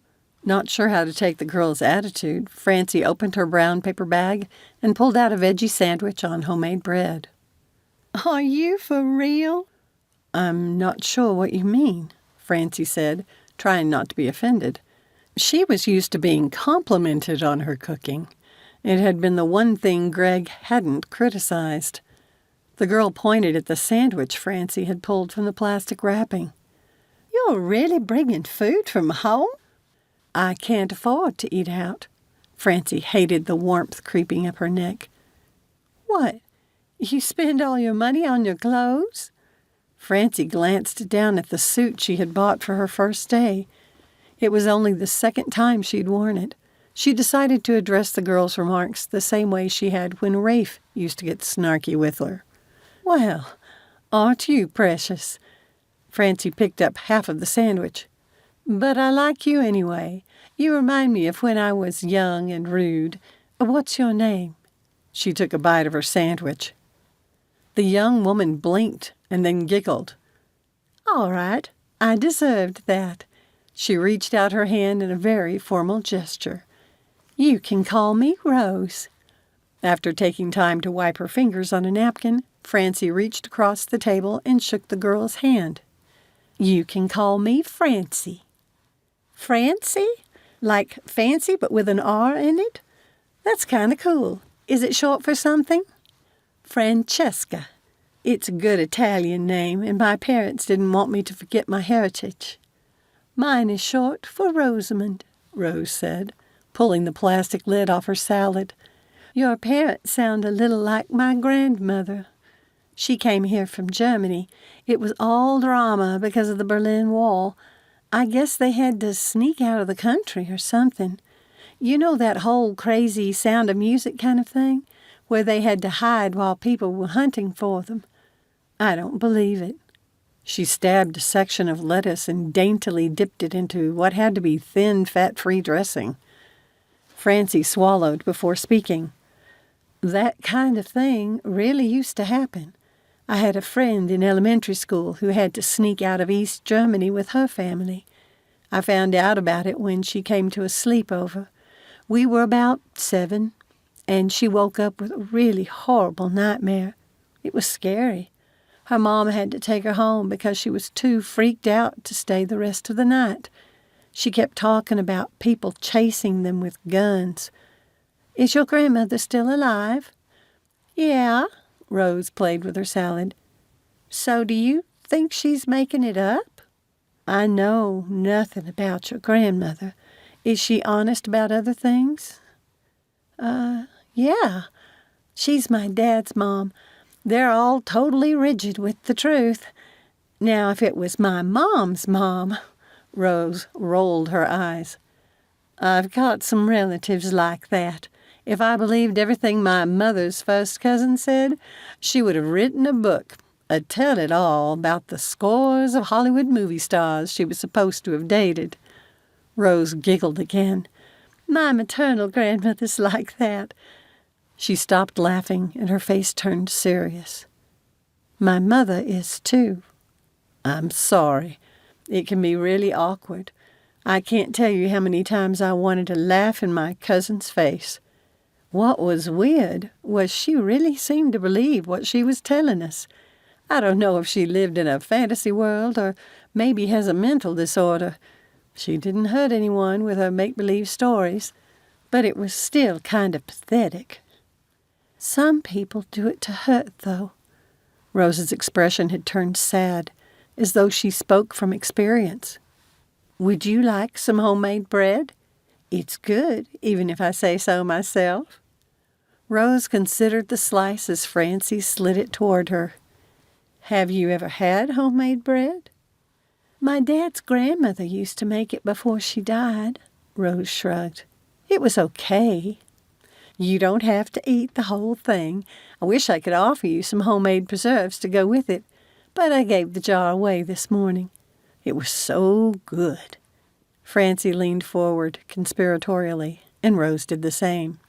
I put hot peppers in it, just a tiny bit. The girl straightened and gave Francie a curious look. You made the jam yourself? Like you did the bread? I told you, I'm poor, so I grow most everything I eat, especially now I'm in school. Wow, I've always wanted to learn how to cook. Your mother hasn't taught you? It was Francie's turn to shoot Rose an inquisitive glance. My mother's more into the professional pay someone else to do it thing, at least for as long as I can remember. I'm doing another batch Friday night. Francie folded her paper bag so she could use it again, fighting a lump in her throat at Tony's absence. She hoped his surgeries had gone well. I have to get the fruit done before it goes bad. Rose's eyes widened. Are you inviting me over to watch? Francie glanced up, pushing down her surprise. No, she hadn't meant to invite the girl, but loved the idea. Having her there would lessen the loneliness and worry about Tony. But the young woman also glowed with a contagious enthusiasm which Francie found appealing. Hun, if you come, I'll need you to do more than watch. You come, you help. She winked. But seriously, if I had someone to help me, I could get it all done and not have to worry about it anymore. Do you live alone? I do now that my son's at college. He used to help me. Rose hesitated a moment more. I'd like to come and help you. Should I bring an apron? I've got plenty of those, and I'll even feed you dinner if you don't mind not having meat. I can't afford it. I don't eat meat. Rose shuddered. They exchanged phone numbers, and Francie texted her the address. I don't get home until about 5. It's outside of town. I'll be there, Rose grinned. Or as my daddy likes to say, I'll be there or be square. Alex scanned the small group. They fit easily in the conference room, which gave him concern. Until last year, his historical architecture club had needed to meet in one of the small classrooms. Several of the older members had graduated last summer, but this big a drop meant he would need to shake up how he was doing things to interest more students. Does everyone have their assignments? He asked. For you new club members, don't forget this is just the initial contact with the homeowners. Professor D, Amy, directly across from him at the table, wriggled her arm enthusiastically. Yes. Alex bit back a smile at her gesture. Isn't this new one out off Old Bristol Road? He reached for her list, and she handed it to him. It is. Too far for your clunker? Amy nodded, but he could tell she was using her car as an excuse. How did these kids think they could survive in a business environment or, heaven help them, as parents if they had to have someone else do everything for them? I remember this one, Alex said. That phone number's been changed. It's definitely going to need a personal visit, so I'll take it, but I won't be able to get out there until Saturday. He shot her a glance that made it clear he was on to her. Her expression turned sheepish, and she ducked her head. Any other questions? When no one spoke up, Alex dismissed them and gathered his papers. He didn't mind going out to the old house. Since it was on the outskirts of town, it might take a little convincing before the property owners would let so many students come in to catalog the place. He wished he could take Sam with him. As Alex walked to his office, he thought about his conversation with Vicki. Unless he was willing to sink to her level, he could never win against her attacks. He just wouldn't do it. But there had to be a way to protect himself if she started throwing out ridiculous accusations. Mrs. Davis had gone when he stepped into the suite. He turned on his office light and paused, staring at the canning jar on his desk. The small gift size his grandmother had made for neighbors during the holidays. Curious, he sat in his chair and picked it up. He unscrewed the cap and tapped the lid. It wasn't a frozen jam, then. Someone had written the word "Chaberry" on top with a permanent marker. Alex took his letter opener and pressed it against the bottom of the seal. It gave a satisfactory pop, and he knew it hadn't been opened since it had been canned. Sniffing, he inhaled a luscious bouquet of fruits that made his stomach growl. Berry, he assumed, but something else, too. He held it up to the light and found it wasn't translucent like jelly. He thought he could make out round fruit bits in the purplish substance. He put the jar on his desk. There weren't any students out to poison him, that he knew of anyway. The fruity aroma made his mouth water. He loved berry jam and preserves. Alex ran a cautious finger lightly over the top and touched it to his tongue. Sweetness flooded his mouth, followed by a little kick. Intrigued, he opened his drawer and grabbed a fast food packet. With the spoon, he scooped out some of the jam and slid it onto his tongue, savoring the flavors like a wine taster with an expensive vintage. A groan of pleasure escaped. Alex picked up the cap and read the words again. Chaberry. What an inadequate name. Whoever had been kind enough to leave the jar, one of his students, was his new best friend. With a smile, he took another spoonful. Chapter 10. After work on Friday, Francie hurried into the house to put the casserole in the oven and change her clothes. She wasn't convinced Rose would come, but she wanted to be prepared if the girl did. The night before, Francie had taken the time to set up the kitchen. She would make use of the prep work, even if Rose didn't show up. Tony had sent no word about how his surgery had gone. Not that Francie had expected him to, since he'd made it clear there would be no contact. For her safety and his. He had also insisted she couldn't act any differently from when he'd been there, and warned she might never see him again if something bad happened. And what had he meant by that? What counted as something bad? The bad guys found him, the surgery went wrong, or maybe his handler decided it wasn't a good idea for Tony to return here? The morning she had discovered he'd gone, it had about broken her heart to find he had taken everything he brought with him. Well, she couldn't do anything about it, and worrying about him wouldn't help. As she hurried to change her clothes, she told herself not to fret or be sad. One of Granny Gladys's favorite sayings had been the adage about not being sad something had ended, but to be happy because it had happened. For 22 years, Francie had believed her brother dead. His unexpected return had provided her the gift of spending several weeks with him and getting reacquainted. So it seemed wrong to feel sorry about the treasured memory she now had. She had just finished pulling her hair into a ponytail when she heard a car outside. A stab of fear struck Francie as memories of that terrible day flooded her mind. A muscle-spasming shiver caused her to stumble. For a second, clutching the rail, she stood frozen with dread. But then her wits returned.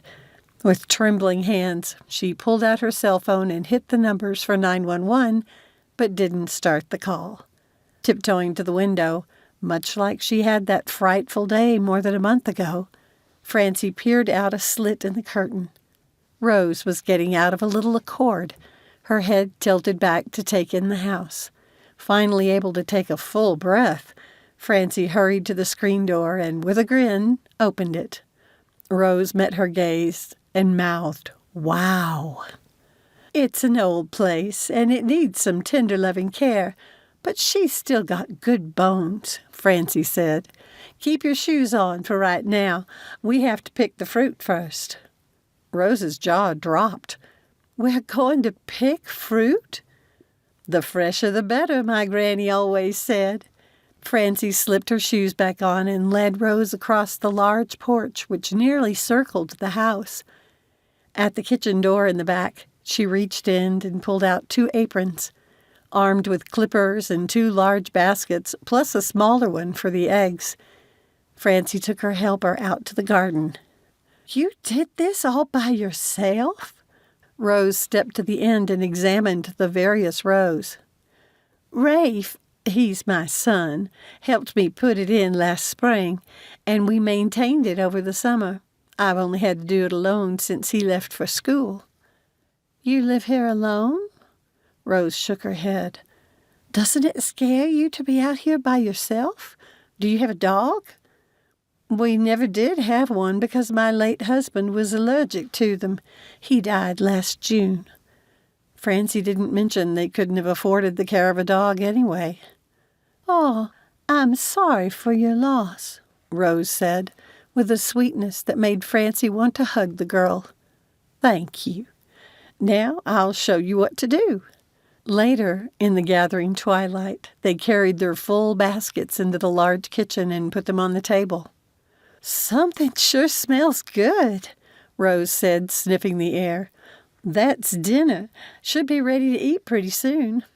I never knew raspberries had so many stickers. Rose went to the sink and washed the blood off her hands. I did offer you gloves. Francie pulled off hers. Those were the last of the fruit. I probably should have fed you before I put you to work. After all those berries I ate, I don't think you need to worry about starving me. They set to work, and Francie was pleasantly surprised at what an excellent student Rose was. Inexperienced in anything but kitchen basics, yes, but she wasn't afraid to step up and try something new.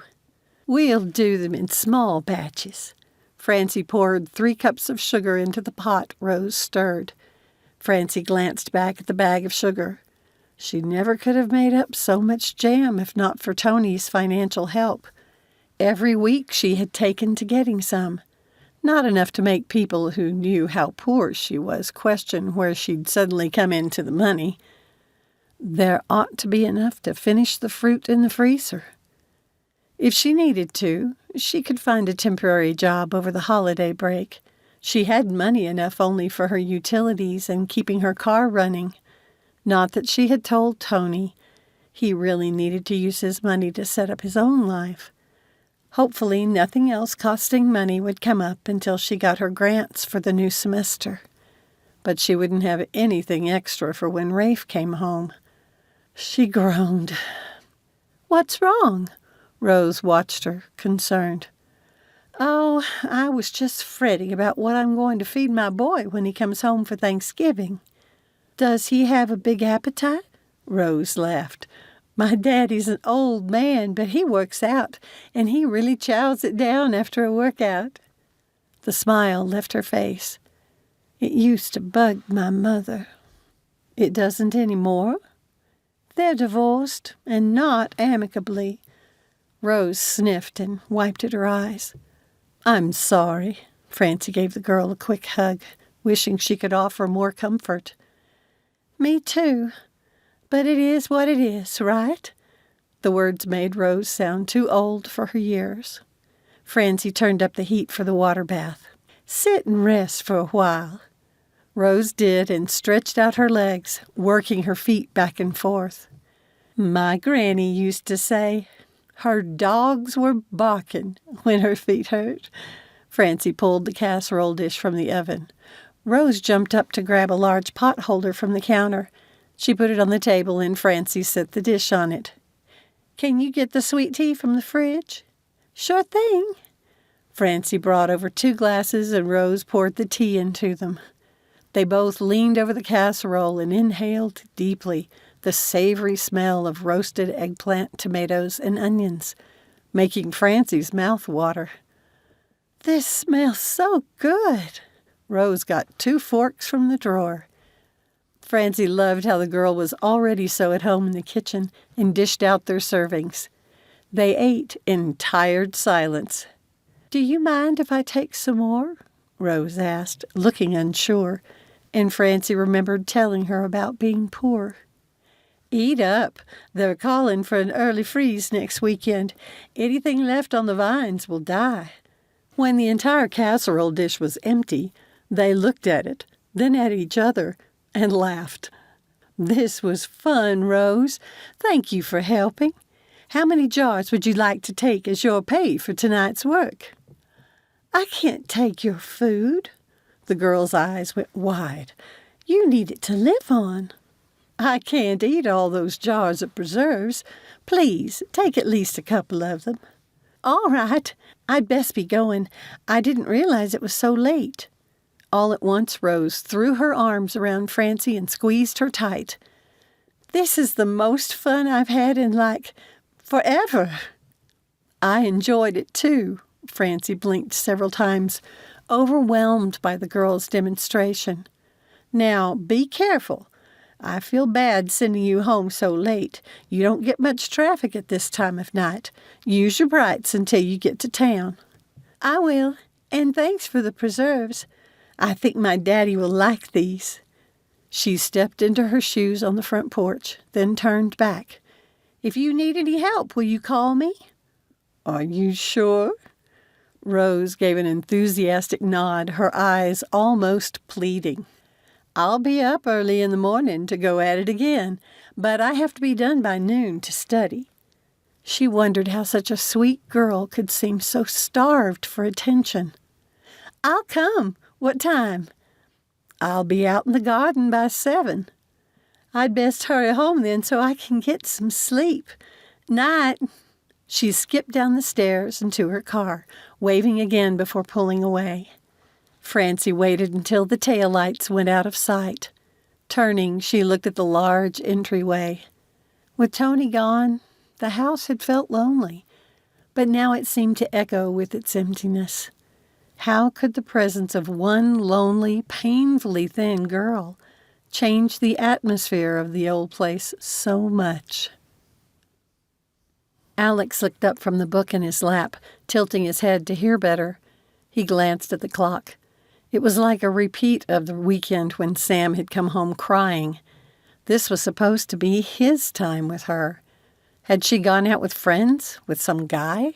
He remembered the fun group of kids she had run with before the divorce and wondered where they were now. A few must be attending ASU. Had she connected with some of them again? The sound of an approaching car made him pause to listen. The high-pitched whine told him it wasn't Sam's. What would he do when she finally moved out on her own? Maybe even far away. He rubbed his eyes. Was he part of Sam's problems? Had she failed to get past the divorce because he was still in limbo himself? More than once lately, she'd mentioned he should start dating. Alex rose from the recliner and went to his computer desk. Maybe he should check out some of those dating programs. He opened a browser and typed in online dating. Scrolling down the list, he frowned. French kiss? Hooking it up? Were these dating sites or escort services? He continued down the page until he found one that looked legitimate. It required him to register and create a profile. Reading a little further, he realized the profile was essentially an ad to sell himself. Thinking back on Vicki's comments, he wondered what he could say that would be both honest and appealing to a woman. He couldn't think of one thing. The sound of Sam's car speeding into her parking stall and screeching to a stop announced her arrival. Alex leaned back in his desk chair and waited. It wasn't long before his daughter burst through the door as she had before, but this time she practically danced inside. She paused only a second. "Oh, Daddy, I just had the most fun." She skipped to him and sat on his lap. Throwing her arms around his neck, Sam gave him a big hug. It was the tightest one he could remember getting from her for a long time. What did you do tonight? Go out with friends? Sam stood and did a little pirouette. No, I met this older lady at lunch. She's so poor she has to grow and cook all her own food. She's the sweetest thing ever. I think she even has to reuse the brown bags she uses for her lunch. They call that recycling, Sam. Alex imagined an ancient, white-haired dowager with purple-veined, arthritis-crippled hands carefully folding a wrinkled, grease-stained sack. Oh, shut up! She gave his arm a playful push. It's different when you have to do it. Sam flopped backward on the sofa, throwing her arms behind her head like she was lying in a meadow and gazing at the drifting clouds. Whoever the ancient one was, he could tell she had made an impression on his daughter. So what does this have to do with where you were tonight? Sam turned her head toward him. Well, we got to talking, and somehow I found out she was going to be making jam. You know, I've always wanted to learn to cook. I asked if I could help her. She shrugged. That's what I did tonight. See this? She got up from the sofa and showed him the cuts and scratches on her arms and hands. Couldn't she even afford gloves? Alex scowled. She offered me some, but I wanted to have a genuine experience. You know, to see what it was like in the olden days when people had to work the land. Sam took up a pose worthy of an old-fashioned melodrama heroine in the summer plays, and Alex coughed to cover a laugh. His daughter's obvious enjoyment of the day filled him with happiness in a way he hadn't experienced in a long time. He hoped the old woman knew what she had done for the strange child adult she had welcomed into her home. I heard that laugh. Sam pointed a finger at him. What have you been doing? Please don't tell me you spent the whole evening sitting in that old chair waiting for me. I did read for a while, Alex confessed before pointing to his screen. She came to stand behind him and looked at the monitor. Are you kidding me? Online dating? That's brilliant. Why didn't you do this sooner? She didn't give him a chance to speak, but pushed him out of his chair and sat in it herself. Let me help. This'll be fun. Alex bent over her shoulder to see what she was typing.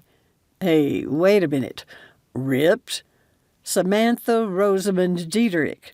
Don't you dare write that. I don't want to meet some woman and have her find out that everything she thinks she knows about me is a lie. Oh, please, Daddy. You might not be tall, but you have a six-pack. And don't forget your guns. My what? Your biceps.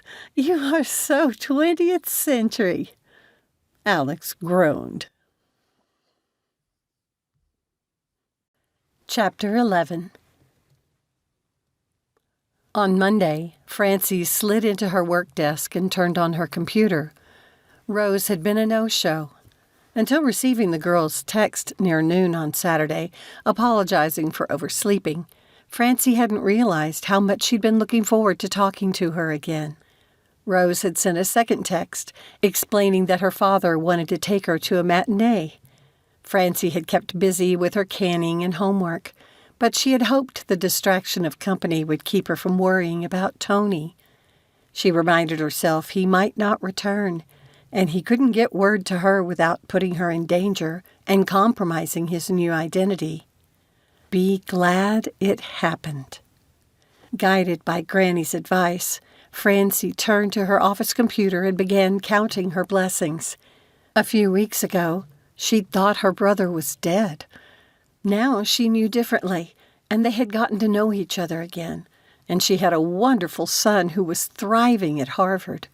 She had also befriended a lovely young woman who appeared rather lost, and Francie had a grumpy boss who was definitely softening. Perhaps more importantly, she had set aside her grudge against him. With a satisfied sigh at her internal pep talk, she checked the voicemail and jotted down the information for Professor Diederik. Rising, she stretched on her toes to reach a binder above her desk. Just before her fingers touched it, A large hand appeared above hers, and she recognized Professor Diederik's pleasant aftershave. Let me get that for you. Francie dropped from her toes, her cheeks flushing at how delicious he smelled. She knew it wasn't merely the brand, because the fragrance was common enough, but he brought something to it which woke senses in her she had thought long dead, and were completely inappropriate for her to have for her boss. She turned and found he'd already stepped back and stood holding the binder out to her. Professor Eldred would not have backed away. "Good morning, Professor." Francie accepted it and pulled it to her chest, hoping the warmth in her cheeks wasn't noticeable. He watched her, an odd expression on his face, almost like he didn't know what to say. Whatever he'd done over the weekend must have lifted his mood some, because he looked better, though the shadow in the back of his eyes was still there. At least that woman was an ex-wife. Francie knew too well what it was like to dread going home. "Did you have a pleasant weekend?" Professor Diederik looked a little surprised that she had asked it, but his expression held a hint of satisfaction, too. Yes, I did. And you? "Busier than a moth in a mitten." The corner of his mouth actually quirked. Gratified at having achieved the response, Francie set the binder on her desk, retrieved the voicemail notes, and handed them to him. "You've had 2 messages so far this morning." She turned back to her desk. Mrs. Davis, "Can I ask you a favor?" she interrupted, facing him, her pulse quickening again, though she did not know why. Of course. Is there something I can help you with? "Yes. You can stop calling me Mrs. Davis. My name is Francie. Every time you call me Mrs. Davis, I think of my mother-in-law." If there had been anyone even more horrible than her parents, it had been Greg's. His mother had held Francie responsible for ruining her son's life. I don't mean to speak ill of the dead, but she was not a kind person. I'm sorry you had to deal with someone like that. Professor Diederik said the words emphatically, and Francie guessed he was thinking of his ex-wife. He studied her, his expression curious, and something in his gaze sent another spark of awareness through her. Francie is an unusual name. I don't think I've ever known anyone else with it. He smiled fully then, and not just a hint of one. It accented the crow's feet around his eyes. Not that he had all that many, but they drew her attention to the wrinkles around his mouth. He had what she had always called happy wrinkles. To leave permanent creases like that, he must smile often. Except she had rarely seen him do it. Because of that ex-wife of his? Guilt tugged at Francie, and she felt even worse for having held his loss of temper against him for so long. "It was my great-grandmother's name. It's short for Francesca." Well, it's a beautiful name. He shoved his hands in his pockets, his expression turning serious, but still with a humorous glint in his eyes. I can't call you Francie unless you call me Alex. "Alex? Is that short for Alexander?" Something flashed across his face like he'd eaten something sour, but it disappeared as quickly as it had come. It's short for Alexis. Like yours, it's an old family name. "Alexis," she repeated, rolling the word over her tongue. How could a simple name make someone even more attractive? The tight look came again, staying longer this time. Only my ex-wife calls me Alexis anymore, and then only when she wants to take a jab at me. So please call me Alex. His expression lifted for a second, and she thought one eye twitched like he was going to wink at her. But he seemed to catch himself. Or I'll have to call you Mrs. Davis. He was teasing her, and the shadow which had lurked in the back of his eyes was gone now. Had her anger and coldness toward him been a part of that? Well, not any more. Francie smiled back as warmly as she could because of how happy it made her that her boss wasn't an ogre after all. Alex, for sure, then. She couldn't help wondering why calling him Alexis would be a jab. There must surely be more to the story. If the conversation she had overheard was any sign, it would be an unpleasant one. His lighter mood drove home to Francie his handsomeness and woke butterflies in her stomach.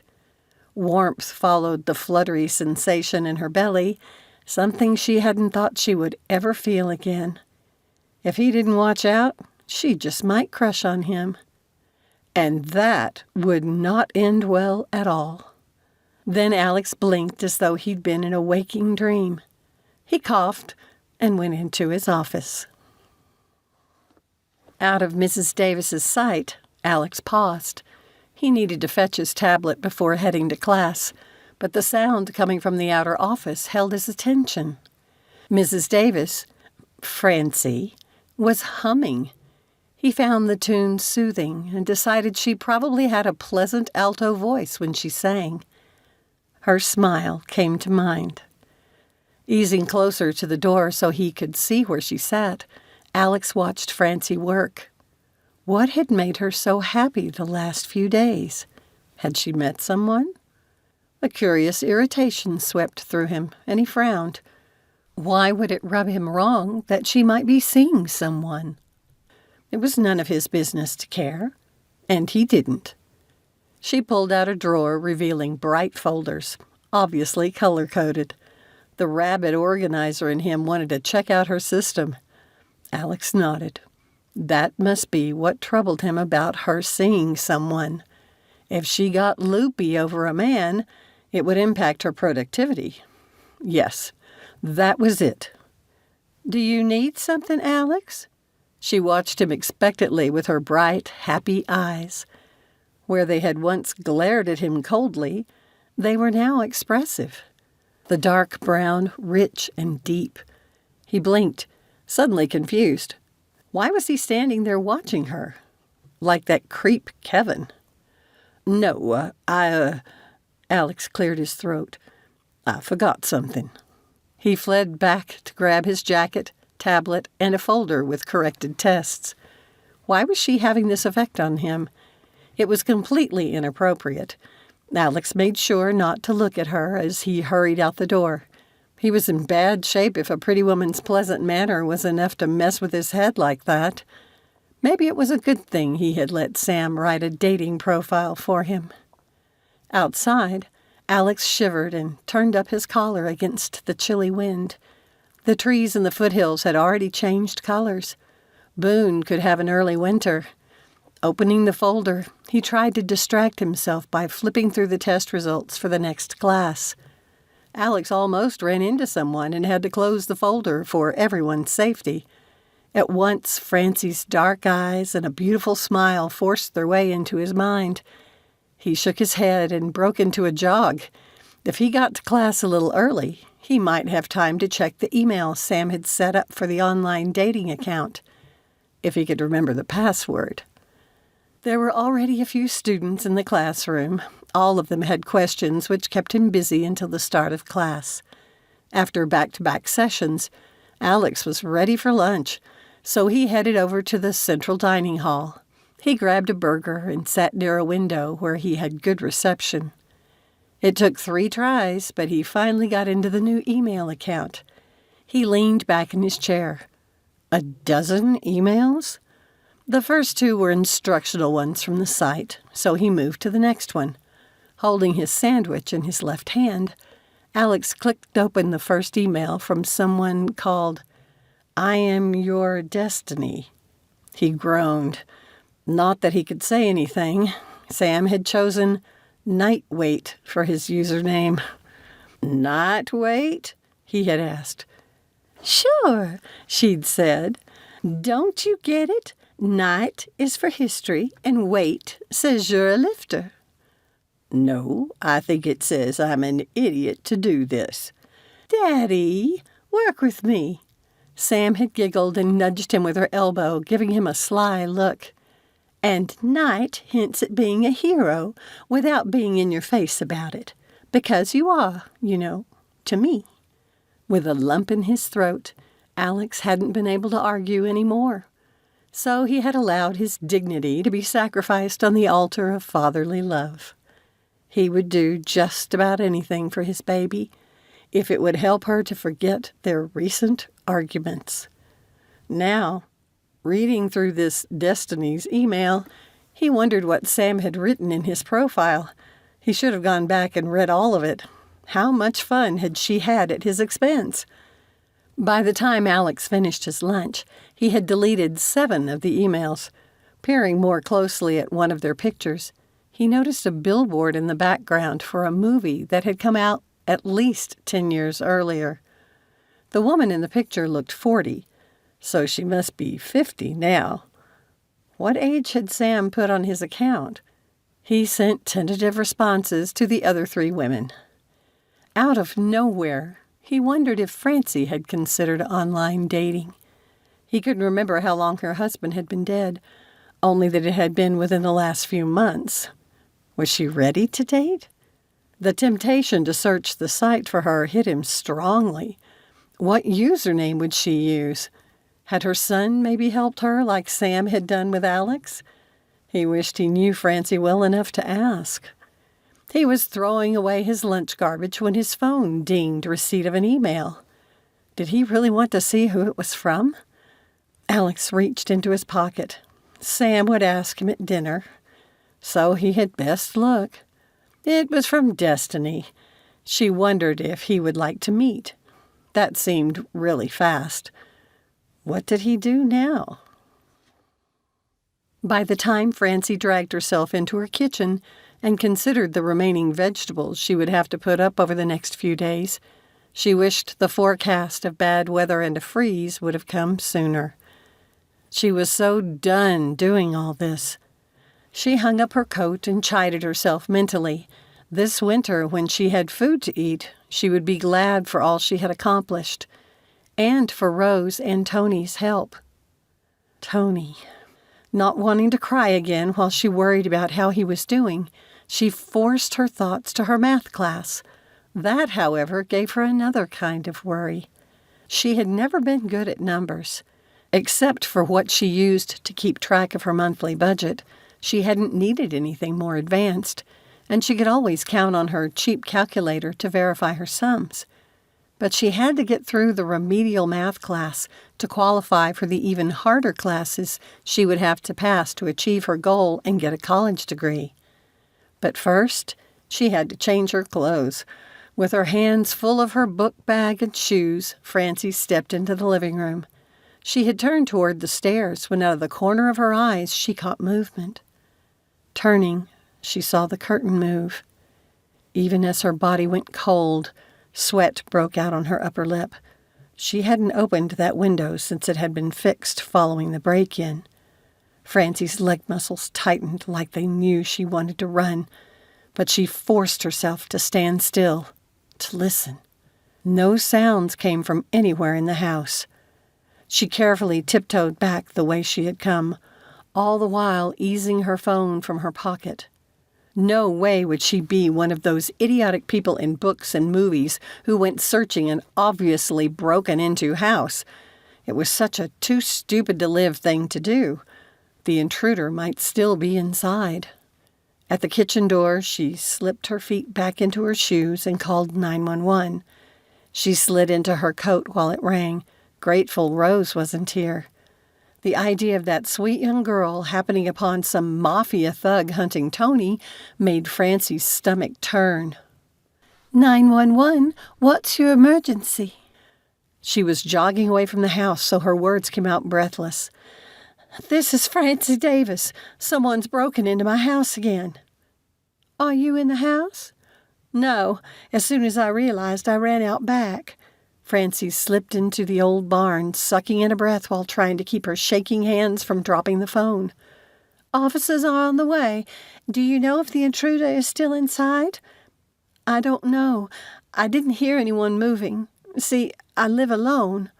Doubt filled Francie as she squatted in one of the 2 stalls. What if she'd been wrong and the window clasp had broken? Had she made a mountain out of a molehill? Should I have checked first? No, the dispatcher said firmly. You did just what you should. Where are you now? In the old barn behind the house. Last spring my cow got too old to give milk anymore, and I couldn't afford to buy a new one. Francie realized she was babbling. She stopped talking. Only then did she remember there had been no unfamiliar cars parked on the road near her home or in her driveway. Would the man from before have parked somewhere out of sight? Let me know when you hear the sirens, the dispatcher said. Yes, I hear them now. Francie straightened from where she'd hidden in the stall. Don't go outside until I tell you. I'll wait until the officers say it's safe. Thank you so much. Just doing my job. The dispatcher sounded pleased. Since this is the second time someone has broken into your house in the last few weeks, you might want to consider getting an alarm system. I'll have to do that, Francie agreed, like she could afford one. But what was she going to do if those mafia people kept coming around searching for Tony?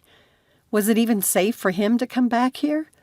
If he did, she had no way to warn him. All right, Miss Davis, an officer is outside the barn and ready to take your statement. Thank you again. Goodbye. Francie disconnected and put her phone in her coat pocket before she opened the big barn door. Leo stood outside, waiting, his brows scrunched together with worry. What the blazes is going on here, Francie? He asked. I wish I knew. And she truly wished she could tell him. Chapter 12. Francie fought drowsiness as she stepped from Alex's office suite on Thursday.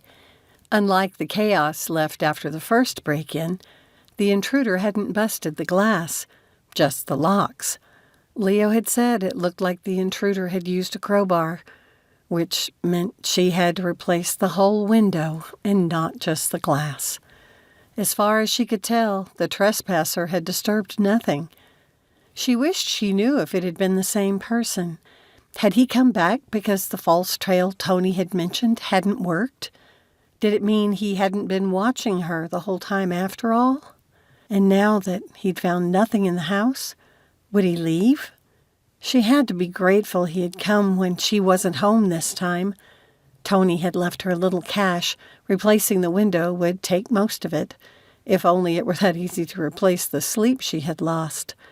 Maybe she should consider a lodger.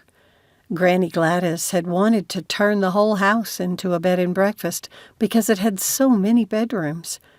Too much space for a lonely widow, which had been why Granny turned it over to Francie and Greg to live in after Grandpa had died. And now Francie was in the same position. Should she sell it? The only reason she could afford to live there was because the house had no mortgage. But Francie's memories of the place went farther back than the unhappy times with Greg. How could she give it up? A lodger would be a better option than selling her childhood memories. But how could she invite someone to move in with her when Tony might yet show up? And if he never did, she couldn't put her life on hold waiting for her brother.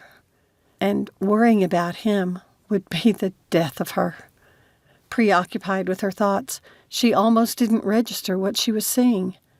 Rose had just entered Professor Eldred's office suite. Francie came to a stop outside the door. He didn't have any student appointments scheduled this morning. She would have known so she could be present. Uneasy, she considered what to do. Alex would never schedule an appointment with a student unless he knew Francie could be there. With a sigh, she sat at her desk in Eldred's suite.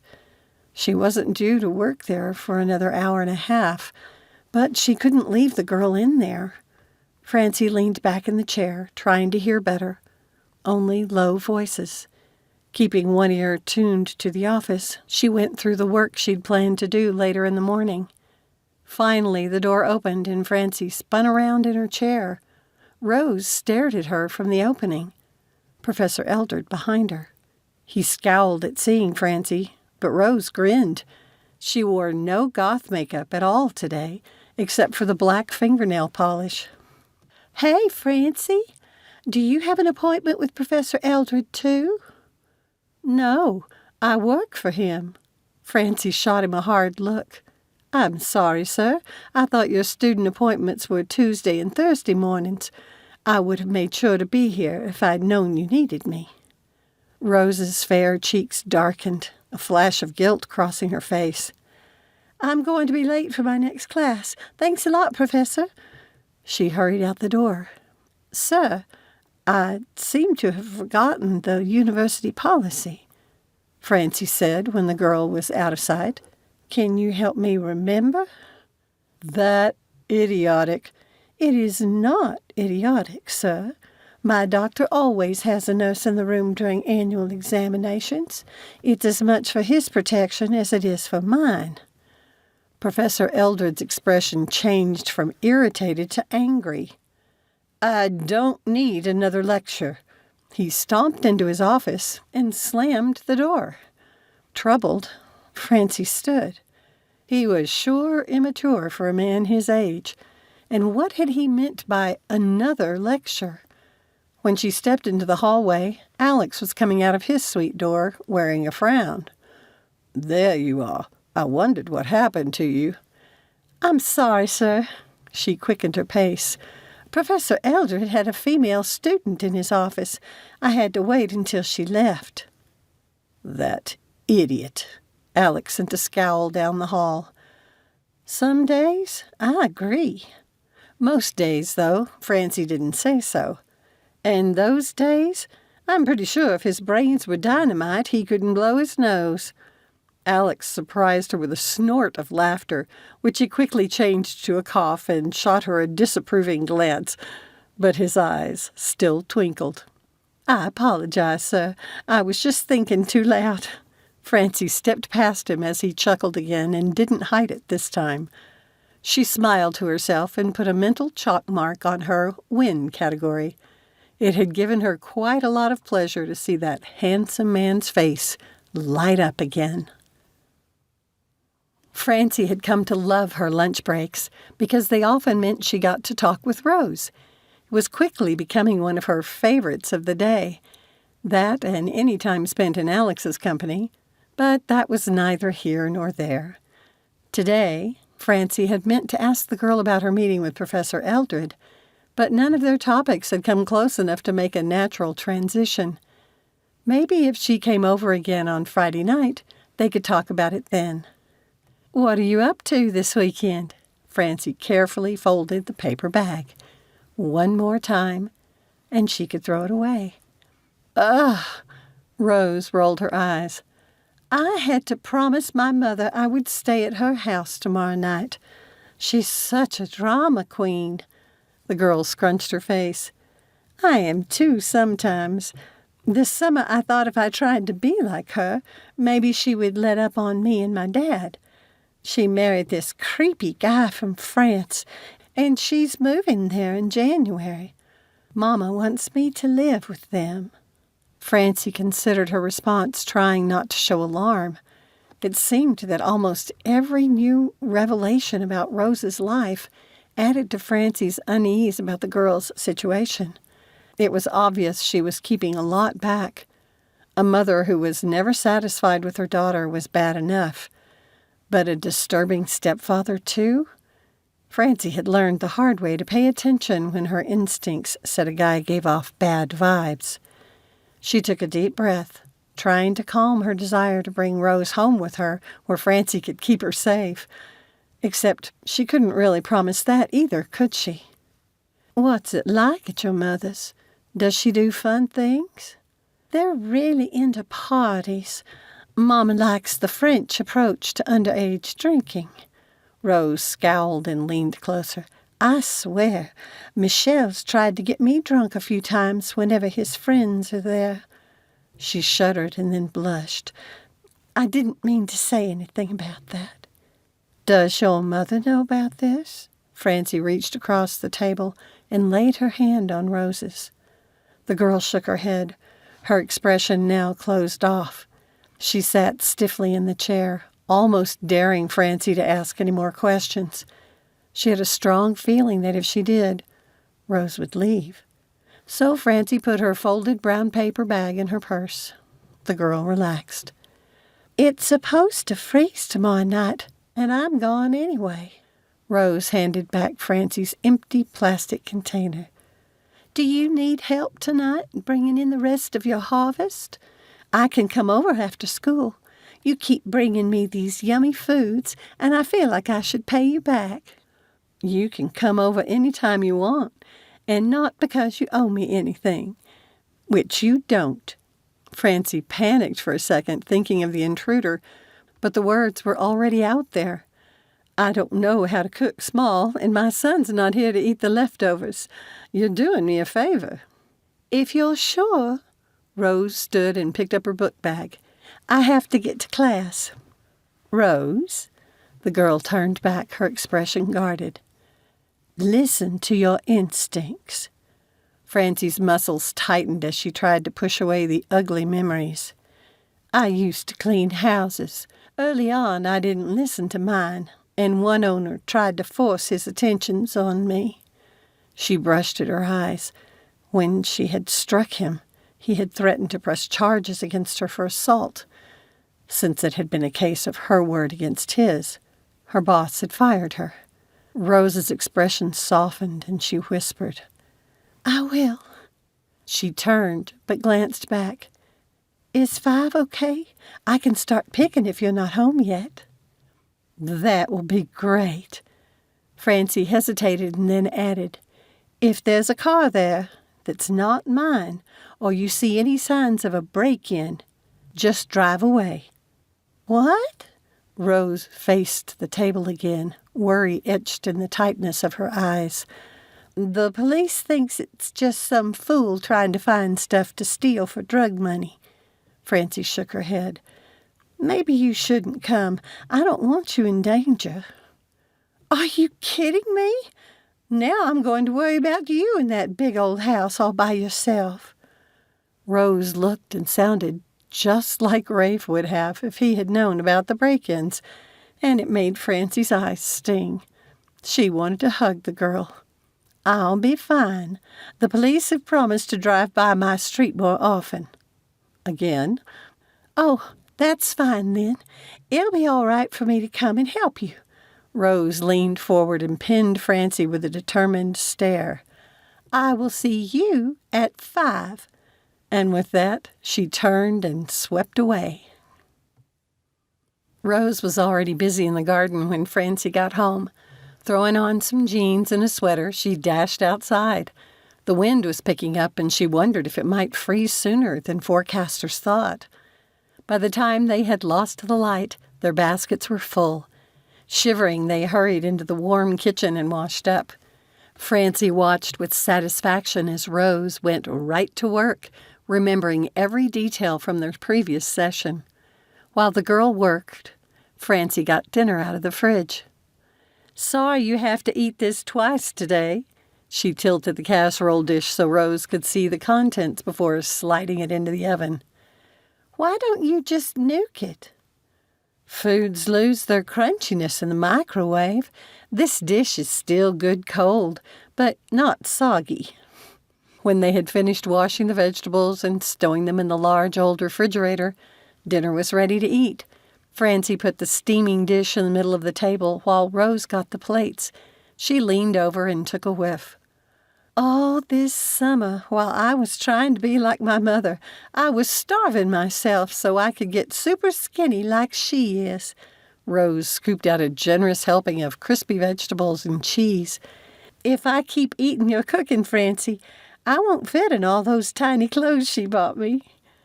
"Do you mind gaining weight? You're awfully thin." "You know, if I get to eat like this every day, I don't care if I weigh 200 pounds. Rose took a bite and chewed, practically humming with pleasure. "Besides, I've felt better since I met you than I have in months. I enjoy eating this way. When I was hungry all the time, I got so depressed. I'm not sure I could go back to that. I want to try some of your recipes on my daddy. Do you dry all your spices? Will the ones we have at home taste as good as yours? I just dry the standard stuff and buy the exotic ones, like cinnamon. How did your father like the jam? Oh, no! Rose put her hands to her cheeks and giggled. I totally forgot. When I got home, I helped him sign up at an online dating site. The next morning, I was in a hurry and pulled them out and forgot about them. I don't even remember where I put them. If I find the jars, I can use the jam for dessert with my special dinner. She sighed, her shoulders slumping. I wish I didn't have to go to my mother's tomorrow. Why do you have to go? You're over 18. You don't know my mother. The price is too high to pay if I don't make a showing. How about you pick a recipe you think I can handle, and I'll fix it for him on Sunday. The wind gusted and rattled the screen door. Francie and Rose ran to look out the window. In the light of the back porch, an enormous drop of rain marked the dirt outside. Oh, hon, you'd best hurry home before it gets worse. Yeah, I think you're right. Rose threw on her coat and grabbed her bag. Can you send me the recipe? Of course. Text me when you get home. Okay. Once again, with Rose gone, the house seemed to close in on Francie. She watched from the front window until the car's rear lights faded. Another gust of wind made the windows rattle, and a squarish object flew down from the roof. No, no, no! Francie jerked open the door and dashed out front. Whatever had come down was long gone. She faced the house, lifting a hand to block the porch light. The wind blasted her, and she stumbled. Another piece of the roof came flying off, and she scrambled to catch it before it blew away. The brittle shingle had split nearly in half and came apart in her hands. A large raindrop hit her cheek, and she brushed it away. But another followed, and then another. A flash of lightning lit up the sky, and a couple more shingles flew off. Would she still have a roof when the storm was over? The rain hit like someone had poured a bucket of water over her, and she darted under the shelter of the large porch. How could she pay for a roof patch? What if the whole thing had to be replaced? She couldn't think of that. She remembered there were some old unused shingles in the barn. Granny Gladys had trusted Francie with her home. The old woman would hate to see how it was falling apart. The wind shifted, and the stinging rain drove Francie into the house. With a tremendous sigh, she went to the kitchen to get some pots. She hoped she could find all the leaks. Chapter 13. Alex checked the address for the historical house again. He hadn't been out this way in years. With a meeting of the Historical Architecture Club next week, he needed to get it done. If he slacked off on an assignment, it would give them an excuse to do the same. Driving down the road, the bright Saturday morning sunshine made the clean air sparkle. After the freakishly cold storm on Thursday night, it had taken most of the afternoon on Friday before the ice melted. While still chilly, the day promised to be beautiful.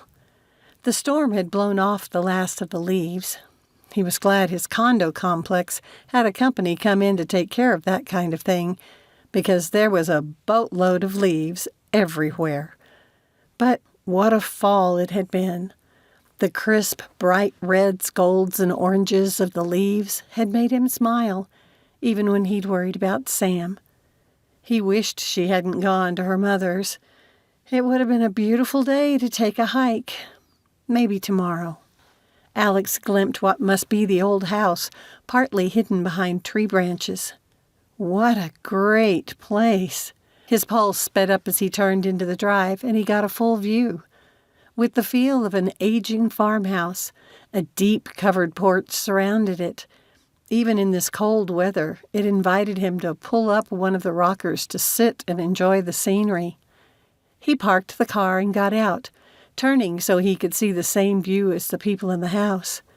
It was well situated, far enough from town to give any visitor looking for peace and quiet exactly that.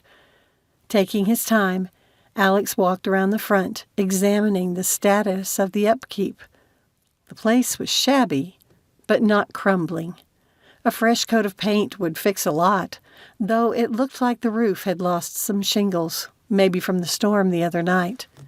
Up close, the porch had even more appeal than from the street. The owners had a quirky assortment of old chairs which added to the charm of the place. He stepped onto the doormat and stomped his feet to shake off the leaves sticking to them. Alex pushed the doorbell button, but didn't hear any accompanying movement inside. Just to be sure, he tried again. Still nothing. So he gave the door a hard knock. Maybe the owners weren't home. Dang. This was what he got for procrastinating. Alex rubbed the back of his neck. He could do a preliminary assessment of the house's exterior and leave his card, inviting them to call him. With his phone in hand, he took a few pictures of the front of the house. He stepped off the porch and was about to snap another photo when a sharp rap rang out from above like someone hitting wood with a hammer. Alex paused, waiting for a repeat. The noise came again, this time definitely from above. The owner must be fixing the roof. Stellar. He walked toward the back where the sound was coming from. Turning the corner, he found a long, rickety ladder leaning against the house. At the top of the slight slope, a figure in a red knit cap and a heavy coat raised an arm. "Hello there," Alex called. The person startled at the sound and clung to the roof for a moment before turning toward him. Francie's gaze met his, and she gasped. "Alex!" Then her booted foot slipped down and to the side. To his horror, she toppled from the roof with a scream. Dashing forward, Alex reached out his arms as if he could do something from where he stood below. For a second, she clawed at the eaves of the roof, but her grip failed. She hit the porch's roof with an awful crunch and a cry of pain before tumbling off the edge. He lunged to catch her. Her heavy boots hit him square in the chest, and they both went down. The blow knocked the wind out of him, and it took a second before Alex could catch his breath. At some point, he must have wrapped his arms around her and held the moaning woman on top of him. Long strands of her hair that had escaped her red cap tickled his nose. When he could speak, he asked, "Francie, are you all right?" She lifted her head and looked down at him, tears streaming down her bright red cheeks. "Ow, ow, ow!" she gasped. "Are you hurt?" "I don't think so. Can you move?" She nodded, and he gave her a soft push off him. As she rolled over onto her back, she cried out in pain. Alex moved to his side. "Where does it hurt?" "My ankle." He got to his knees and rubbed his chest. That was going to leave a mark. Alex scooted down to her feet, and he could tell immediately by the way she was holding it which one she had hurt. After he unlaced the boot, he pulled it off as gently as possible, but she still cried out. Sorry. It was already swelling and showed signs of bruising. Alex's stomach turned. He had caused this. "I have to get you inside so we can put some ice on this. Then I'll drive you to the hospital. They should x-ray it to see if you've broken anything. Are you hurt anywhere else?" "I don't know. I hurt everywhere. But, Alex, I can't go to the hospital. I don't have insurance." She rolled to her side, moaning as she moved the foot. Alex put his hand on her hip and returned Francie to her back. "What are you doing?" "I have to get into the house. There's ice in the freezer." "Let me help you." He stood, wondering how best to get her upright without jarring the ankle. Alex bent over her, moving his hands to put them under her arms, but that was too close to her chest. He then shifted his hands back to hers before returning them to her arms. Francie choked back a laugh, and Alex relaxed, feeling like a clueless teen again, confronted with an awkward situation. "Sorry," he said. "Is there anyone else here who can help me?" "No one close. I live alone." "I can carry you inside." Her already flushed cheeks reddened even more, and she struggled to sit up. Alex stepped behind her and put his forearms under her arms, his hands extended stiffly out front. She stumbled and fell back against him. He wrapped his arms around her waist to keep her from falling again. How had he never noticed how good she smelled, like fresh air and sweet summer days and comfort food? He shook his head and gave himself a mental chiding for getting distracted. "Can you hold yourself up on your good foot? You do have a good foot, don't you?" Alex released her waist but kept a hand on each elbow to steady her. "I think so." Her breathing was ragged and her hands shook a little. He stepped to her side and moved to put an arm behind her legs. "I'll carry you inside." "No." She hopped away from him and turned to face him, wincing with the movement. Her eyes were wide. "You can't walk in by yourself," Alex said, frustrated. "Just that little movement hurt you, didn't it?" She stiffened her chin. "Fine, then. I'll do something else." He turned away from her and backed up until he was right up against her. She had to put her arms around his waist to keep from falling over. Before she could speak, he reached back and grabbed a leg with each hand, squatted down and hefted her onto his back. Squealing in surprise, Francie threw her right hand over his shoulder and down his chest, clasping her hands together. She gave a soft chuckle as he carried her up the front porch steps to the screen door and turned so she could reach the handle. With it open a smidge, he used his foot to widen the gap before repeating the process with the front door. He paused in the spacious entryway, Francie still on his back, and surveyed the room. "This is a wonderful old house. How many bedrooms are there?" 7. Alex, can you put me down?" "Oh, sorry. Where's the kitchen?" She pointed the way, and he carried her into the large, cozy room and put her on a dining chair. He dashed back to the living room and grabbed a cushion from the sofa. Once he had settled it under her foot, he went to the freezer. Alex stared at the old-fashioned plastic ice trays. He hadn't known they still made them. "I keep the zippered bags in the drawer there." Francie waved a finger at a bank of drawers. "Second one from the top." Alex twisted the ice tray, unloading the cubes into the bag. He added a little water before closing the seal. With a folded towel, he set it gently on her swelling ankle. She winced at the initial touch, but her face finally relaxed. "It doesn't hurt as bad now." Francie stared at him. "Why are you here, Alex?" "I didn't know this house was yours. I guess I should have checked with the county." He pulled a piece of paper from his jacket pocket and handed it to her.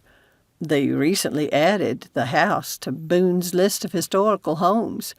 Each year, my Historical Architecture Club selects a handful of homes to catalog for the state. I volunteered to check out this one. I'm really sorry about making you fall. Do you have any painkillers I can get for you?" "Above the sink, up high." "Where are your glasses?" She pointed again, and Alex opened the cupboard above the dishwasher, right where he would have put them.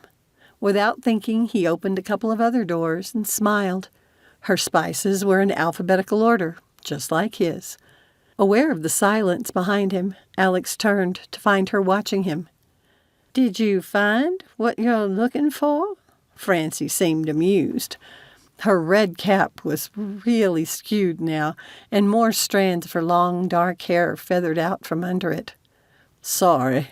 He retrieved the glass and medicine and handed them to her. "I'm not usually nosy. I was just admiring how orderly your cupboards are.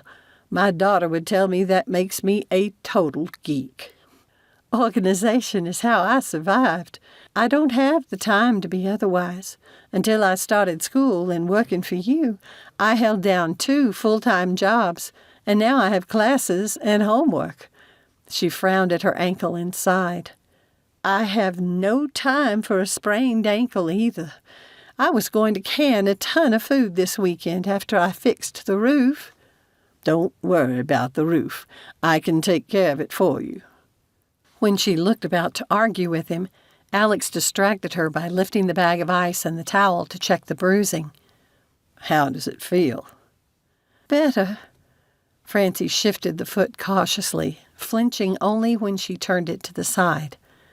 The bright red polish on her toenails made Alex bite back a smile. He didn't understand why it gave him so much pleasure to see her take this vanity for herself. Did you leave the hammer on the roof? I don't remember it following you down. Thank heaven for that, but I don't honestly remember. She gave an embarrassed laugh. I hate to think what I must have looked like. To be honest, you scared me to death. Alex put a hand on her shoulder and squatted down so they were at eye level. Seriously, I thought you were going to die. Thanks to you, I didn't. She reached across and touched his shirt. Do you need an ice pack, too? I'll be fine. Prove it. Francie crossed her arms, her face set with a stubborn expression. Alex almost ignored her, but she reminded him of his mother when he'd been a boy, pretending not to be hurt. He finally shrugged off his jacket and undid the top buttons of his shirt. Francie gasped, and he looked down. Yes, a definite mark already. He could make out most of the outline of her boot heel on his right pec.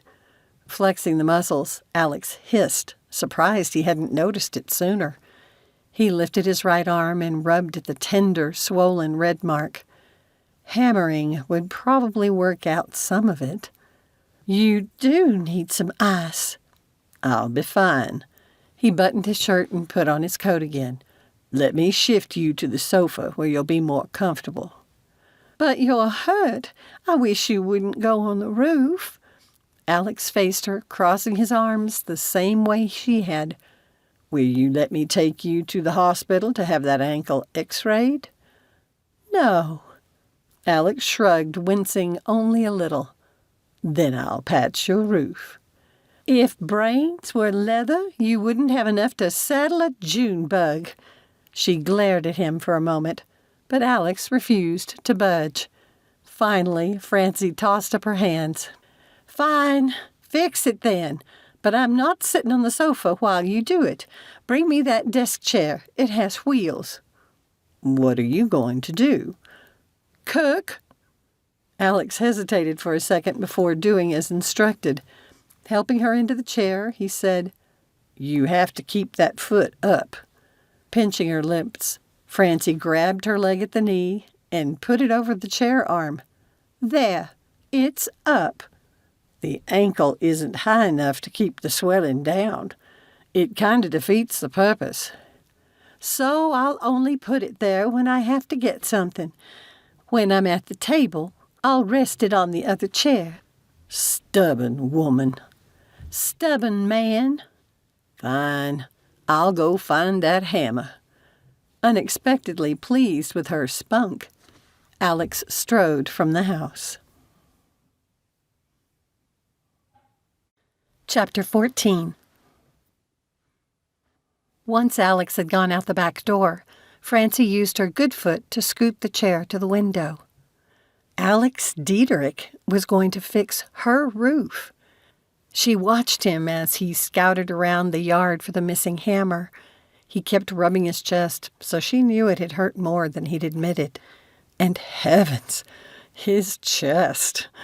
When he had opened his shirt to show her the red mark, she had not expected to find herself staring at a man chest worthy of the cover of those bodice-ripper novels at the grocery store. Francie fanned herself absent-mindedly and tried to ignore the throbbing in her ankle and the too attractive man wandering outside her house. With a sigh, she pushed herself away from the window She collected the vegetables she would need in a shopping bag and brought them to the table. Only when she had everything in place and could lift the injured foot to the chair across from her did Francie let out a breath of relief.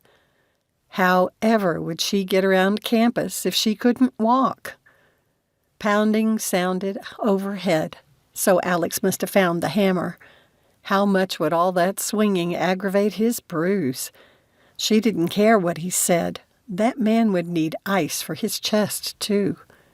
Francie paused, the image of his muscles running through her mind again. He obviously worked out. Did that mean his arm muscles were well-shaped, too? How had he managed to hide all that masculine strength from anyone? Because not once had any of the other administrative assistants mentioned it. They were a gossipy group, too, and they would have for sure said something.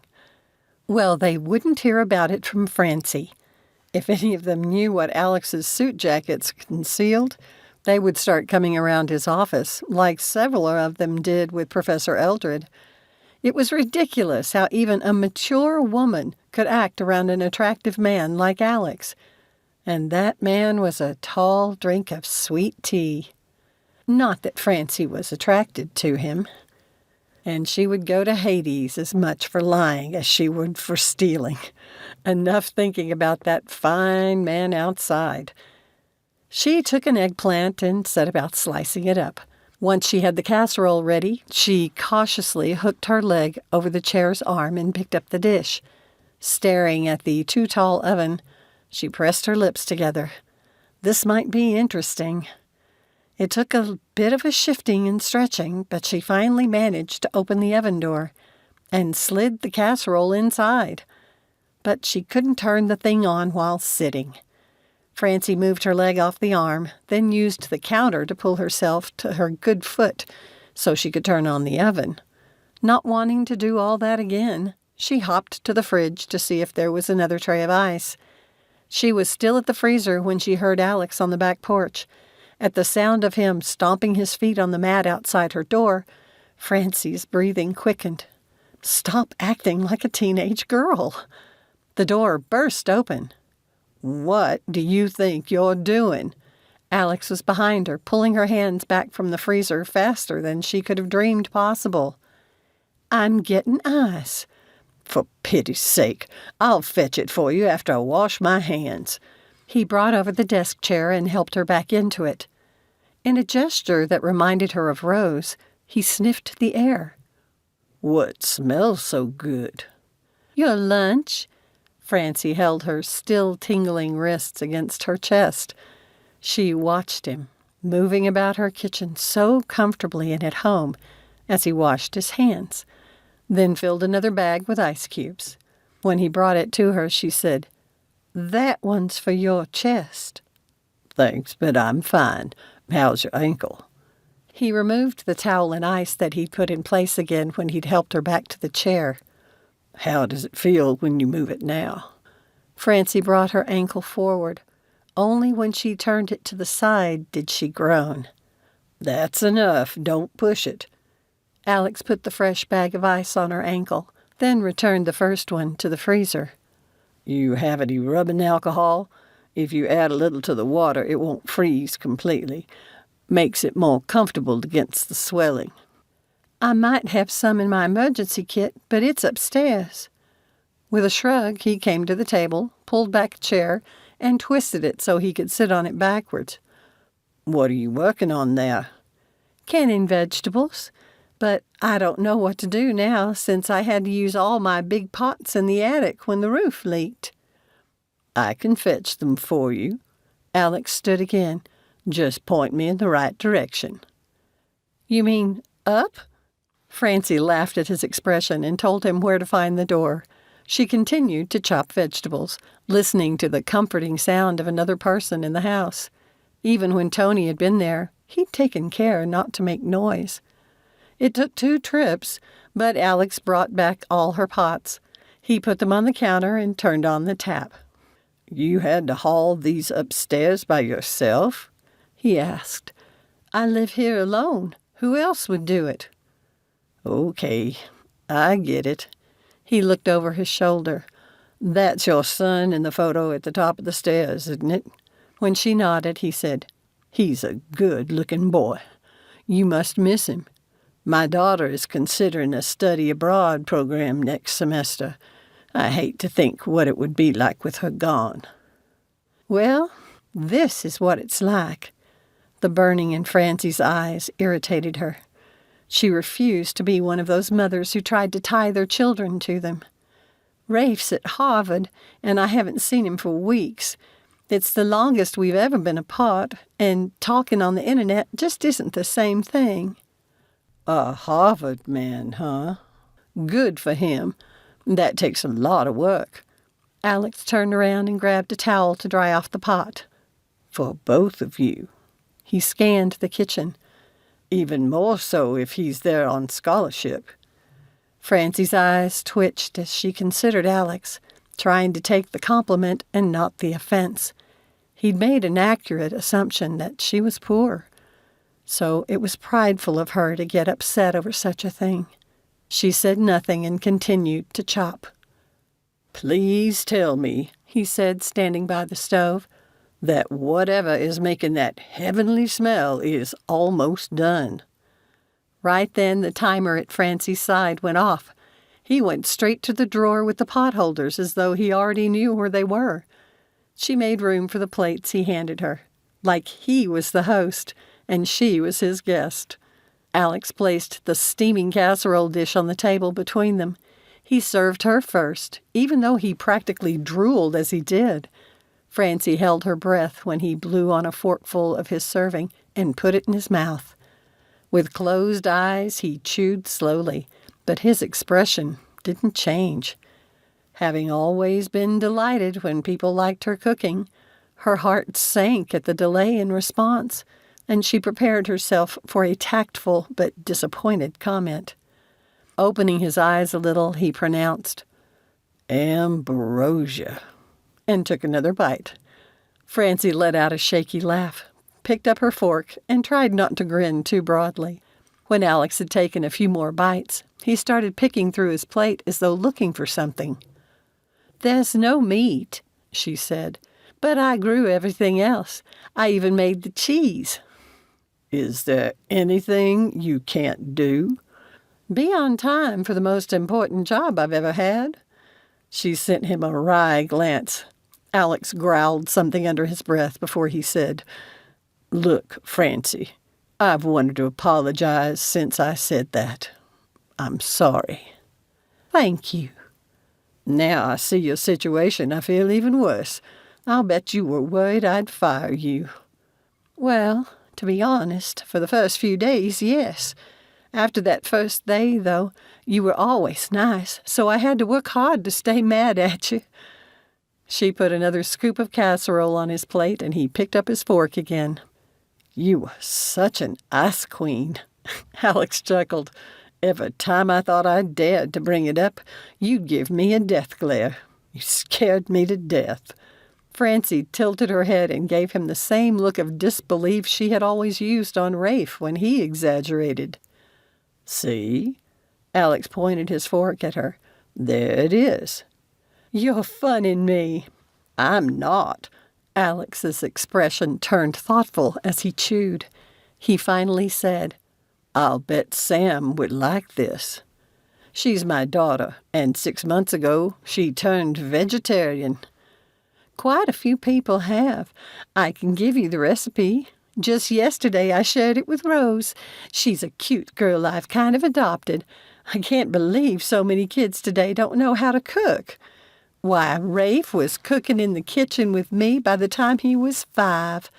She didn't mention her son had joined her there as much to avoid his father's cruel tongue as to learn about cooking. "I'm glad you've had some help around here." Alex pushed away his empty plate and stood. "Now, what may I do to help you today?" "You don't have to." "I know that." He crossed his arms, wincing once and loosening them a little. "But seriously, I have nothing else I must do today, and I feel responsible for your ankle. So please, let me help you." "Fine, then." With a grin, Alex went to work, clearing the table. There ought to be a law against a handsome man smiling like that. Francie tried to scoot herself over to help, but he held up both of his hands to stop her. No offense, Francie, but you'll get underfoot in that chair.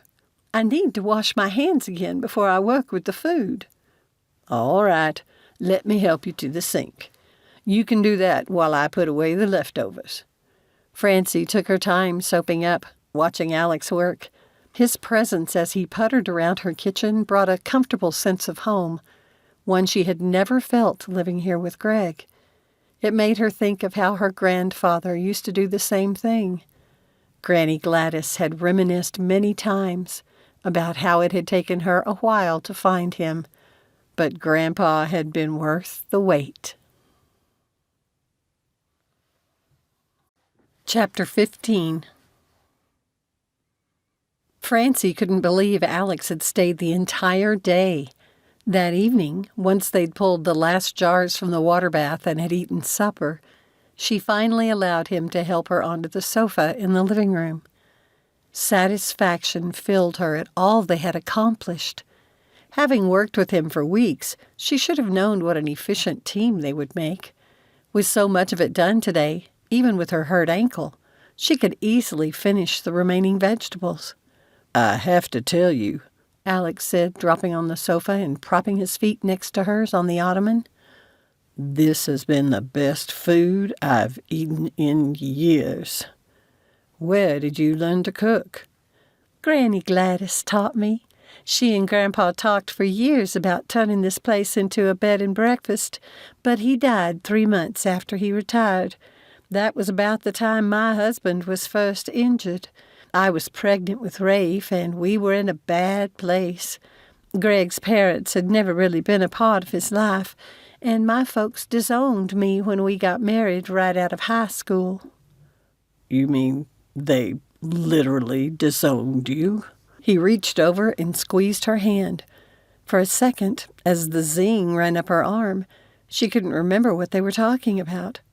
Alex must have interpreted her silence as sorrow because he added, If it's too painful, don't feel you have to tell me. No, it's ancient history now. As for being disowned, it's not like they were rich or anything and had a bunch of money to leave me. But that's pretty much what they did. I was dead to them. According to my father, it was about making my bed and lying in it. My much older brother was killed when I was 15. Francie's face stiffened at the memory. I always thought they would come around once they had a grandchild, but they never did. How did you survive? Alex shook his head. Sam's about the same age, and there's no way she could handle the responsibility of an injured husband while expecting a baby. To say it overwhelmed me would be an understatement. We'd only been married 6 months. There we were, behind in the rent with the landlord threatening to evict us, me sicker than a dog. Then Granny showed up at the apartment, telling me this place was too much for her. Recalling the day and the relief she had felt, Francie leaned back her head, blinking her eyes to clear them. She said with Grandpa gone, she just didn't have the heart to do a B&B anymore, but she didn't want to sell the place either. Her great-grandfather had built it. It's a beautiful old place. Alex still held her hand in his. Almost absently, he started running his thumb back and forth over the top of it. Francie closed her eyes and savored the feel of his strong yet gentle hands. It had been a long time since a man had touched her like this. She wasn't even sure Greg had. Even in the beginning, he hadn't been good at showing compassion with a simple touch. Why did your grandmother think you could handle it by yourself, especially being pregnant? It was only after Greg's second accident that his condition limited him to the ground floor. He could never get over what he used to be in high school and blamed me and Rafe. How long had you been married when he was hurt the second time? Alex asked, his voice soft. Francie looked up from his hands. With his head still against the back of the sofa, Alex slid his head closer, his gaze locked with hers, making her breath catch. "We'd been married almost 3 years," she managed to say. "So you've been taking care of all this for 16 years. You are an amazing woman, Francie Davis." Alex's voice had grown husky, his eyes even darker with what she recognized as attraction. They shifted to her mouth for a second, and he moved his head closer still. Her gut clenched because she so wanted to feel his lips on hers, but she knew he would regret it if he kissed her. "Would you like some bread and jam?" Francie asked as she lifted her head from the sofa. At first she didn't think Alex had heard her. Then he blinked and seemed to wake up. He released her hand and jumped to his feet. Sure. Tell me where it is and I'll get it." "In the pantry, the tiny jars." Francie used the time to get her breath back and hoped her wits would soon follow.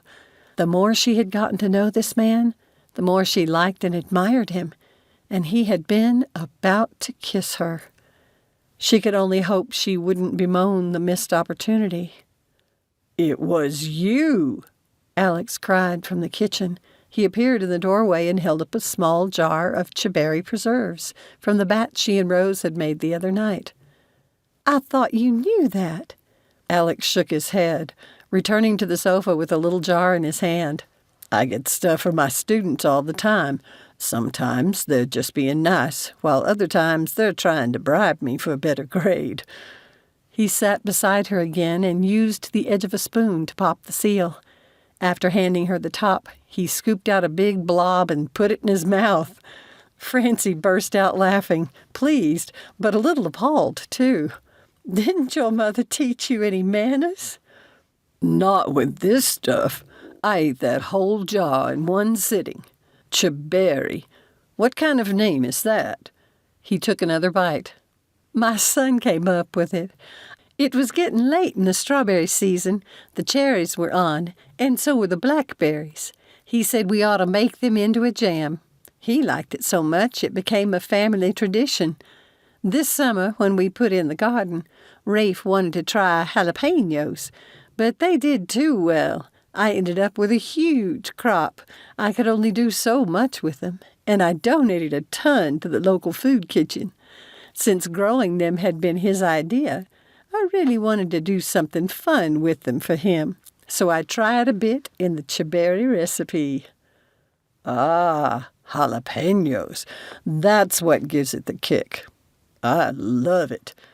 Alex mumbled, holding the mouthful of preserves on his tongue longer. Was there anything about this man she didn't find attractive? At the office, she would never have presumed to ask him a personal question. But the intimacy of him sitting on her sofa while he savored her cooking eased her usual reticence. Suddenly, she had to know more about him. "What's your story, Alex?" When he almost choked, she quickly added, "Since we're sharing our personal histories." "Right. Vicki. We were never great together, even at the beginning." He put the jar and spoon on the end table, leaned back on the sofa, and put his feet up on the ottoman, his hand finding hers again. "Vicki always wanted more than I did." "More stuff?" "More everything." Alex surprised Francie then by lacing his fingers through hers. It was a good thing he paused to gather his thoughts, because her racing heart made it hard for her to think for a few moments. "My ex-wife wanted more promotions, more money, more status and prestige," he continued. "I tried going after the kinds of things she wanted, but I didn't care about that stuff. My heart wasn't in it, so nothing I did was ever enough.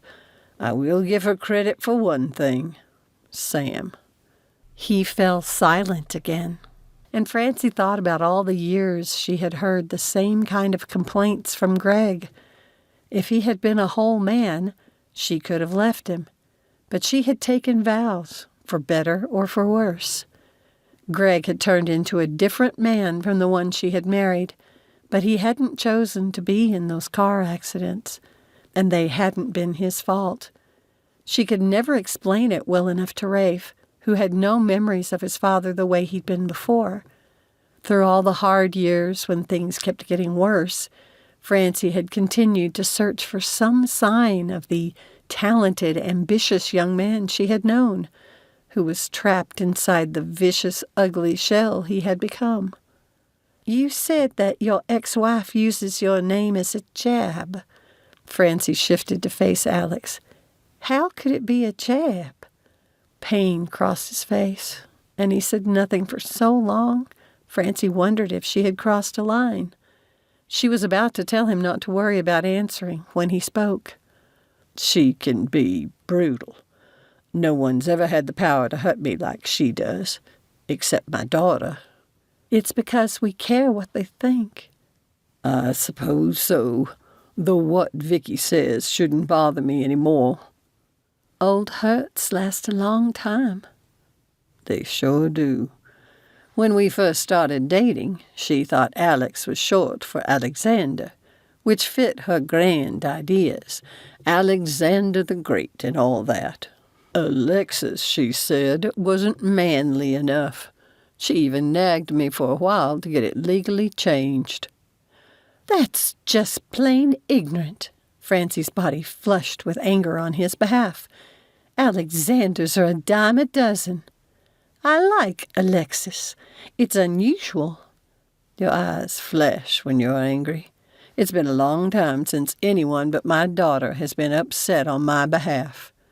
Do you think there's ever a second chance for people like us, Francie, considering all the scars we carry?"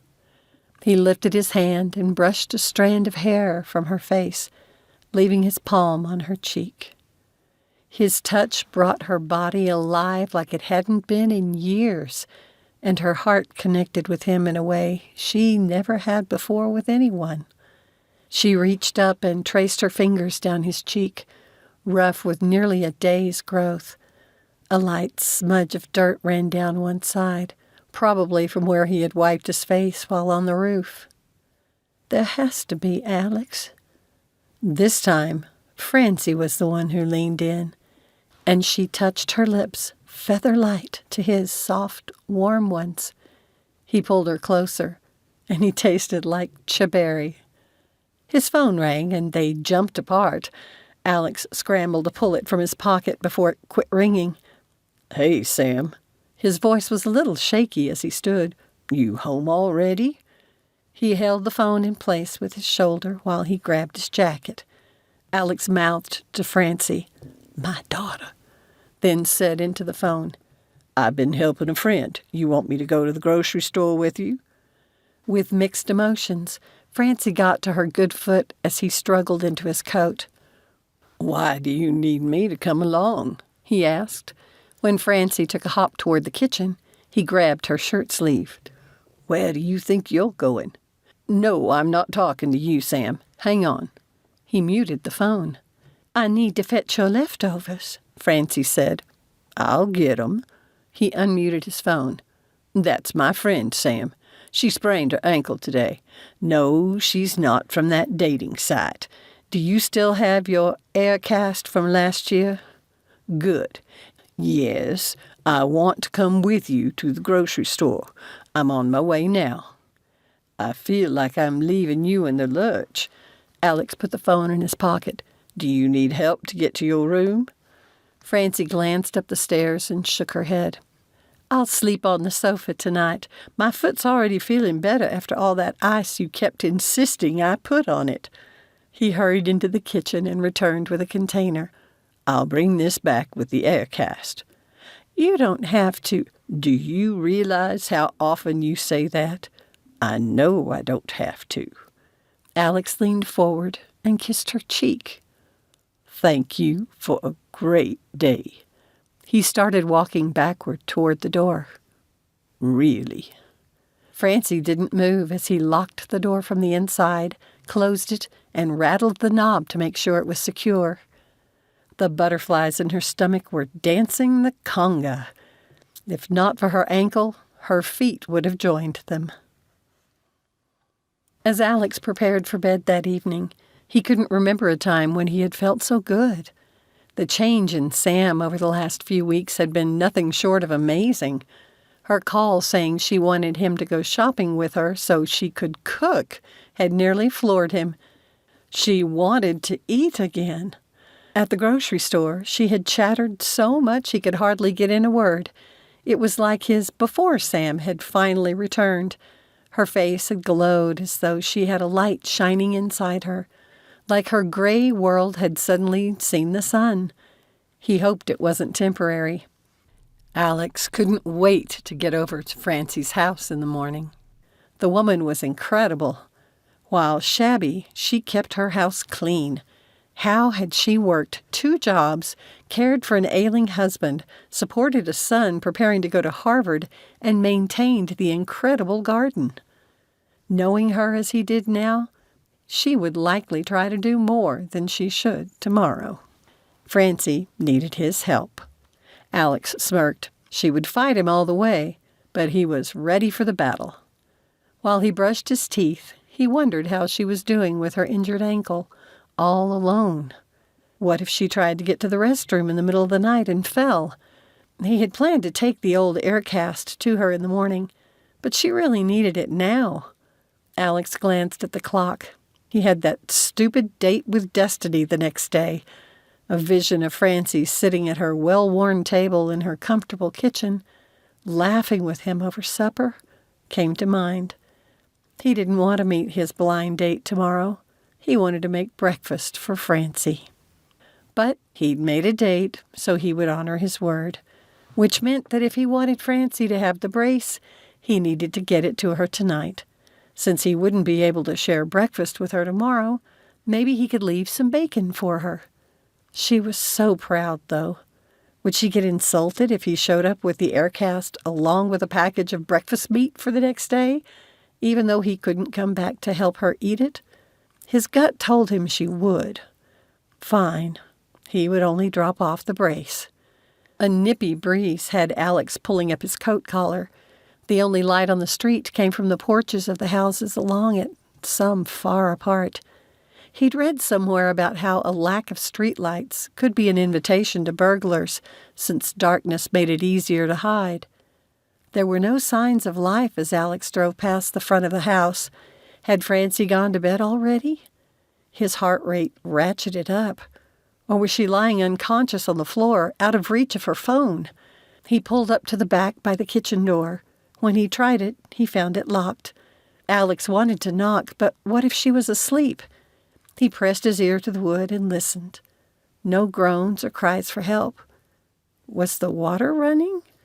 Maybe she was taking a shower. Relaxing, he took out his phone and sent her a text. "Outside with the air cast. Want me to just leave it for you?" He listened for the sound of her phone announcing his text. It did, and the sound of water stopped. Finally, his phone dinged with a reply.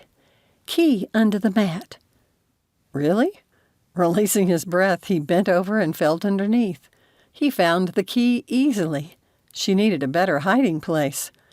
Once inside, he paused. She'd put away the dishes he'd left out to dry. So much for staying off that foot. He listened for sounds of movement and thought he heard a door open. "Francie, are you decent?" he called from the kitchen. "I am now. You can come in." He stepped into the living room. She stood by the downstairs bathroom door, dressed in a faded robe, a white towel wrapped around her head. Her skin seemed to glow. Makeup-free, Francie watched him, a shy smile teasing the corners of her mouth. It wasn't just the beautiful old house that Alex found warm and comforting. Never, in all the time he and Vicki had been together, had it felt like this. He hadn't known relationships could. Was that where they were headed? To a relationship? "Sorry to bother you, but I thought you'd need this." He held up the air cast. Francie took a cautious hobble toward him to take it. "Don't overdo it." He was by her side in 2 steps and pressed an arm to her waist for support. When she stumbled, he put his other arm under her legs and picked her up. Alex, I can do it myself. Of course you can. He carried her to the sofa and put her down. But you don't have to wait to try it out. He took the air cast from her. Let me remember how this thing goes on. It made an enormous difference for Sam. It sure is ugly. She sat with her arms folded across her chest as he lifted her leg and slid the brace over her foot. Now you're vain. It will support your ankle and make it easier to get around. You can even wear it with shoes. He stood and reached his hands out to her. When she took them, he pulled her to her feet and moved a hand to her elbow. She smelled fantastic. Cautiously, Francie stepped forward, leading out with her injured foot. She only paused a second before putting her full weight on it and taking another step. Then another, and another. I can't believe what a difference this makes, she said. That's almost exactly what Sam said when she first put it on. I'm just glad you injured the same foot she did. How are you doing? When he arched a brow in confusion, Francie pointed to his chest. Oh, that. I've had worse. Alex resisted touching the tender spot. The bruising had doubled in size since he had shown it to her. He checked his watch. I'd have brought the brace in the morning, but I have a date. An appointment. As soon as the words came out of his mouth, he wished them back. Was it disappointment behind those beautiful dark eyes? Once again, the temptation to break his date hit Alex. Well, thank you for bringing this by. You could have saved it for Monday. But you needed it now. Alex forced himself to take a step back. I'd best be off. Thanks again. She lifted her hurt foot. It really helps. He hurried out to his car and got in. As Alex pulled out of her driveway onto the street, a chill ran down his spine. Why? Had he sensed some danger on a subconscious level? What had he done with her back door house key? He'd forgotten to mention it. She wouldn't have put it back under the mat, would she?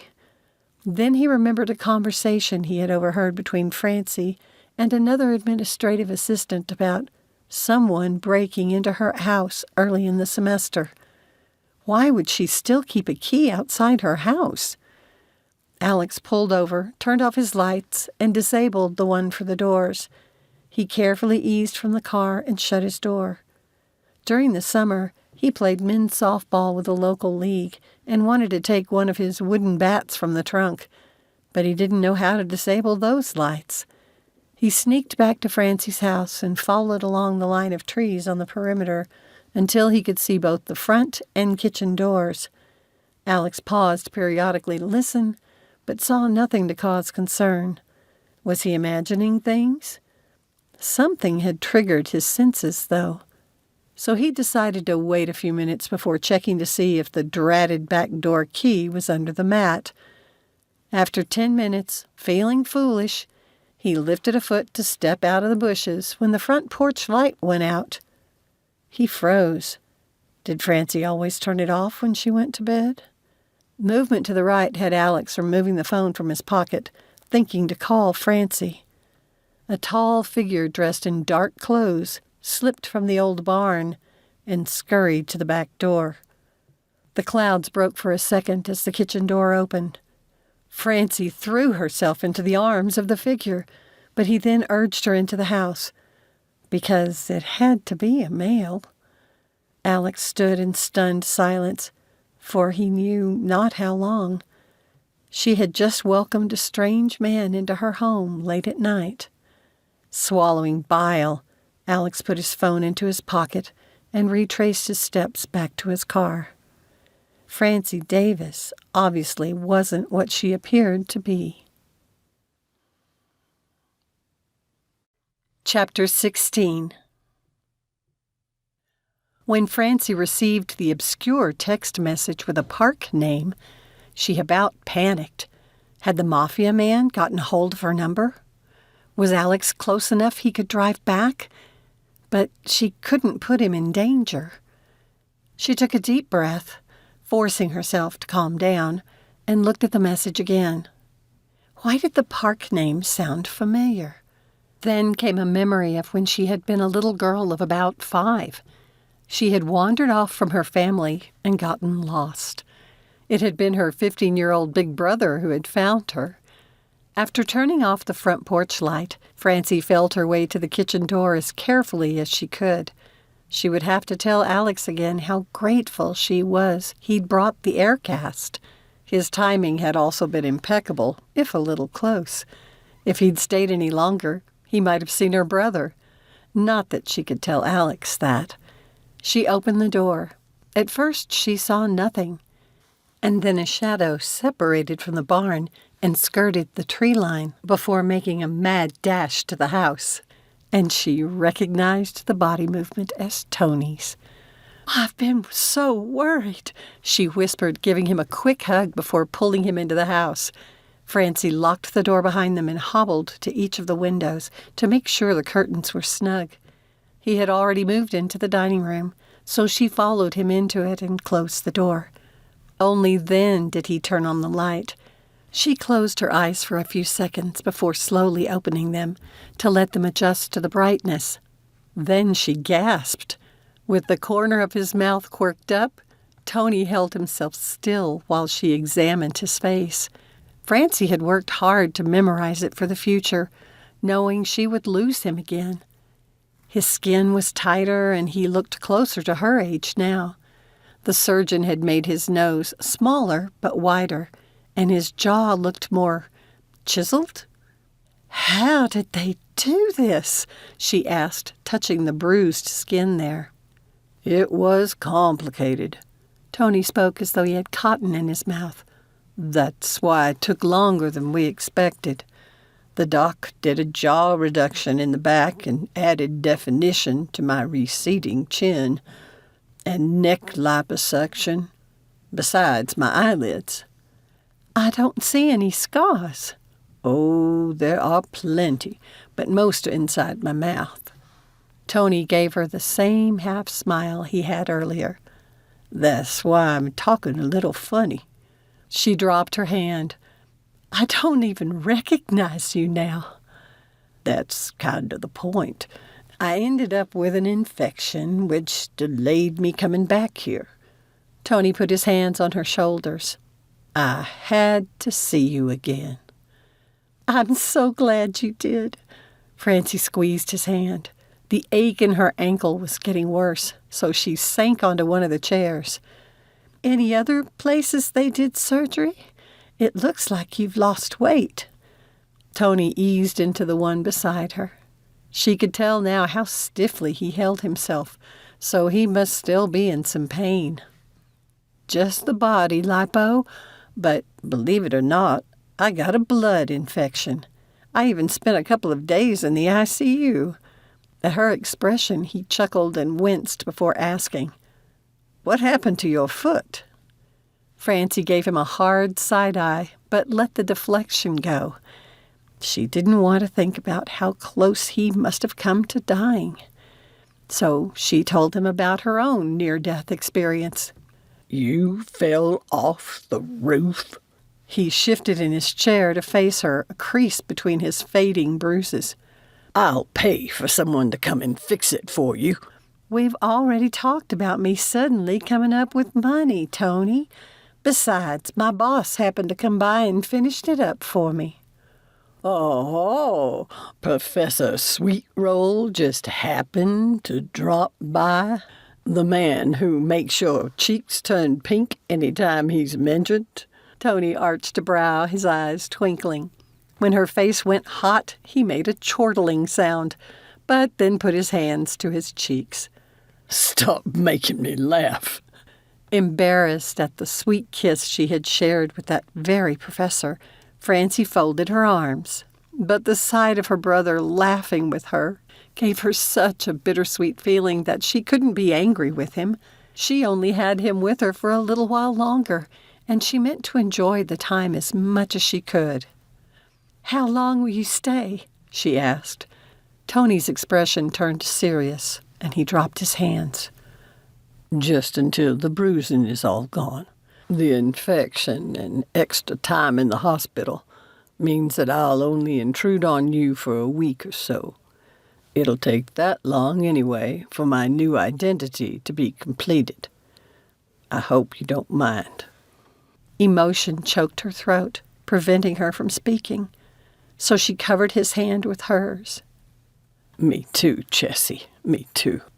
He coughed to cover his rough throat. I have to be careful what I eat because of my healing mouth. But do you have anything soft? Because I'm starving. I could make some oatmeal, Francie offered, rising to her feet. Or do you need something with more protein? I sent the leftover dinner casserole home with Alex. Any cheese? Yes, and you're not to worry about what you eat. With the money you left me, I've continued to buy whole milk, even though you weren't here to drink it. I used it to make more cheese, but that won't be ready for months. I'm definitely leaving you some cash. When she opened her mouth to argue, he shook his head. Consider it 22 years' worth of birthday and Christmas presents. And that's just your share. I'll leave some for your boy, too. I owe you that much at least for letting you think I was dead all these years. You can stash it away and pull it out as you need it, so don't worry about it. Francie wanted so badly to hug him. Instead, she kept her arms to herself and just rested her head on his shoulder and reminded herself to be glad it happened, rather than burst into tears. A week. She had him for a week. Alex pulled up to the little dog park where Destiny had suggested they meet.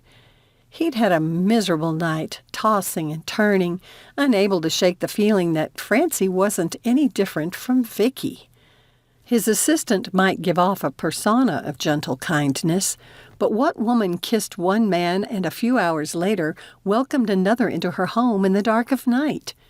What honest woman would have a clandestine meeting like that, so obviously not meant for others to know about? After turning off the engine, Alex scanned the park. As soon as Destiny had named the meeting place, he'd had reservations. He liked dogs. A well-trained pet, given the right balance of discipline and affection, could be a wonderful family addition. His last dog had been killed 5 years before, hit by a car. Sam had named the beautiful lab Bubba, and neither she nor Alex had had the heart to fight Vicki about getting another pet. After the divorce, they hadn't had the heart for much of anything. He stepped from the car and searched the area where people were already letting their pets run. With a growl, one dog took off after another, the owners running and shouting after them. Yes, Alex liked dogs. He just didn't care much for them when other people trained them. Are you Nightweight? Asked a high-pitched, almost little girl voice behind him. He turned, and his eyes had to track up and up some more before he found the face of the tallest woman he had ever met, her blonde hair hanging limply around her shoulders. Alex recognized Destiny from her profile picture. She held a tiny dog in her arms. Nice to meet you, Destiny. Alex held out his hand, and the dog snapped at it. He jerked his fingers out of reach. Stop it, Pikachu! She looked Alex up and down and said flatly, You're short. Alex squeezed the bridge of his nose and decided not to remind her that his profile stated his height. Besides, he was a good 6 inches taller than Francie. Have you given your dog a run yet? He asked, trying to be pleasant. No. Destiny gave him another appraising look. You won't do. Without another word, she lifted Pikachu to her shoulder, turned around, and walked away. From the woman's shoulder, the ugly little rodent snarled, its lip pulled back to show its teeth. He stood for a few minutes, leaning against the park fence. Until last night, He would have been excited to head over to Francie's house and spend the day with her finishing up the vegetables. What would he have found if he'd arrived early this morning with breakfast meat, hoping to share another meal with her? The memory of the phone call he'd received from Sam, when she'd caught her mother cheating, came back to Alex. The thought of ever breaking bread with Francie again left a bitter taste in his mouth. Glancing at his watch, Alex sighed. He kicked a rock and headed back to his car. Eventually, Sam would wake, and she was cooking dinner for him. Alex dragged himself into his house to be met by the sound of someone puttering in the kitchen. He hung up his coat and went to greet his daughter. Sam was putting a bowl of oatmeal on the table, a steaming cup of herbal tea to the side. She's still dressed like a goth in black synthetic pants, black blouse with lacy cuffs, and a mock leather vest, her nails freshly painted black, but no black makeup around her eyes. Just regular eyeliner and mascara, none of it overdone. He had to admit he must be getting used to it, because he thought she looked quite nice. "Good morning, Daddy." "Good morning, baby." Alex kissed her cheek, then turned to the fridge. "I noticed you went out again last night." "Yes, I was helping a hurt friend, remember?" Alex took 2 eggs from the carton and set them on the counter. He did not want to talk about Francie. "I wasn't going to tell you, but I had a date this morning." Sam sat with her spoon halfway to her mouth. When he didn't continue, she said, "And?" "It was a disaster." As he cooked his food, Alex told his daughter about the huge Amazonian woman with the little girl voice and a pet rat. By the time he had finished, Sam was laughing so hard she had tears streaming from her eyes. The sound of her humor brought him joy, despite it being at his expense. "I'm sorry, Daddy. I shouldn't laugh." She wiped at her eyes. "Did she hurt your feelings?" "No, but I'm going to cancel that stupid account." Sam shot him a sly glance before dropping her eyes. Alex turned to face her. "What are you up to?" "You're not giving up on dating, are you?" I don't think so." He needed to get Francie out of his mind. Maybe dating a different woman would help. "Have you met someone?" Sam was suddenly alert, looking excited and a little alarmed at the same time. If only he could have told her he had. "Not really." He hedged, wanting to change the topic. "What are you doing that you're too busy to come by my office anymore?" Sam wouldn't meet his gaze, and all her earlier happiness seemed to fade. So everything wasn't fixed between them yet. Chapter 17. Francie woke early on Sunday morning, as much from the aching in her foot as a wish to cook a decent breakfast for Tony. She put on the brace again and made her way into the kitchen to search out some ibuprofen. It was a shame the old house didn't have a dumbwaiter she could use, but that probably wouldn't work anyway, especially now when she didn't want anyone to find the hidden room. She hoped Tony would wake early and come down for breakfast before she traditionally opened the drapes. When this was all over, she would do that whenever she dang well felt like it. Or not. Francie had resolved to be more unpredictable in her routine. Maybe she could do the stairs if she took them carefully, though that would mean 4 flights if she counted both up and down. Her ankle gave a brief twinge at the thought. It didn't matter. Her brother had to eat. As she moved around the kitchen, her thoughts kept drifting back to the day before with Alex. How different he was from what she'd thought when they'd first met. And they had kissed, despite her giving him an out. When he had shown Francie the bruise on his chest, the beauty of his body had stolen her breath away. Then his embrace.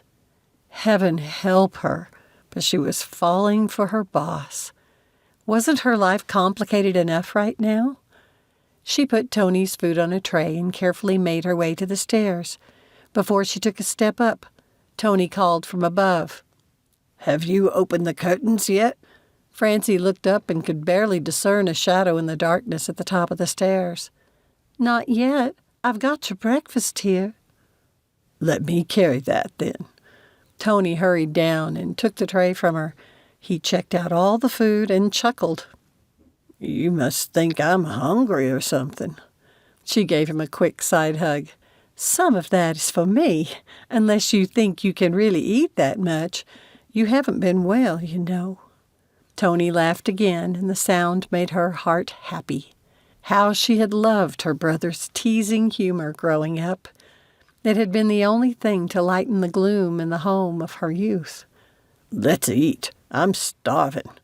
He poked out an elbow for her to take, and they went to the dining room. "How did you sleep last night?" she asked once they had taken their seats. "I did fine. What about you? How's your ankle?" She told him about Alex bringing her the brace. "Ah, that's who it was. I was hiding in the barn until I thought it was late enough to text you when his car drove up.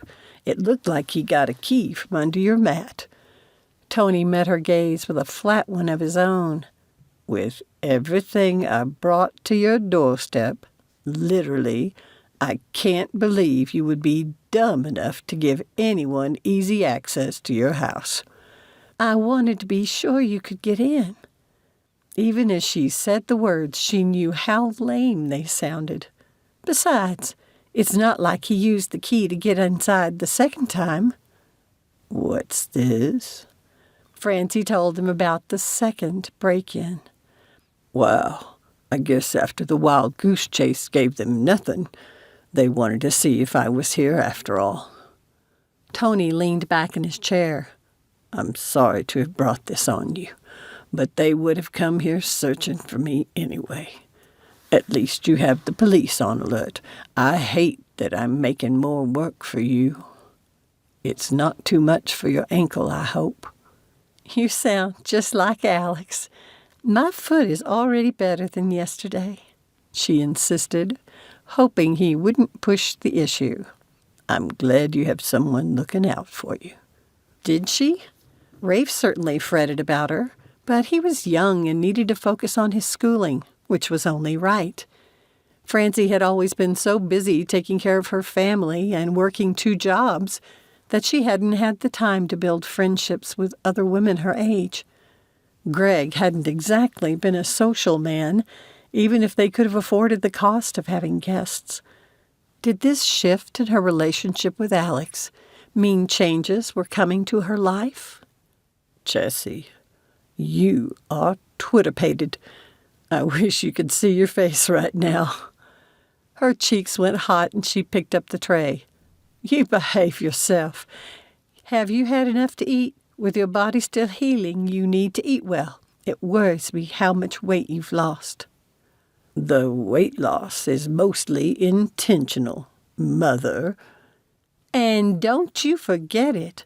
I learned mothering real fast when I was barely a child myself." "I've had plenty to eat, but I would love another cup of coffee." Francie returned to the kitchen with barely a limp, grateful the pain medication had already kicked in. Maybe instead of canning the remaining vegetables, she should simply make some casseroles in advance. Then there would be plenty for Tony to eat. She glanced around the large room, once again recalling the fun she'd had with Alex working beside her. He had been so sweet to bring the brace last night. Should she take it as a good sign?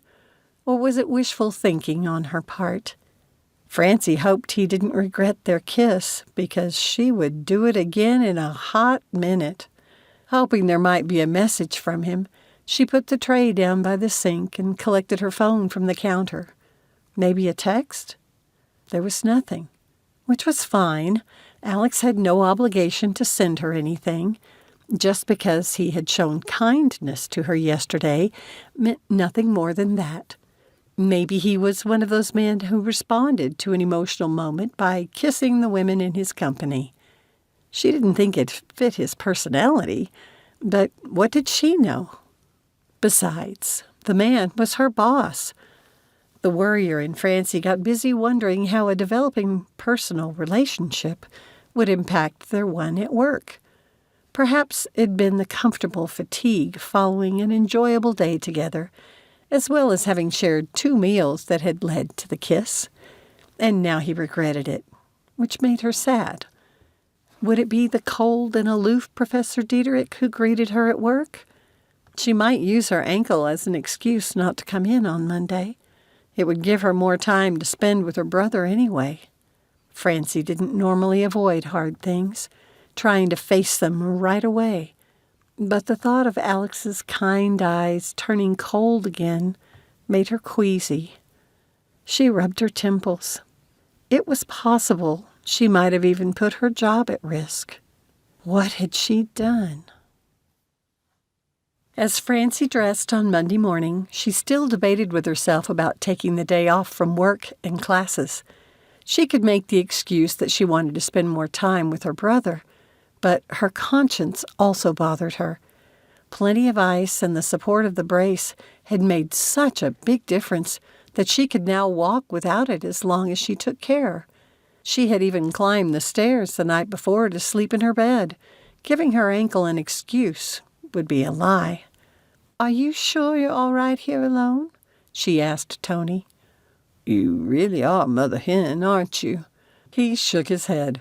I'm 47. I'm a big boy, and it's not like I'll have anybody watching over me in my new life. That does not make me feel any better, Francie sighed. This house is so big. I wish there was some way for you to make your life here in Boone.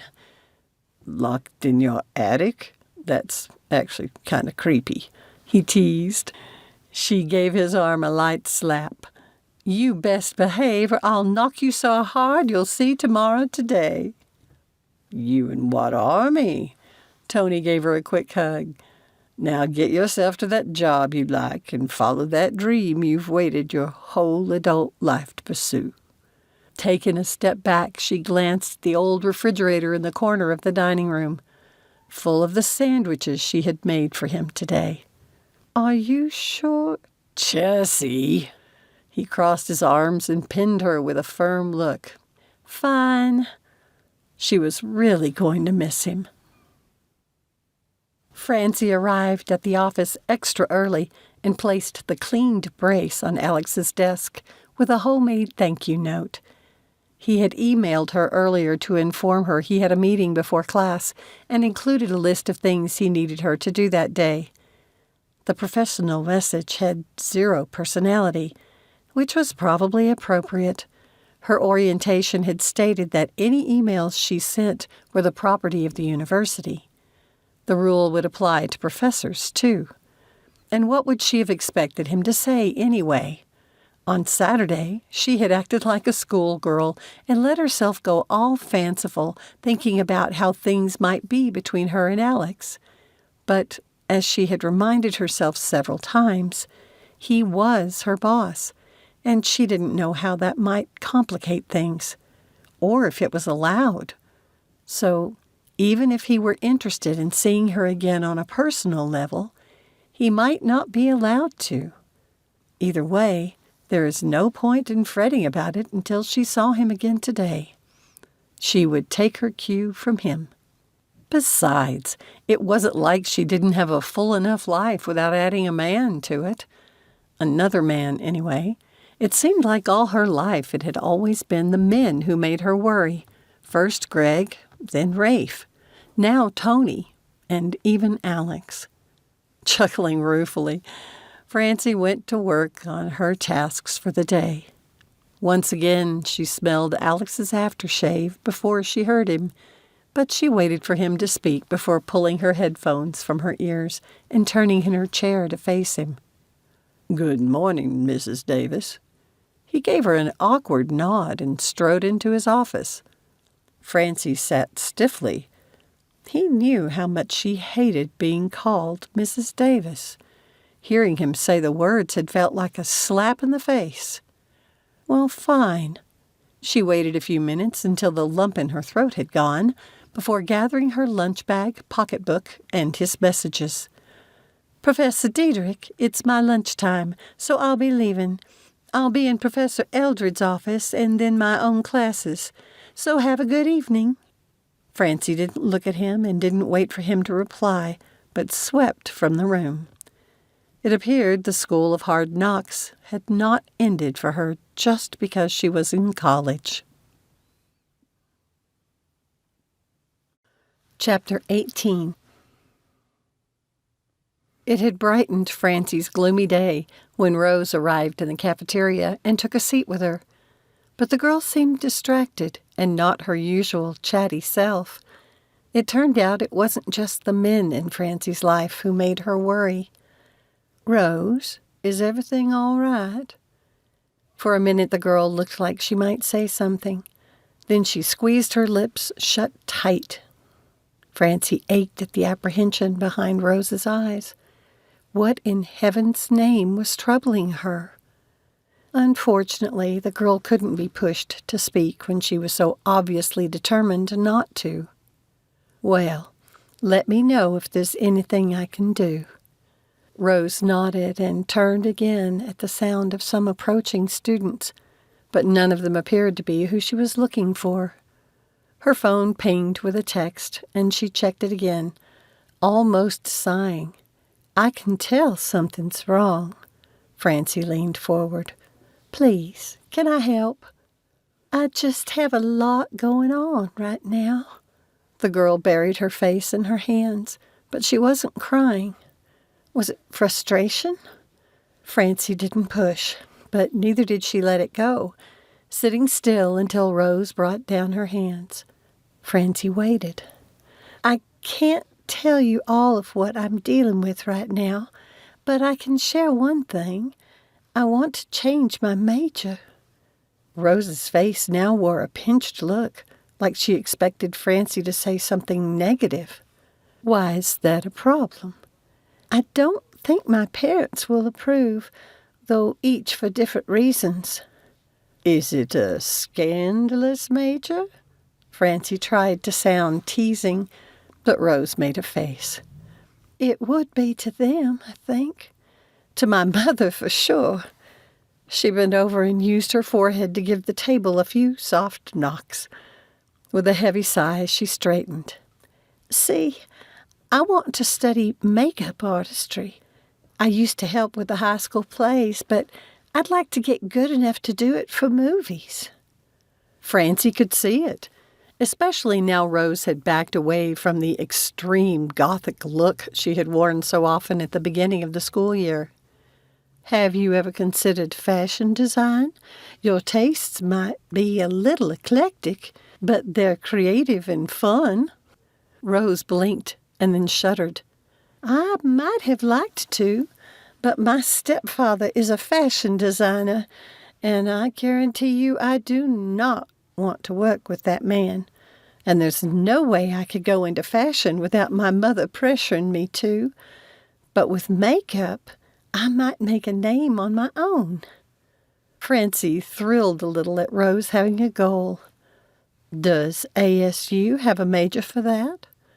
"No, but University of Colorado in Boulder does." Rose's expression turned dreamy. "So far away. How did you find out about it?" "My aunt lives out there, and she has a neighbor who works at the college. She told my aunt all about the Fringe Festival there. Doesn't that sound incredible? Imagine me in a place where I'm not the weird one. I've added the one in Edinburgh to my bucket list, but I found Asheville hosts one. I'm going to it, and I'll make my father come with me. Once he sees how amazing it is, I might get him on my side." "You wouldn't take your boyfriend?" Francie really hoped the girl wasn't involved with Professor Eldred. Rose's head snapped back and a flash of fear crossed her face, making the acid in Francie's stomach churn. She had to take a deep breath to calm herself, surprised at the intensity of her desire to protect the girl. "Oh, hon, does he hurt you?" Wow, Francie, look how you're clenching your fists. Rose picked up her napkin and worried its edges. You look like you want to hit someone. If your boyfriend's been hitting you, I just might. Oh, you are so sweet to me. The girl stared at her hands as she ripped little pieces from the napkin. Look, I don't have a boyfriend. Her agitation didn't help to calm Francie's worries. I really want to tell you, I've wanted to all this week, but it's not my secret to share. Rose tore the napkin in half. Don't worry, hun. Francie patted the girl's hand. I don't want you to betray a trust. The girl stared into the distance for a few seconds before meeting Francie's gaze. All right, I trust you, so I can tell you some of it.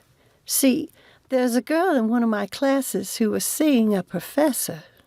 Just a guy who happens to be a professor, or one of her professors? Her professor.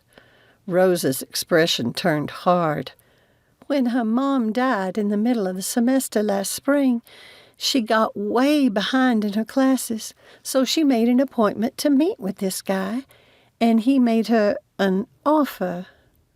Rose wore one of those sage expressions she got sometimes, the ones that made Francie wonder what the girl had seen in her brief life. And she took it? Rose nodded, then glanced away, her jaw muscles working. Has she reported him? She doesn't think she can, since it would be his word against hers. He'd just say it was consensual. Francie's lunch churned in her stomach, her instincts telling her the likely culprit. It's Professor Eldred, isn't it? Rose met Francie's gaze with wide eyes. How did you know? Remember, I work for the man. What I want to know is why you keep going into his office when I'm not there. It's not appropriate. He's not supposed to sell grades for sex either. Rose's eyes blazed now. Every time I go in there, I'm wired with a recorder. He's been coming on to me big time, and I have it all down. What I need is for him to offer better grades in exchange for putting out. I think I'm going to have to fail a couple of tests, though. My grades are too high right now. You are incredible. Francie stared at the girl. But, hun, I don't think they'll admit that in court. They don't have to. Ever heard of the internet? Oh, my land! Francie laughed. The court of public opinion. That might work. Do you know any students who are studying law? Yes, we do. Rose's expression lifted for the first time. Good. You'll want to make sure that you won't get into trouble. Is there anything I can do to help? The girl gave Francie an assessing look and then a sly grin. Maybe. I'll let you know. Alex stared at the brace and the unopened note on the desk before him. It surprised him how much Francie calling him Professor Diederik again had hurt. And the accusation in her eyes. Had he imagined it? It didn't matter. This was how it had to be. How else did he pull things back to the way they'd been before he had gone to her home, and she had nearly died right before his eyes? And then he'd spent an amazing day with her. Who had that man been that she had welcomed into her home with an embrace, late at night? He could only assure himself he was fortunate to have found out now. Francie might come across as a quiet and kind woman, but she was dangerous to him. On the surface, she offered just the life he had always craved. Simple, cozy, comfortable, loving. Alex straightened. No, he would not go there. Focus, man. He had made it through most of the calls he needed to return when his phone rang. He recognized the number as belonging to the Boone Historical Society. Good morning, Dustin, Alex said, leaning back in his chair. I hope you got the preliminary notes I sent you yesterday. I sure did. I talked with the board this morning about it. We'd like you and your club to put a rush on the house and get us a full report. It sounds like the owner may need some help in the form of grants to maintain the place, and we don't want to risk it falling into further disrepair. Alex pulled a face. He did not want to go back to Francie's house, to that place where he had kissed her, and where she had welcomed a strange man late at night. Alex really had to stop thinking about it. And when do you need this done? He asked, working hard to keep the bitterness from his voice. As soon as possible. We would have moved on it sooner, except the application for historical status got filed in the wrong place. Dustin sounded disgusted. I know it's a lot to ask last minute like this, especially with students who think they should get to play on the weekends. But it's all good. My best members are willing to adjust their schedules for something like this. We need you to be there, too. Alex rubbed his face, not surprised by the stipulation. If he made excuses, his friend Justin would see right through him. He knew Alex hadn't had a life since the divorce. I'll be there. Thank you. Dustin sounded tired now.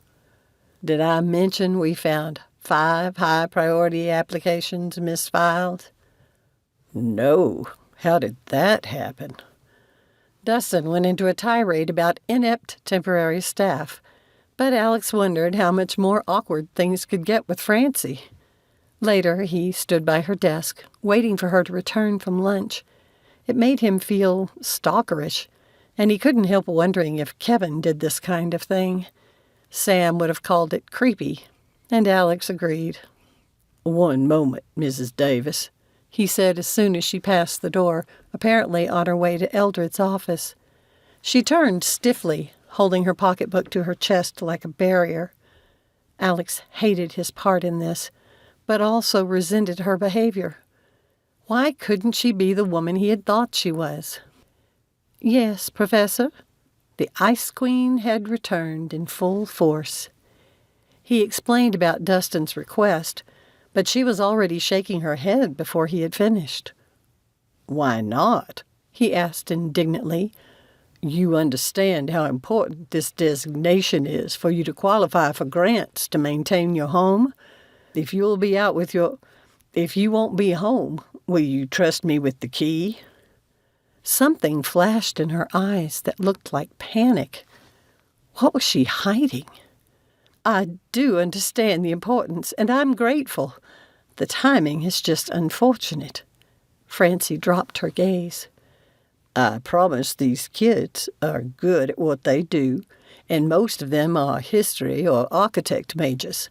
We've done several of these evaluations, and they've gotten quite good at it.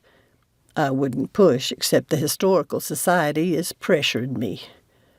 I'll make sure the students understand you're on a tight schedule. For a second, he thought she was going to refuse again, but then she gave a curt nod. Because of Saturday schedules, we'll be there by 3.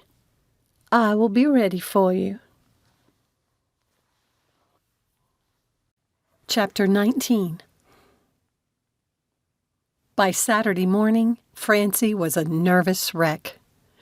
Now, are you sure it won't be a problem having all these college students wandering the house? She asked her brother as they shared breakfast in the main attic room, surrounded by Rafe's old exercise equipment.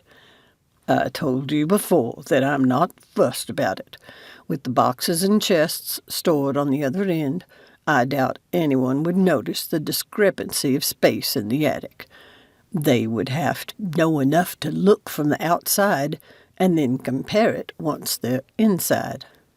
Tony took a swallow of his coffee. I can tell you, though, I'm going to miss your cooking, and your company, of course. I'll miss you, too. It's been fun getting to know you as an adult. Francie smiled sadly. Well, you were already an adult back then. I was the child. I don't think I've told you what a brave thing you did, testifying like that, knowing you would have to give up your family and friends. Well, to be honest, it was also the only way I could protect you. I'd already made it clear to everyone at work that I was estranged from my family. Considering our parents, it wasn't a hard sell. My biggest worry was for you, Jessie. I couldn't let them know how important you are to me. Oh, Tony. Francie leaned over and threw her arms around him. Her big brother held her tight, his throat working. Finally, they released each other. Have you heard yet what time you have to leave? She asked, wiping her eyes. Well, after dark, my handler will send me a message when it's time. Tony scanned the room, his expression full of longing. We'll say goodbye before you head to bed. You don't need to worry about staying up to see me off. Of course I will see you off. You slipped out before your surgery, but I'm not letting you get away with it this time.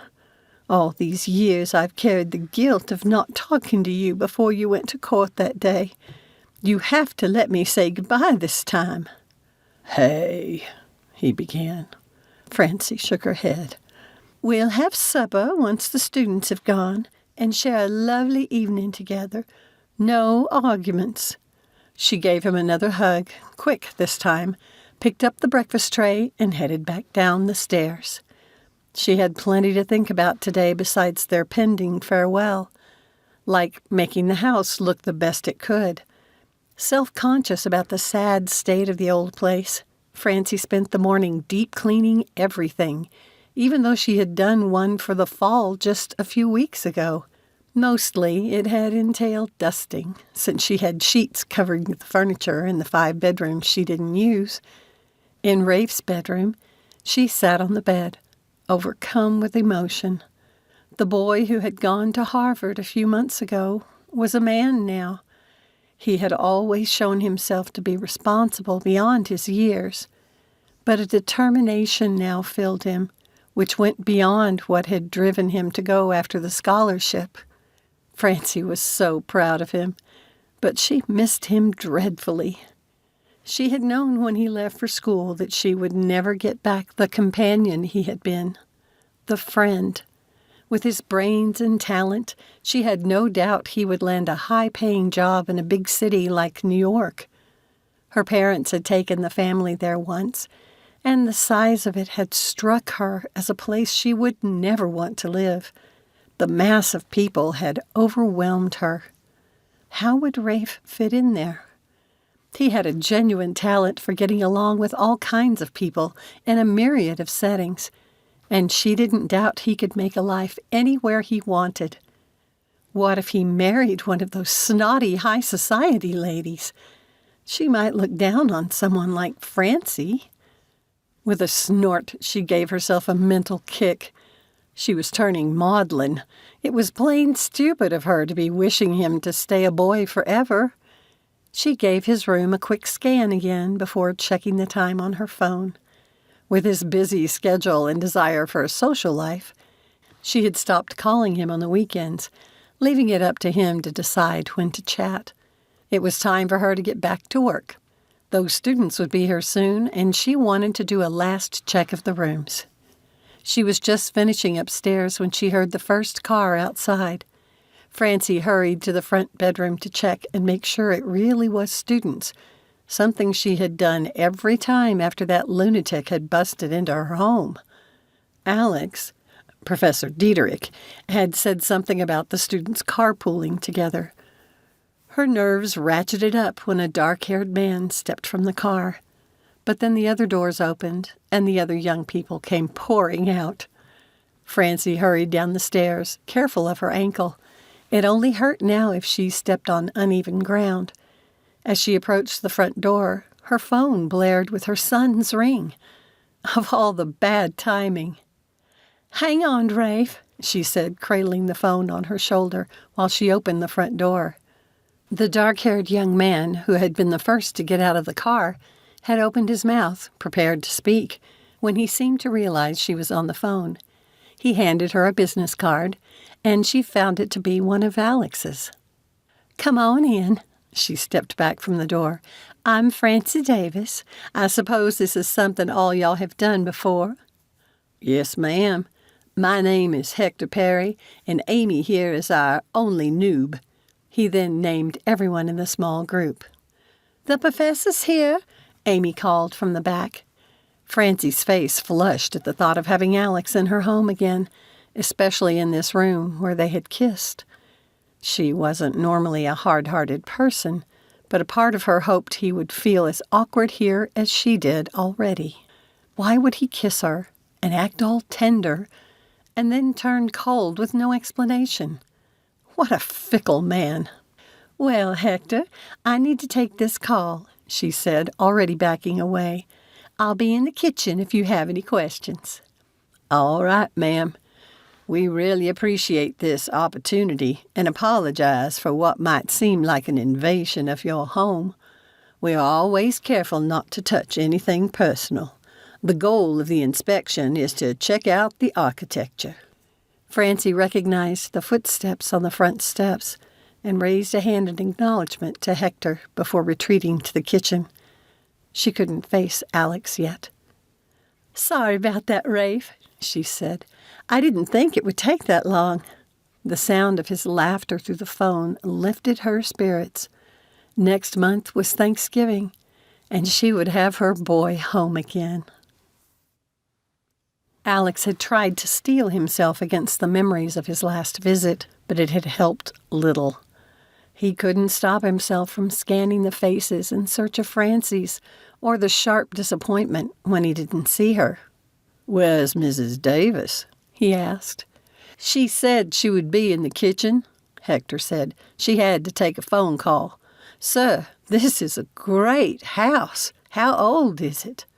Alex opened his phone and accessed the document he'd prepared of the building's history. "A Civil War veteran constructed the home in the 1870s. You'll notice it has a 3-bay facade." "I love the shingle-patterned pressed metal gable," Amy added. "It's green, like in Anne of Green Gables." "Does the brick fireplace still work?" Hector asked. "It does." As Alex remembered from the other evening, he pointed to the ashes in the living room fireplace. "All y'all have your assignments." When they nodded, he said, "Let's get to work then and give Mrs. Davis back her privacy." The entire time that Alex was taking notes and making suggestions to the students, awareness of Francie in the kitchen tugged at him. More than anything, he wanted to go in there and talk to her, demand that she explain about the unknown visitor. Finally, Alex had to resort to heading up the stairs instead, which didn't help at all since the first room he entered had to be her bedroom. "I love all the woodwork," Amy said, stepping into the room. "What kind of wood is that?" "It's wormy chestnut." Alex chuckled when she made a face, but he continued. "It comes from chestnut trees that were killed by beetles. Chestnut is straight-grained and as strong as an oak. It's resistant to decay, so it's used for many things, from furniture to flooring and even telephone poles. In recent years, its rustic character has brought it back into fashion." "But there aren't really worms in it, right?" Amy asked with a scrunched-up nose. "Not anymore," he said. "How's your list coming?" After reviewing it and making a couple of suggestions, Alex left the young woman to finish in Francie's room. When he stepped into the hallway again, Hector came down the stairs from the attic. "Oh, good, Professor. I wanted to ask you something." "All right." He followed the young man back up the stairs. Alex had been there once before, when he had retrieved Francie's pots. His roof repairs must have held because she had removed the plastic which had covered the storage boxes. "Sir, when you arrived, did you pay attention to the exterior of this part of the house?" "Not really. It surprised me that a great old place like this hadn't already received a historical designation." To be honest, once Francie had fallen from the roof on top of him, Alex hadn't thought of anything but her. Not that he would mention it to Hector. "My family resisted the historical designation," Francie said from behind them. Alex spun around, his pulse now racing. What was wrong with him that she should have this power over his good sense? He would not allow himself to fall for another woman like Vicki. "There are so many limitations placed on historic properties." Francie stood stiffly near the stairs, her gaze on the boy. "The Historical Society got especially insistent and offered help with grants to restore the house to its former glory, so to speak. But my grandparents had other plans." "And then your grandfather died?" Alex said. "Yes." Francie shot him a glance, but said to Hector, "My grandmother didn't submit an application until last year. I think she kept hoping we might fulfill her dream, but my husband and I were too poor." She lifted her hands and scanned the room as if to give emphasis. "Considering how those people hounded her, I'm surprised it's taken them so long." Brows raised, Hector shrugged. Alex explained about the misfiled application. "They only recently discovered it." "Have you noticed a discrepancy in the size of this room?" Hector asked, his hands waving. Panic flashed in Francie's eyes before a shuddered look took its place. She put on an amused expression, but Alex thought he knew her well enough to tell it was fake. "It's an optical illusion," she said, almost placidly. But Alex knew Francie Davis wasn't telling the truth. She removed the phone from her pocket as she said, without looking at either of them, "My grandfather checked it out. He was mostly afraid critters might get into the walls and build nests there." "I'll bet he missed something. I'm an architecture major and—" Forcing himself not to look at the walls, Alex lifted a hand. The boy broke off, and Alex said, "I think we've intruded on Mrs. Davis long enough.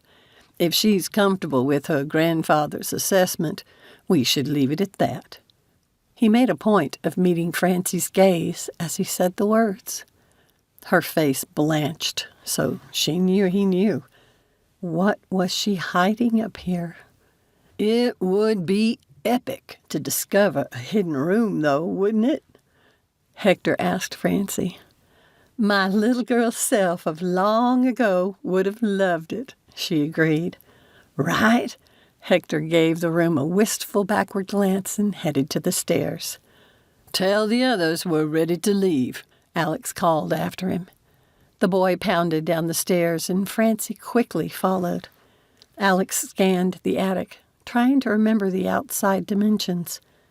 If there was a secret room, the builder had hidden it well. He joined the others in the living room and gave them the last instructions on their notes. Once he had reviewed them and gotten any needed clarification from the students, he could send the information to Dustin. Then Alex would never have to come here again, which was a shame.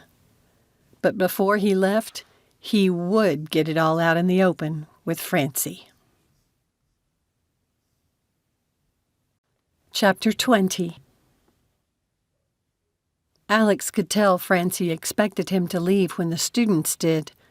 To make sure she understood it wasn't his intent, he stood on the front porch waving to them in the darkness, but kept one foot holding the screen door open. When the last tail lights disappeared, he turned to face her through the opening. "We need to talk." Her expression hardened, something else behind her eyes. He recognized it as a mask. Had she always worn it and he simply hadn't noticed it before? "Have a seat." Francie pointed to a rocker on the front porch. "No." It took everything in him to keep his tone in control. Seeing Francie welcome that man into her home had made the agony of his ex-wife's infidelity feel like it had happened only yesterday. And anger had been bubbling to the surface all afternoon. His heart had hurt back then, and it had made him vulnerable. Not this time. It's cold out here, and I think you would prefer the privacy of inside the house. Fine. Francie stepped aside. Alex entered the house again, closed the door behind him, and took a seat on the sofa. She sat as far away from him as she could in an old, overstuffed chair.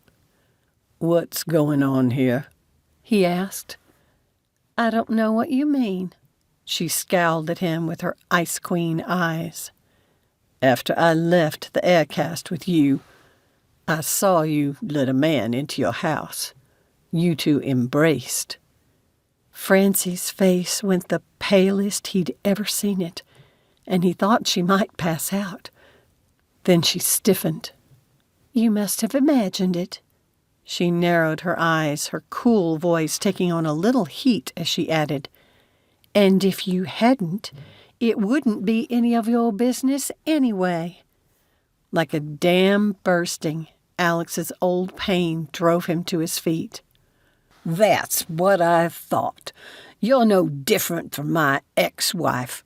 Are all women like you, making moves on a man one moment and inviting another into your... He caught himself before he said more than he should about her late-night visitor, but his hurt and betrayal bled into his words. I'll talk with the dean about changing my staff. You're welcome to stay with Eldred. You two deserve each other. How dare you? Her face now flushing with color, her eyes bright. Francie had risen to her feet with a righteous anger that nearly took his breath away. So the wolf sheds his sheepskin, does he? I should have known better. I read once about how the best way to test a man's character is to give him power. Well, you want to talk about Eldred? You're not any different than that snake in the grass. You both misuse your authority. You just happen to wield yours differently, judging before you know the facts, just like you did on the first day of school. Tears streamed from her eyes as she lifted her shaking hand. Don't let the door hit you on your way out. Confusion battled with Alex's anger. He was in the right here, and yet something in Francie's demeanor of righteous indignation and defiant innocence made him question what he had seen. She was so magnificent he wanted nothing more than to pull her into his arms and kiss her again. He almost took a step forward. Cool logic kicked in and saved him from himself. He spun around and strode to the front door. As he reached for the knob, it turned of its own volition and burst open. A tall, dark-haired man wearing an angry sneer pointed a gun at him. Stunned, Alex stumbled back, barely hearing Francie's gasp behind him. The man moved the weapon back and forth between them, closing the door with his other hand. Toss your phones on the floor, he commanded, and step back. Francie must have already had hers out because she did as she was told. Alex had to remove his from his pocket. He wished he were clever enough to manipulate it like Sam did, so he could quickly dial 911, but he didn't dare. He dropped it to the floor and slid closer to Francie. Her icy hand slipped into his, squeezing it hard. What do you want? Alex asked, his mouth dry. There's nothing here of value. Oh, I think there is. He turned his cold, black eyes to Francie. Isn't there, little lady? She whimpered, and Alex stepped in front of her. The corner of the man's mouth curved up, emphasizing a scar that twisted his lips into a frightening caricature of a grin. He lifted the revolver so it aimed between Alex's eyes. His mind registered the silencer on the end of the barrel, and his chest compressed so much it hurt. Was this guy some kind of hitman? Why would someone like that break into Francie's house? Alex forced himself to take a breath so he could speak. I'll ask again. What do you want? I want Tony Rossi. Francie moved beside Alex and attempted to speak, but it came out like a croak. She cleared her throat and tried again. My brother is dead. He was murdered over 22 years ago. Her hand in Alex's shook so badly that he wished he could cup it with both of his to try to calm her. Rossi is alive, and we both know it. The man growled, his lip curling. But not for long. Francie shook her head vehemently. He's not. I watched the news that day, and I saw him get shot after testifying. I stood by his grave when they lowered his body. It was the worst day of my life. Her voice broke with a sob. Look, I don't know what this is all about, but Mrs. Davis lives here alone. Tony is dead, she repeated. Don't lie to me. The man's left hand snapped out fast and backhanded Francie. As she staggered back a step, fury erupted inside Alex. Before he could move, though, she grabbed his arm and pulled him to her side again. The brute smirked, but also took a few steps back, which put him out of Alex's reach. You, he said, signaling to Alex with the gun. Sit in that chair. Alex moved to the wooden captain's chair, but brought Francie with him. No, Mrs. Davis. You're going to reach into the kitchen and get that roll of duct tape I noticed in the drawer near the door. The intruder positioned himself so he could see both of them.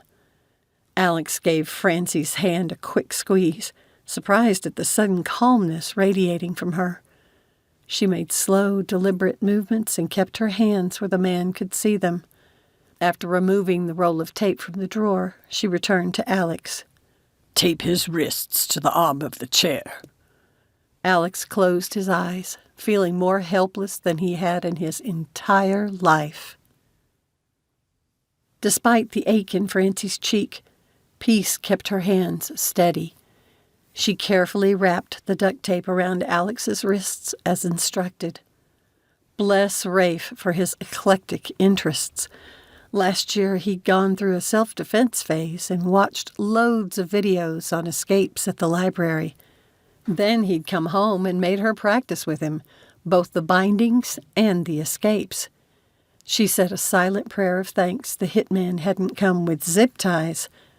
Now tape his feet together, the man commanded. I'm so sorry, Alex whispered as she knelt. Shut up, their captor shouted. Francie lifted her gaze to meet Alex's and mouthed, Don't worry. It was the only thing she could do to communicate. She stood, stepping to the side. She sniffed and turned to face the hitman. I'm watching you, he warned. Grab that kitchen chair and bring it in here. When she reached for one without arms, he growled at her and she picked up the other captain's chair. About 2 feet away from his. Francie marveled at her internal tranquility, especially at her ability to watch this man and recognize the pettiness of his behavior.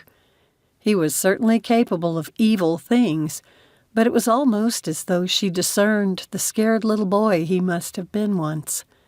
What had he experienced in his life to turn him into this wicked person?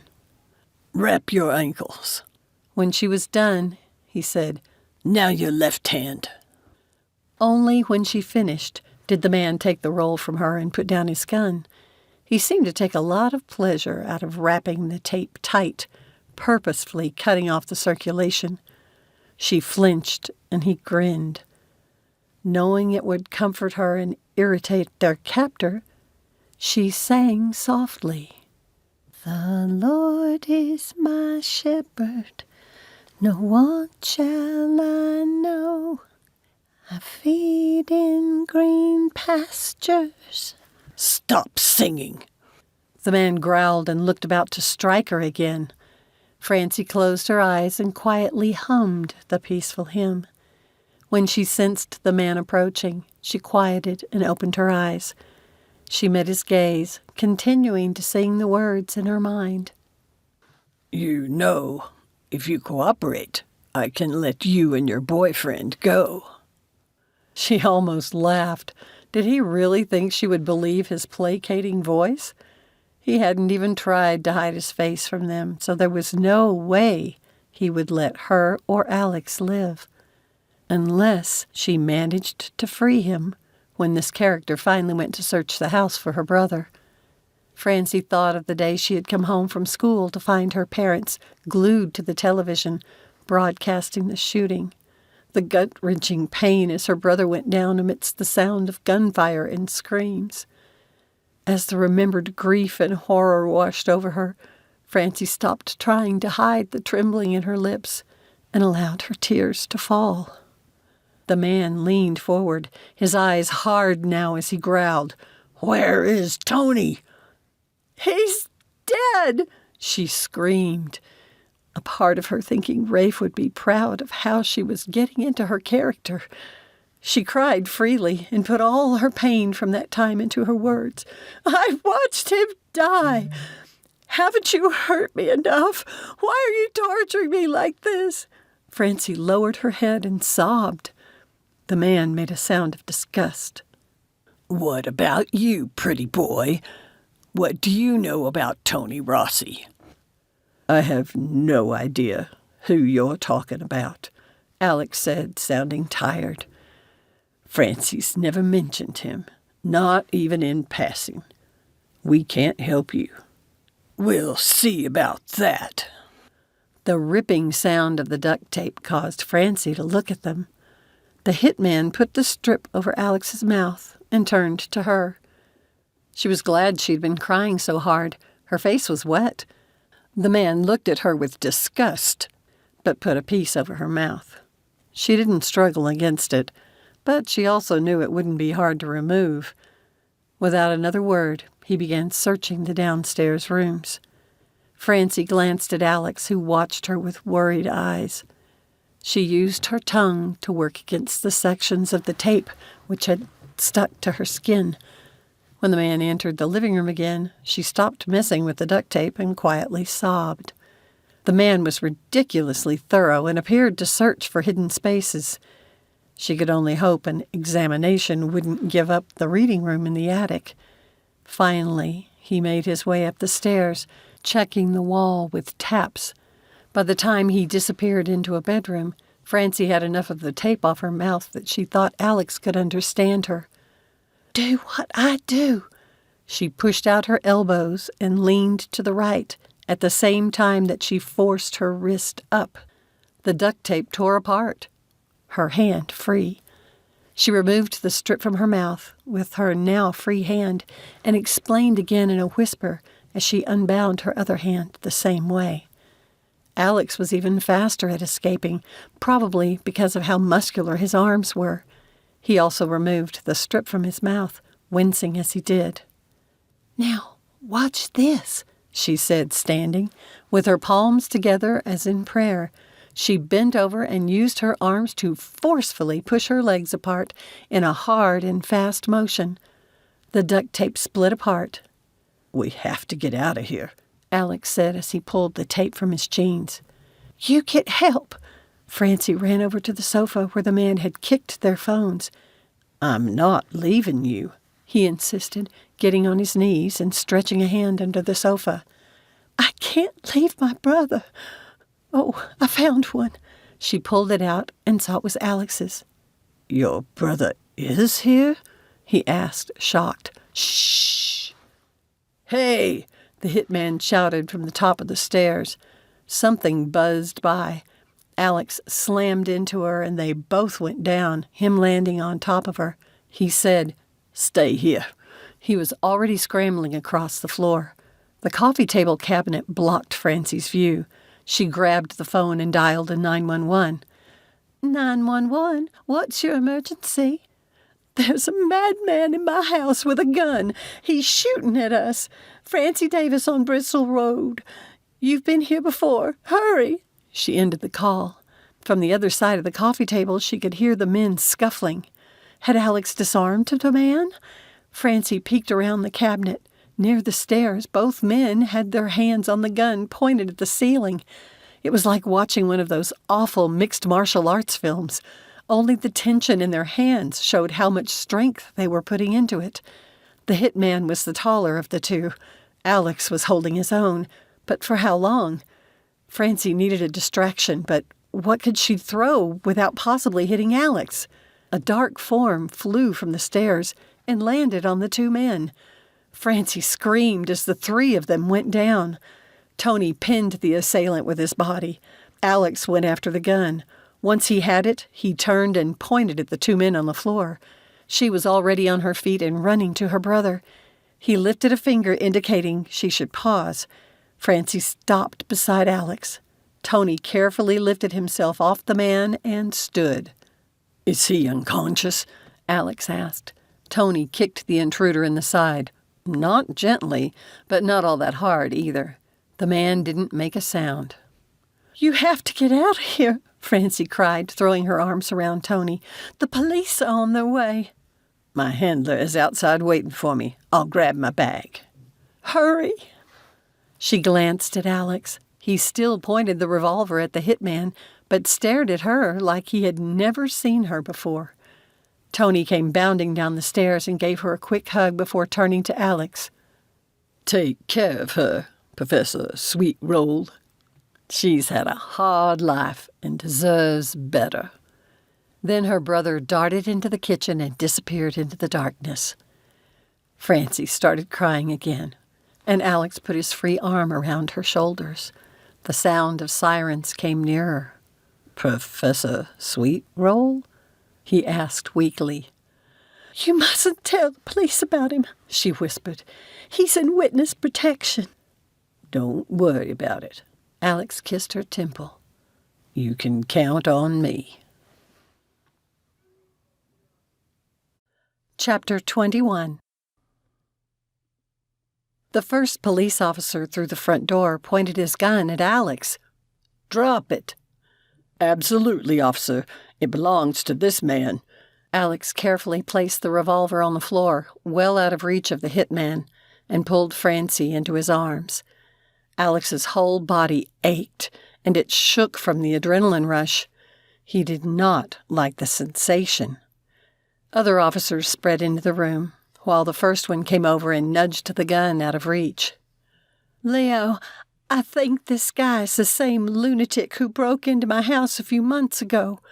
Francie pressed her uninjured cheek against Alex's chest, watching as the police handcuffed the man's hands behind his back. "He kept saying he was looking for my brother, but my brother died when I was 15. Why would he do that to me?" She buried her face in Alex's chest and cried.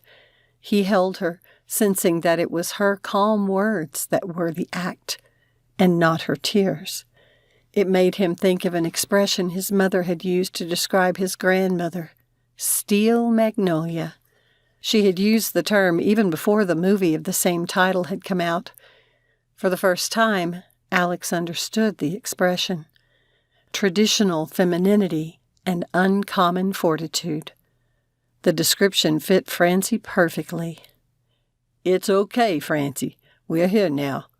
The officer she had called Leo watched her, his face full of worry. Who's this fellow with you? I'm Alex Diederik. I work at the university. As a favor to the Boone Historical Society, I was here earlier with students to assess the house. Then, when Mrs. Davis and I were talking after, that man broke in waving a gun. "Where are your students?" Leo asked. They'd already gone when it happened. Alex cleared his throat. Francie and I are dating. He hoped she could forgive him for the terrible things he'd said to her. The officer's brows rose, his expression both curious and happy, giving Alex the sense she and the man must be friends. She surprised Alex by lifting her chin and kissing him. Francie turned in his arms but kept them around her waist. "Can we sit down, Leo? I'm feeling really shaky right now." Sure. Your face has a bruise. Did that happen in the scuffle to get the gun? "No," Alex growled, taking her hand and pulling her to the sofa. He hit her. Well, this guy's list of charges just keeps growing. Leo peered more closely at Alex. Your face is cut. Is it? He touched a spot that was tender, Now the officer had brought it to his attention. It must have happened when I went for the gun. Did he let you two loose from the duct tape? That was all Francie. Alex shot her an admiring glance. How did you know how to do that? My son taught it to me and made me practice it with him. And your attacker let you do it? Leo asked, his gaze darting to where the man was rousing. I waited until he went upstairs to search. Francie waved the officer closer. They murdered my brother for testifying against the mafia. Do you think he could work for them? Well, butter my behind and call me a biscuit. That changes things. Leo strode over to the other officers. Are you really all right? Alex asked, shifting in the seat to see her better. I'm feeling so much right now that I don't even know. When that guy hit you, I've never been so mad in my life. He brushed her cheek near the spot. I should get some ice for it. Don't leave me, please. Her voice came out wobbly. It's fine. I'm right here. Alex pulled her closer, and she rested her head against his chest, like holding her last week had. The rightness of it filled him. Shame followed as he thought of the accusations he had thrown at her. Never had his father's words about not making an assumption hit the mark so true. Alex was determined to make things right between them. They sat quietly until the officers finally removed the hitman. Alex didn't even want to know what spin the guy was trying to put on what had happened. How could he possibly explain breaking into a private home, carrying a gun with a silencer on it? They could only hope the man would have a record with a link to the mafia to vouch for their statements. But Alex couldn't wait to be alone with Francie, to ask about her brother. Francie, Alex whispered. She opened her eyes, unable to believe she had dozed off in his arms. Not since the early days of her marriage to Greg had she felt so protected and cared for. It was like she had been granted a wonderful reprieve from the load she had carried alone for years. Rafe had tried to take some of it, but she had resisted so he could focus on his studies. Leo approached them, and Francie straightened. He sat on the coffee table facing them. I'm wondering if you two should see a doctor. Our victim's advocate can help you with any counseling, too. This time's different from the first home invasion. Leo, you know I don't have insurance. I'm fine. I can pay for you to see a doctor, Francie, Alex said. If it comes to me needing to see one, we'll talk then. Alex pressed his lips together, but he didn't argue. Her body already felt stiff, like she had the day she'd fallen from the roof. A laugh escaped her, and she reached over to pat his chest over the spot where her boots had hit him. "How's your chest?" she asked. "What's this?" Leo asked. Francie explained and then said to Alex, "Show him your bruise. I'm sure you still have it." "No, I will not." "Sakes alive, Francie," Leo growled. "You could have been killed." "Well, the good Lord was watching over us both that day, so don't you be worrying about it. Besides, Alex did the rest of the patches for me." "I'm glad you're watching out for her. This lady is a mite too independent, if you ask me." Leo held Francie's gaze. "The newspaper will pick this up, so there's no way I can keep Sue from hearing it. So don't go blaming me for blabbing." "Sue is Leo's wife," Francie explained to Alex, "and a good friend. It's all right to tell her, but be sure she knows I'm all right. The vile man didn't even break a window this time, which is a relief." "I can't tell her that, or she'll have my hide for not mentioning the other break-ins." "Then just tell her enough, so you put her mind at ease. And try to keep word from getting out to Rafe? Leo heaved out a deep sigh. He should hear it from you. Look, I know it's late, so I won't ask you to come down to the station tonight, but you'll both have to come in tomorrow to sign your statements. We'll be there, Alex said. Well, you two get some rest. Leo rose and joined the remaining officers. Francie stood slowly, assessing her stiffness, grateful when it wasn't too much. She had, for sure, hurt worse last week. Glancing at Alex, she saw he appeared to be doing the same thing with himself. "You okay?" she asked. I am. He brushed her lips with a kiss. Do you know how lucky we were? My Granny Gladys always said there's no such thing as luck. It's only blessings. I wish I could have met her. Me too. Francie reached up and brushed the scruff on his cheek. She would have liked you. We're leaving now, Leo called from the door. Be sure to lock this place up good. Alex released her for the first time since the police had arrived and went to the door. He locked it behind them and turned to face her. We have a lot to talk about yet, but do you want to sleep first? I can come back in the morning. A sense of panic at being alone washed over Francie. Don't leave. Then I won't. He held out his arms and she slipped into them. We can talk on the sofa. I need to check the secret room. What's this? Alex looked down at her. You are turning out to be quite the woman of mystery, Francie Davis. She gave a pathetic-sounding laugh. I don't mean to be. Come look at it.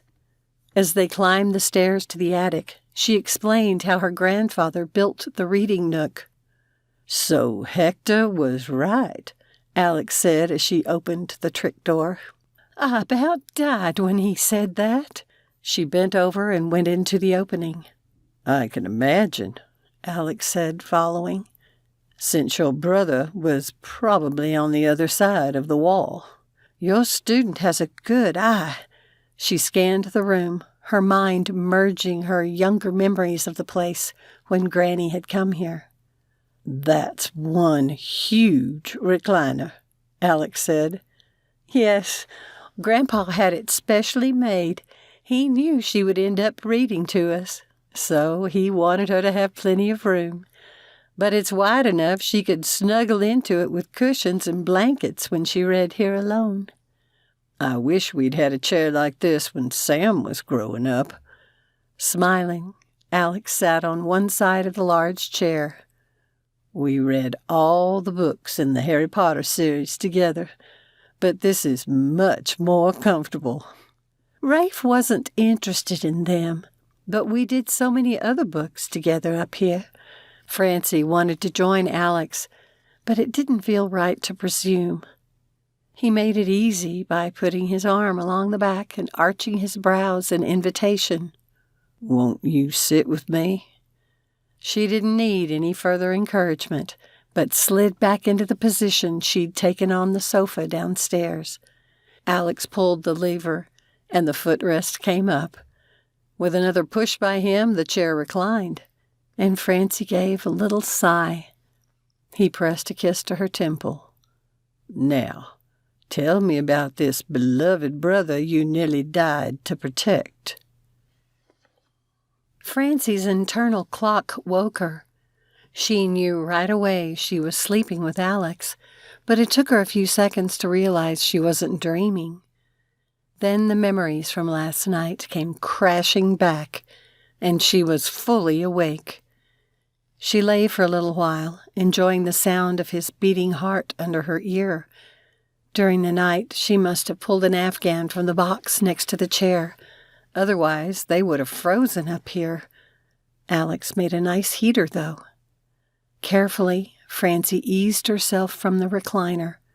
Her cheek ached where the brute had hit her, and her ankle moved more stiffly, but at least she hadn't hurt it again.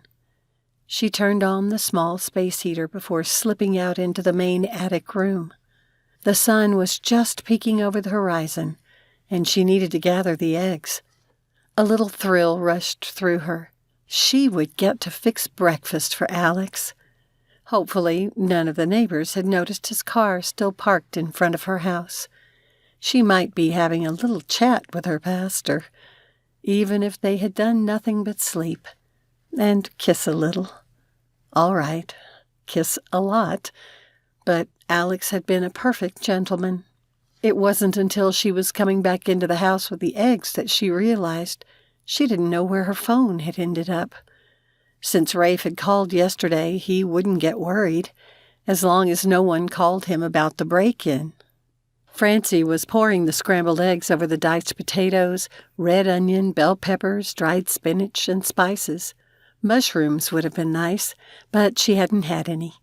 Since she knew Alex had liked jalapenos, she had added a bit to give the casserole some bite.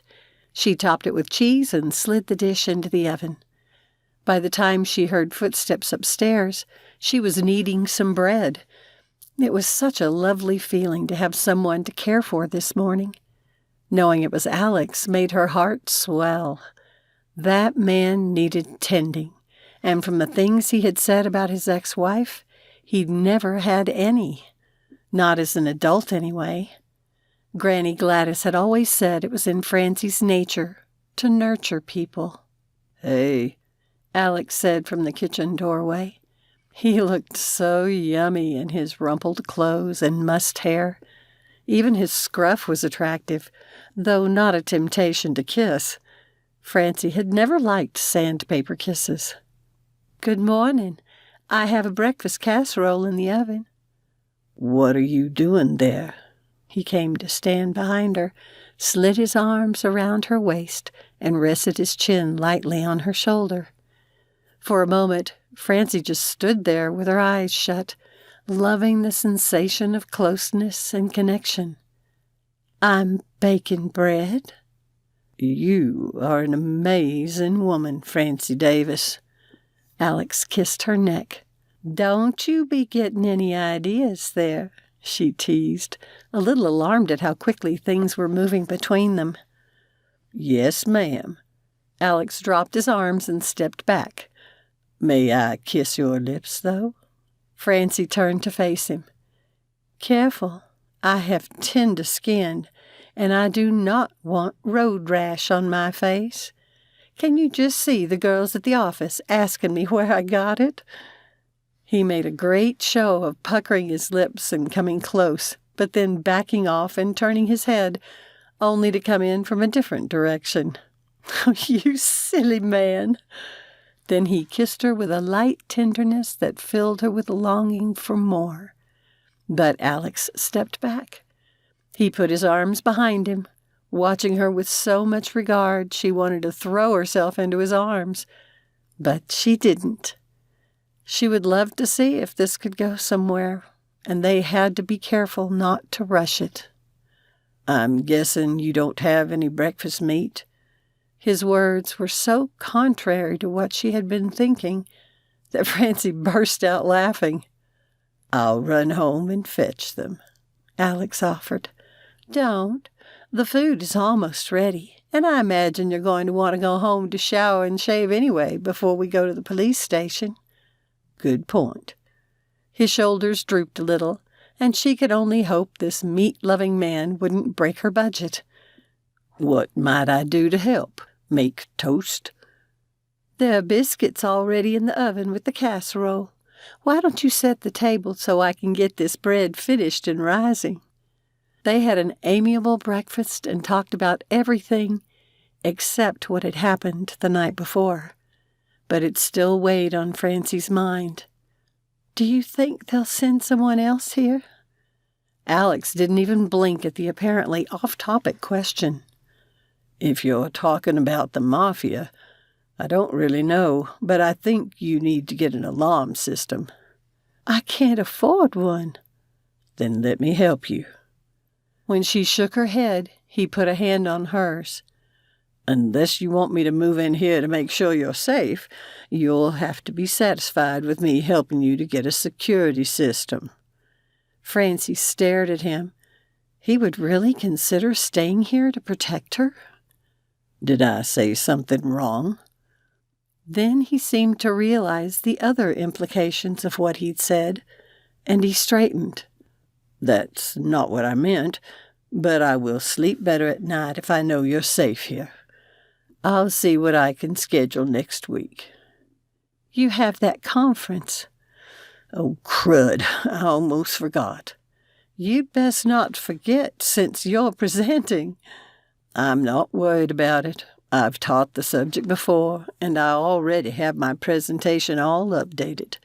But I don't know if I can stand being in a different city, knowing that you're in this house all vulnerable. Please let me do this. I've got a friend in the business, and I'm sure I can get a good discount." Francie thought about it for a bit. "Fine, but I'll pay you back. It might take me until I'm 80 years old to do it, but you have to agree or I'll refuse your offer." "All right, then." Alex picked up his empty plate and stood. "I'll help you clean up here, and then I need to go home and clean myself. My daughter was out with friends this weekend, but she made me promise she could cook me dinner tonight. Would you like to come?" "Let's see how this goes between us first, before we bring in our kids. If things don't work out, it could get real complicated." "You've never said a truer thing. Kids complicate everything, especially adult children." "Yep." Chapter 22. Alex arrived at the office early on Monday morning. The trip to give their statements hadn't been as horrible as both he and Francie had feared. She had insisted that they drive separately, since he lived much closer to downtown, where the police station was located. He had wanted to spend the time with her, but had accepted the consolation she had offered in the form of plenty of toe-curling kisses, since he had made sure to shave. That evening, Sam had insisted he shouldn't delete his dating app yet, since he and Francie had agreed not to mention their new relationship to their children. He hadn't argued. Alex hadn't checked for new messages since accepting Destiny's invitation, and he had no intention of doing so now. Not with Francie in his life. In the outer office, he heard the door open. Alex's pulse quickened. Francie had come early, too. He hurried to open his door. She put her purse in the drawer and turned on the computer. Alex leaned against the jamb, watching as she stood and went to a file cabinet. "Do you know I can tell when you step into a room, even if I don't look?" She glanced over her shoulder at him. "Your aftershave is now one of my favorite fragrances." Alex grinned like an idiot. "I'm glad to know that." He stepped closer to examine her face. "I can't see the bruise on your cheek." "Makeup." "I noticed you limping a little yesterday." "It's back to normal today." Francie glanced toward the open suite door and lowered her voice. "Have you heard any news about the attack?" "There may be a silver lining to that group of tornadoes that hit Texas yesterday. The local news stations have bigger stories to report." "I hope so. I'm dreading the chat with Rafe about it." She picked up a stack of folders. "Here, let me help you with those." Alex took them and headed to the copy room with her, holding the files in one hand and keeping a solicitous hand on her back. "I really should cut down on the paper use. Sam says I need to do more to join the digital age." "The trees of the world will thank you," Francie teased. "How did supper go with your daughter?" "She's getting pretty good at cooking. I'm impressed." The meal had gone well, but Sam had seemed distracted, which worried Alex. Nothing he had done would get her to open up to him, though. "Do you like salsa?" Francie asked. "I love salsa. Do you make it?" I've thought about trying some. You need to use those jalapenos. Just so. I downloaded a recipe yesterday I'd like to try. Do you mind being a guinea pig?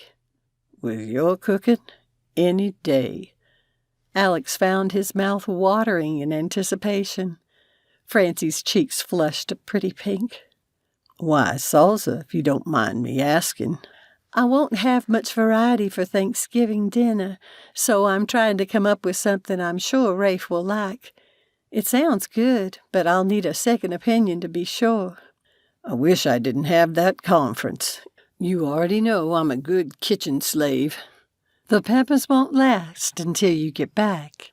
No, but I'll be happy to be your taste tester. They were at the copy room door, and Francie turned to face him. You wouldn't mind? Alex wanted more than anything to lean in and steal a kiss, but he had something he needed to do first. It would be my pleasure. My only payment would be supper. Stellar. The sweet curve of her lips made him step back to avoid temptation. When you get back, I'll feed you supper. There were a couple of other salsa recipes I'd like to try, too. You can decide which is best. I'll be there. Alex glanced at his watch. Oops, I need to get to class. He turned and hurried back toward his office.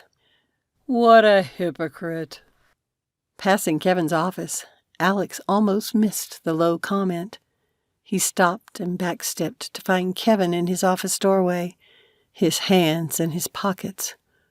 What did you say? Alex asked. You're nothing but a hypocrite, Diederik.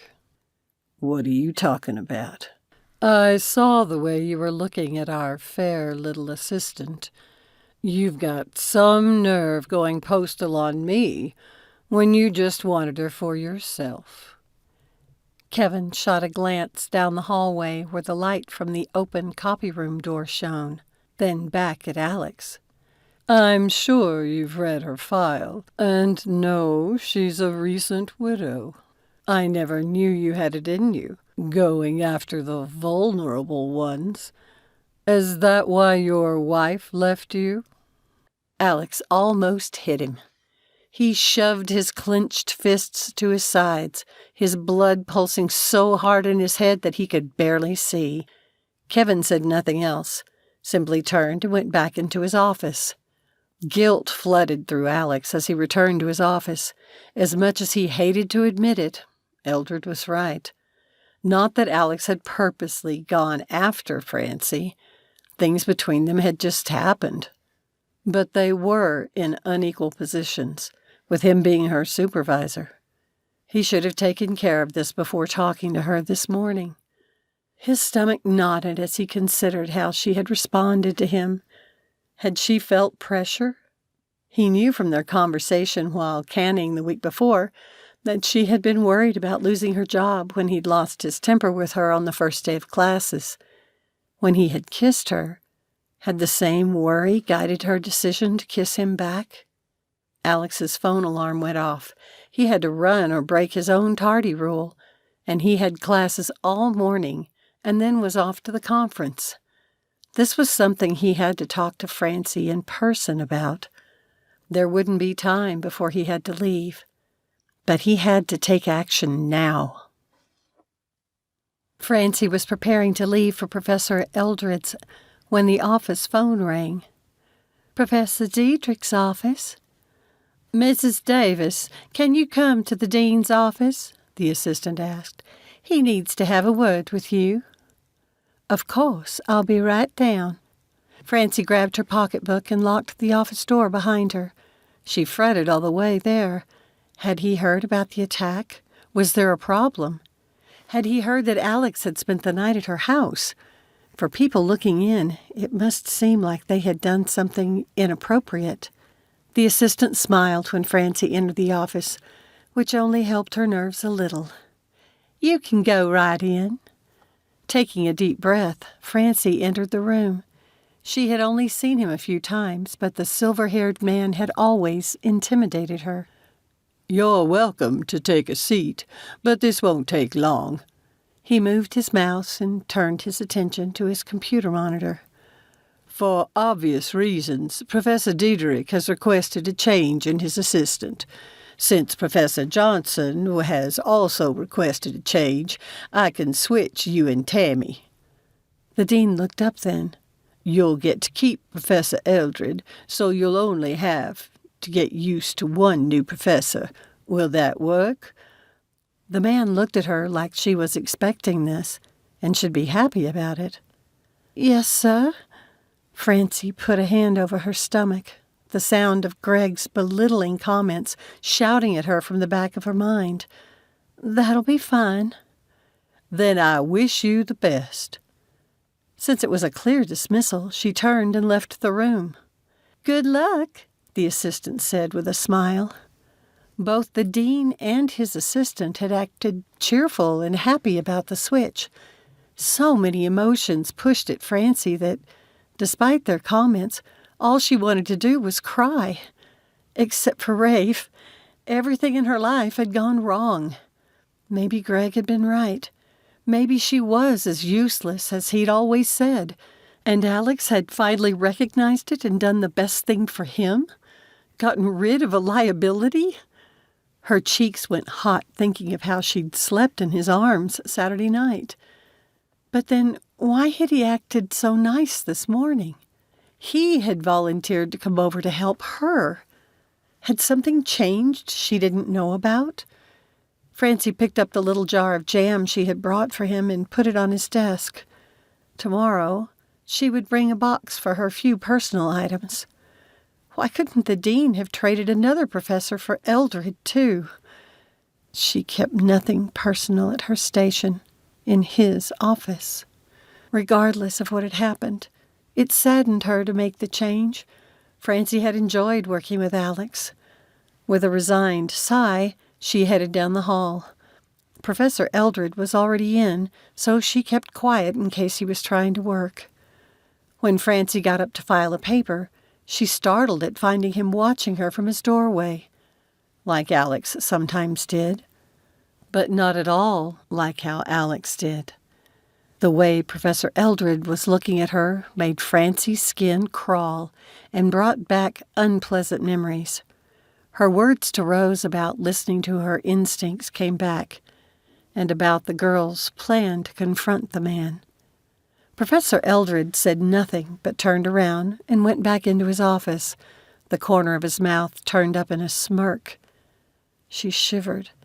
It was like he had taken a step back to that first day of school when he had made those disgusting comments about her to Alex. Francie would have to rearrange the office. She reached into her pocketbook and pulled out a bag that held a small mirror. There was no way she was going to let Eldred watch her from behind without her knowing it. By lunchtime, Francie was dragging.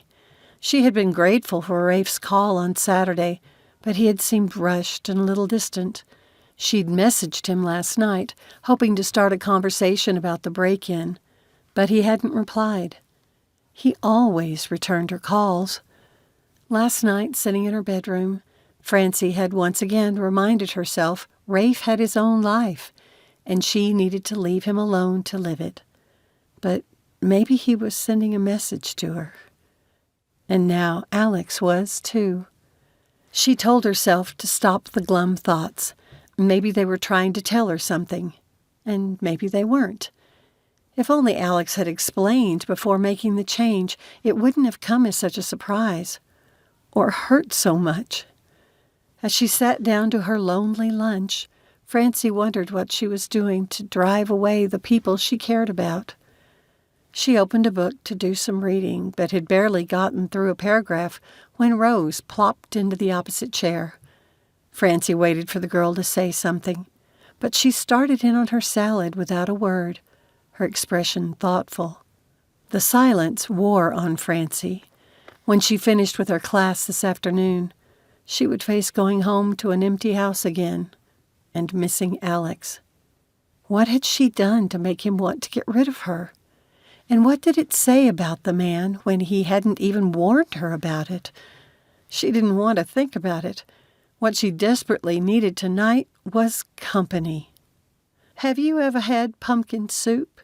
Francie finally asked when Rose still hadn't spoken. Rose finally met Francie's gaze. If you're too busy, it's all good. Francie packed up her trash. No, I haven't had it before. Rose scooted her chair forward, giving Francie her full attention. Can I come? Pumpkin is my daddy's favorite. Tonight? Francie asked, hopeful. I think so. Rose checked her phone. Yes, I can tonight, and I finally got the name of someone else who's so mad at Eldred that she'll come forward. Francie's spirits lifted. How many do you have? 3, but we're shooting for 5. I'm afraid he'll be able to blow off only 3 as just disgruntled former students. Good answer. I can't wait to see how you make this. Rose tied on her apron. For Christmas, Francie intended to sew one for the girl. Well, I hope you like it, Francie said as she took the roasted pumpkin from the fridge where it had been cooling. Sometimes people like pumpkin in pies or cookies, but not as a savory soup. Rose came to stand beside Francie. I can't believe you cooked this thing whole. You can roast it in the oven. Since the pumpkin wasn't all that big, I did it in the slow cooker last night. Do you have to use a whole pumpkin? No, you can use the canned stuff, but this came from my garden. Why don't you dice an onion while I get the herbs going? Francie pointed to a large stock pot on the stove. I made vegetable broth for you. Thank you. Rose gave her a quick hug before starting in on the onion. The show of affection warmed Francie's heart and pushed away the dark thoughts she'd been having. Once done, they returned to the table and started scooping the roasted pumpkin flesh into a food processor. Now you can add the fresh thyme, parsley, and garlic to the pot. Only when they had everything simmering did Francie raise her concern about the upcoming confrontation. You know I'm in favor of you helping those young women to confront Professor Eldred about his terrible behavior. But, Rose set down the spoon, sounding defensive now, I can hear a but in your voice. Francie turned to face her. Look, hun, that man has to be stopped, but you cannot do it unless you have absolute proof, and it's not their word against his. I remember all too well how helpless it feels. At least I only lost my job. You got fired because you reported... Rose held up her brows in expectation. Francie explained about the attack and how she had been forced to use a lamp to get the man off her. It was his word against mine, and he had bruises to prove I had attacked him. You don't want Eldred to sue you for defamation of character or whatever it is people do when they say you're telling lies about them. Rose's face went pale and her shoulders drooped. If that happened, it could hurt my daddy. He teaches in the same department as Eldred. Francie stared at the girl. Do I know your father? You must, Professor Diederik. Francie's knees went weak, and she sank into a chair, her mind spinning at the revelation. Are you okay? Rose hurried around the table and knelt on the floor. You're Sam. Yeah. Her cheeks went red. Not looking at Francie, the girl, Sam, stood and went to the stove to stir the soup. I guess you know my daddy then? Yes, I know him. Or Francie thought she had. I work for the snake and for your father. Used to work for him. Tomorrow she would work for Professor Johnson. She reached across the table, grabbed her phone, and sent a quick text to Alex, asking him to call her when he had a minute. Then she moved beside the girl and waited for her to look up. You said you trusted me, Francie said. Why did you tell me your name was Rose? It is Rose. Well, Rosamond. It's my middle name after my grandmother. Sam clutched her hands to her chest as though she were praying. See, when I tell people I'm Rose, I'm just Rose, not Professor Diederik's daughter. Lots of students have taken classes from him. He's really popular. When they hear my last name, they act all weird, either because they think I'm too strange to be his daughter, or because they're fans of his. When Francie's phone rang, her heart did a little lurch. She put it on speaker. Hello? Hey, Ma. I'm so sorry I didn't call you back sooner. You wouldn't believe the week I've had. Francie's throat had tightened at the sound of Rafe's voice, but she played it light, letting out a shaky and exaggerated sigh. She said with loads of drama, Well, it's begun. Out having fun while your aged mother languishes in solitude. Is that your son? Sam giggled. Who's that? Rafe asked. Is it your friend Rose? Francie told you about me? Sam's cheeks went pink with pleasure. Yeah, she has. Hey, Ma, The phone vibrated, signaling another call, and Francie and Sam both startled. So much for solitude, huh? Sounds like you have another call, Ms. Popularity. I have to go anyway. I only wanted to let you know I got your text, and I'll talk to you on Sunday. Love you, Ma. Love you back. Francie fumbled to disconnect and accept the second call. Francie, are you all right? There was a lot of background noise. Alex must be in a crowded place. You need to talk to someone. Francie pushed the phone in the middle of the table. The sound of his alarmed voice had made her stupidly happy, and he'd used her first name. Daddy? Sam's gaze darted between the phone and Francie's face. What the... Sam? I can hardly hear. Was that Sam? Where are you? She's at my house, Alex. She's the Rose I've told you about. Francie? Sam? Look, they're signaling to me. I'll have to call you in an hour. He hung up. You are my daddy's lady friend? Sam clapped her hands. He lent you my aircast last week. I'm much better now. Francie lifted the leg of her jeans to show the yellow and greenish bruise on her ankle. Ouchie! Sam sat in the chair beside Francie. Did you guys fight or something? He was so happy, and then before he left for his conference, he was... I don't know. It was like someone stole all the chocolate in the world.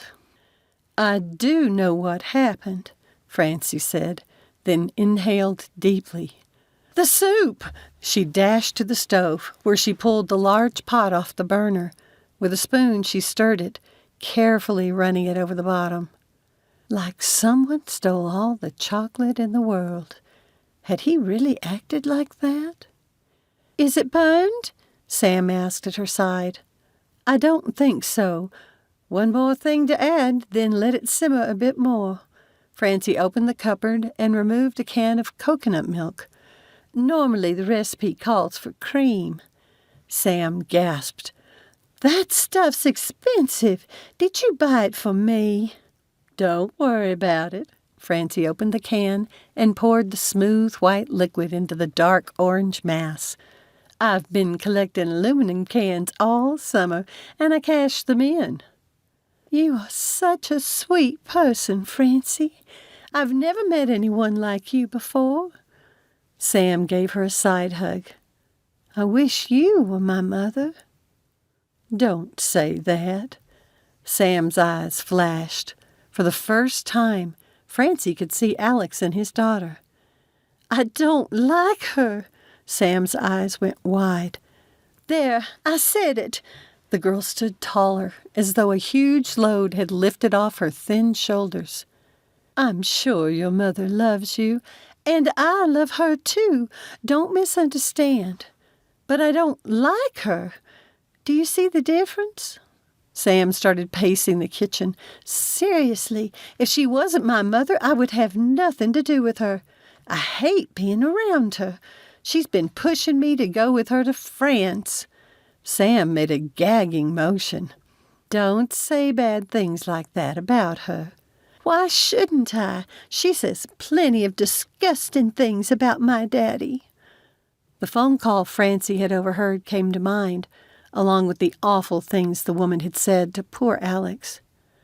"But don't you see, Sam?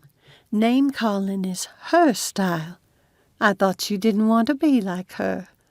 The girl came to an abrupt stop in front of Francie. "You are so right. Still, it's important for you to know what you'll be up against. If you're going to marry my daddy—" "Your father and I aren't even dating," Francie said, her face going hot. "He's my boss." Well, he had been. Sam's eyes went wide again. "Is that the problem?" She nodded, answering her own question. "Yes, to my rigid, rule-keeping father it would be. But it's obvious you two were made for each other." "You've never seen us together, Sam, and it wasn't obvious to you an hour ago." "Yes, it was," she grinned. "You do not know how hard I've been working on him. Did you ever see that old musical, Hello, Dolly? Well, Dolly, this matchmaker who has her eye on this old guy for herself, but she has to get him in a marrying frame of mind first. I'd been planning to get my daddy in a dating frame of mind, but since the first day I met you, I've been really pushing it, all so I could introduce him to you." The girl sighed. "I would love for you to be my mother." "Sam, you are sweet to say that, but you're getting way ahead of things. I just found out today that your father doesn't want me as his assistant anymore." "But that's perfect. Don't you see? It's against school policy to date anyone you supervise. He lectured me about it when I mentioned I'd seen a professor out on a date with her assistant." Sam shot Francie a knowing look, a single brow raised. "Besides, just now on the phone, he sounded really worried about you." What the girl said made sense, but Francie knew better than to assume a teenager's wishful thoughts were true ones. "Let's eat," Francie said, feeling a little numb. "And I can add testimony to Professor Eldred's action. You should have heard the nasty things he said to your father about me on my first day at work." "Tell me." Chapter 23. Alex used his key card to get into the hotel room. His evening conference presentation had not gone well at all, and he doubted they would ask him to present again, which was unfortunate, since he had worked hard to show himself as a credible speaker. Not that it mattered right now. He couldn't get his head around Sam and Francie knowing each other already. Alex shut the hotel room door and leaned his back against it. He had listened to each of them talk about the other so often that he knew they were friends, independent of him. If he remembered correctly, Sam's improved moods and attitude about everything had begun with her first mention of the sweet old lady. Alex chuckled. Francie wasn't even 40 yet, but he could believe his daughter would consider it old. If Francie were responsible for the improvements with Sam, he owed his assistant more than she could know. Well, his soon-to-be former assistant. But he would talk to Francie soon, and he could explain what the dean would implement next week. He grinned. As soon as Francie had said the name Rose, he should have wondered if Sam had taken to passing herself off with that name again.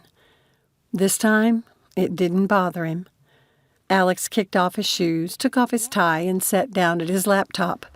Before he called Francie back, he thought back to the conversation he'd had with the dean and hoped he wasn't being presumptuous. What if he had implemented these changes and it turned out Francie didn't want to date him? His only question was if he had put any pressure on her the evening of their first kiss, even without meaning to. He had always recognized there was much more going on under her lovely exterior and in her history than he could have imagined. Alex had already made so many mistakes with her, he couldn't be misreading her again. His mind went to those kisses they had shared outside the police station. He knew Francie now. She was not a woman to give those lightly. If she agreed to date him, he would receive some razzing from the department staff. But if they had known he was on a dating app, he would get teased anyway. He thought back to the emails he had exchanged with the handful of women on the site. It had always seemed risky to him, sending them out to random strangers. Francie was a risk, too, one he wholeheartedly wanted to take. He opened the dating app and deleted his account. Alex pulled out his phone, moved to the bed, and hit auto dial. Sam answered Francie's phone. "Daddy, we just made the most heavenly pumpkin soup. I can't wait to make it for you. Or," Sam's voice took on a sly note, "you should just try Francie's." "Give me that phone, you minx," Francie cried in the background. He chuckled at the brief struggle that ensued, with Sam cackling in the background. Alex couldn't remember a single time in all his years with Vicki when his daughter had sounded so joyful. His heart swelled with gratitude. "Hello," Francie said when she finally got control of the phone. "I have to study for a test, kids," Sam called to the sound of a door opening. "I'll leave you two to talk." "Hang on," the phone clattered. Francie must have put it down. Alex listened as they spoke, but he couldn't understand what they were saying. Something about soup, secret social media groups, and YouTube. At a different time, with a different person, the connection the two shared might have made him jealous. Now it thrilled him. "I'm back." Francie sounded wary, and he didn't blame her. "I feel really stupid not to have realized your Sam was my Rose." My Rose. Alex could not think of a better role model for his daughter than this woman. "Sam kept going on about this older lady who was teaching her to cook," Alex chuckled. "I knew she liked you, whoever you were, but all this time I've been imagining a plump little grandmother with blue hair, kind of like that picture of your Granny Gladys hanging on your staircase." Francie didn't speak, and for a second, Alex wasn't sure what to say. He wanted to have an in-person discussion about the upcoming office arrangements. On the phone, without the benefit of body language, it was too easy to misunderstand. But what had killed their easy camaraderie? "I need to talk to you," Alex said. "I'm listening." Her tone wasn't the ice queen she had been when he'd said the same thing while standing on her porch, but it was definitely reserved. "No, in person." He wished she would give him some encouragement. "Can I take you to breakfast when I get back?" Francie hesitated, and Alex held his breath. "I can make us something," she finally offered. "I knew you'd say that. Let's work it out when I get there. Is that all right?" "Sure." "Well, good night, I guess. We will have lots to talk about when I return." "We certainly will. Good night." Alex tossed his phone to the bed. Had he done something wrong? Francie had just pulled a sweater over her head when the sound of a car driving up to the house caused her to run to her bedroom window. What was Alex doing here before work? She straightened her clothes and hurried down the stairs, her bare feet freezing. "You ready for breakfast?" Alex asked when she opened the kitchen door. He wore a tentative grin and held a package of bacon in one hand and a bouquet of roses in the other. "I brought meat." "I thought your flight back wasn't until tomorrow night." Francie stepped back to let him inside. She accepted the flowers he handed her, not sure how to take his rather forced joviality. I took an earlier flight. I had to see you. He put the package of meat on the counter and turned to face her. You didn't sound like yourself last night when we spoke. I got worried. Francie still stood by the door, the bouquet in her hands. Her kitchen was full of the smell of him, and she wanted nothing more than to cup his freshly shaved cheek and kiss. Stop it. She couldn't have those thoughts until she understood why he would make such a big change without showing her the courtesy of an advanced warning. Alex, what's going on? Let's sit first, all right? He came to her and held out his hand. Francie brushed past him and sat at her table. I didn't want to do this on the phone. He took the chair across from her. Are you aware of the university's fraternization policy? So Sam was right. What about Sam? Francie told him what his daughter had said the night before. Right. Alex rubbed his neck. You and I have been through a lot together, and I got wrapped up in it all. I let myself forget some important things. Greg's voice burst with his hateful rhetoric in the back of Francie's mind, more forcefully than it had since he had died. Useless, that's what you are.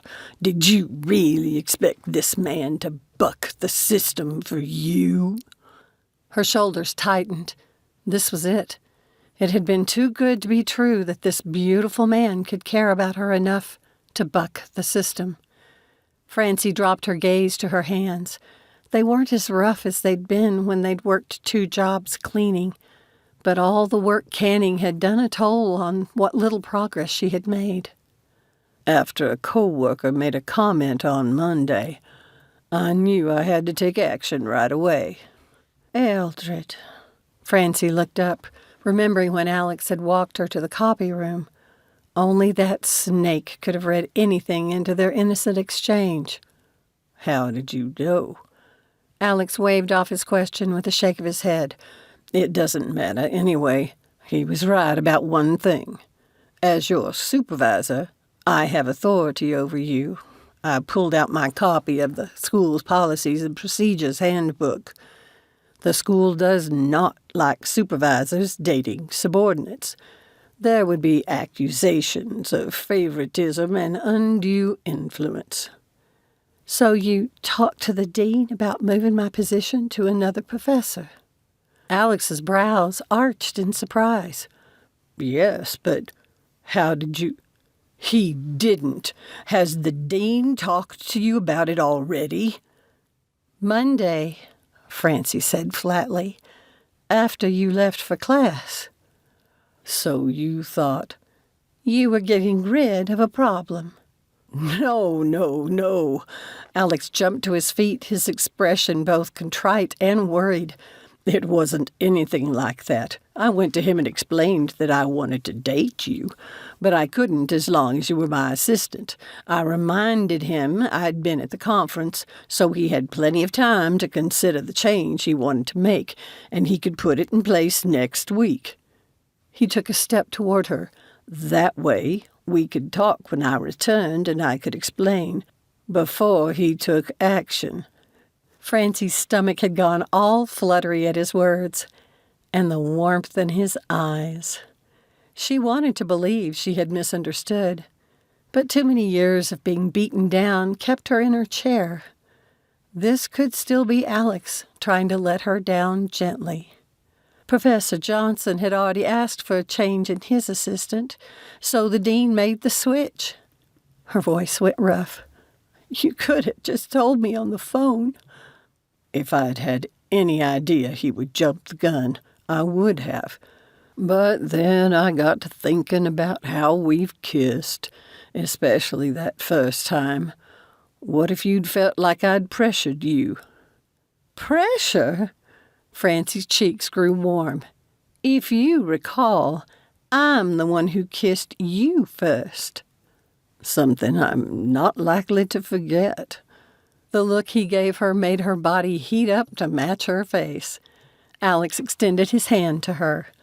Look, Francie, I know we've faced death together. The teasing gleam in his eyes made her smile, and she let him pull her to her feet. And something like that can forge a bond between people. But you need to understand that I've wanted to date you for a while. Subconsciously, anyway. Consciously, I made excuses for feeling jealous by telling myself I didn't want to lose you as my assistant. You felt jealous for a while? Of who? No one in particular. Just the thought you might have started dating. I know it's stupid. It took you falling on my chest to open my eyes. I hesitated to say anything, but you need to understand this. If I must choose between you working for me or having the freedom to date you, the latter wins, hands down. I want to get to know you better. Francie gave a disbelieving laugh. You already know my deepest secret. Yes, I do, and I will keep it. He stepped closer, still holding her hand. Was I wrong to ask the dean to make the change? No. You were only wrong to not speak to me about it first. Even if you hadn't wanted to date me, I'd have requested a change. Because I'm falling for you, Francie. The intensity in Alex's gaze made her legs go all wonky. He asked, So, he's already made the change? Yes, I'm officially Professor Johnson's assistant, and not yours anymore. With the corners of his mouth curving up, Alex ran his fingers lightly down her cheek, setting her skin on fire with his touch. He slid them along the side of her face, settling in the hair at the back of her neck. He leaned closer until his lips barely touched her cheek, making a tingling trail of feather kisses to the corner of her mouth. No pressure, right, Francie? He whispered. No pressure, Alex. And he finally found her lips.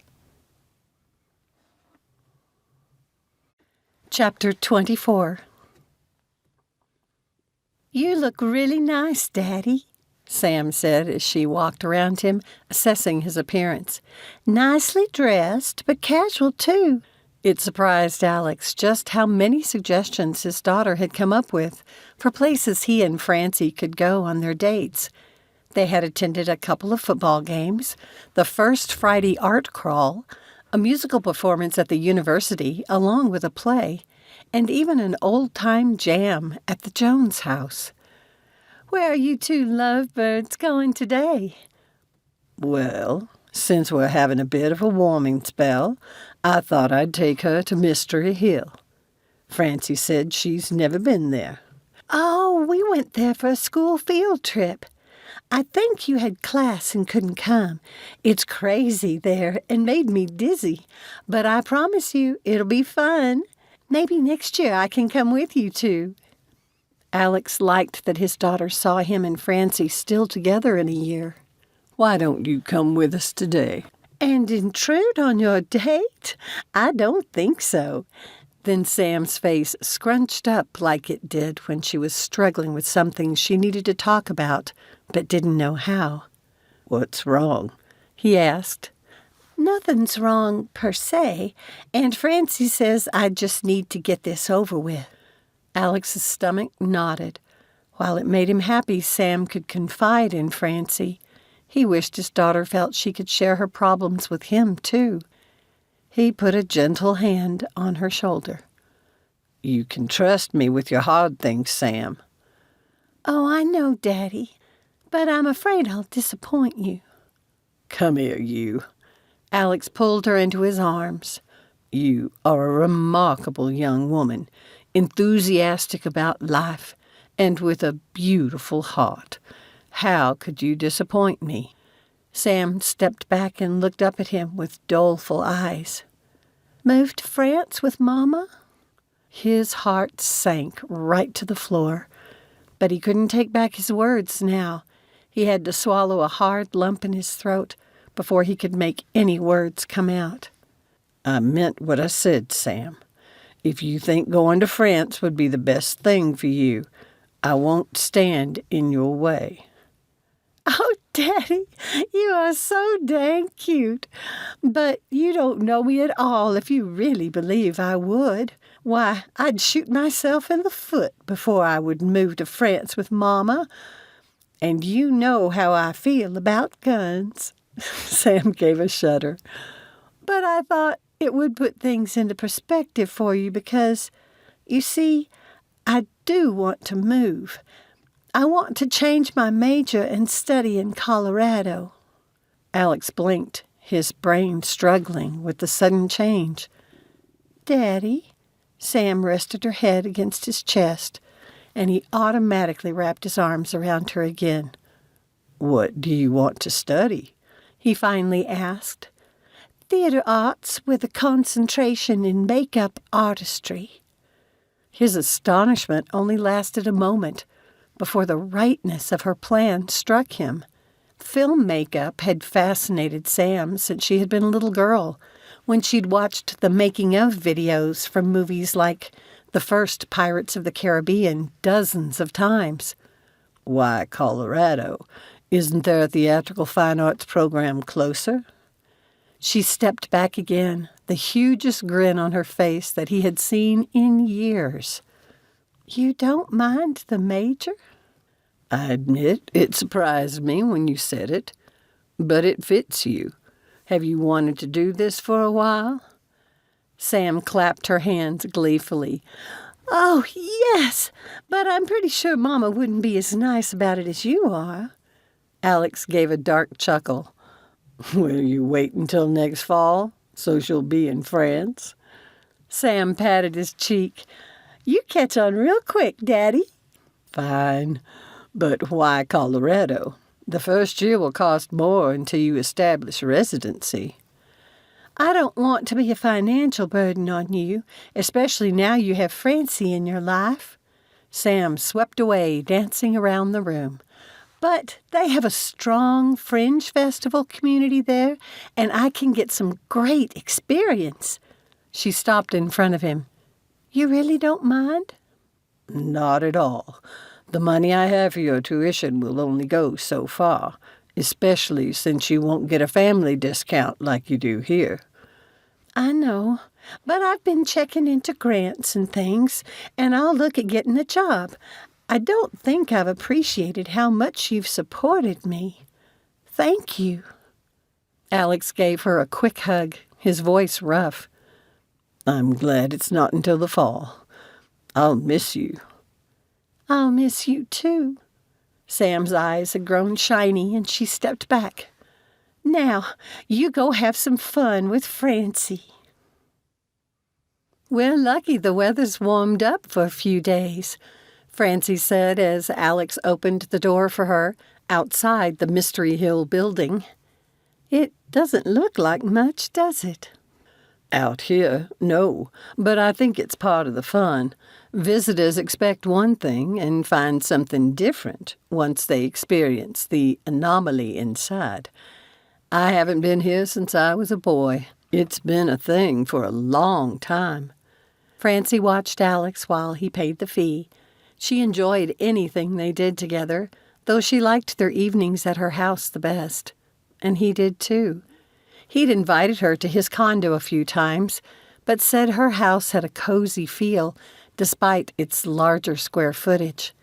Considering how much nicer his place was, she took it as a huge compliment. It meant Granny had succeeded in teaching Francie how a Southern hostess should make her guests feel. She hoped her grandmother would be proud.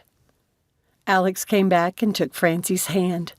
Greg hadn't been much at a touching, even in the early days. It had taken her a while to get used to Alex's, but now she loved it.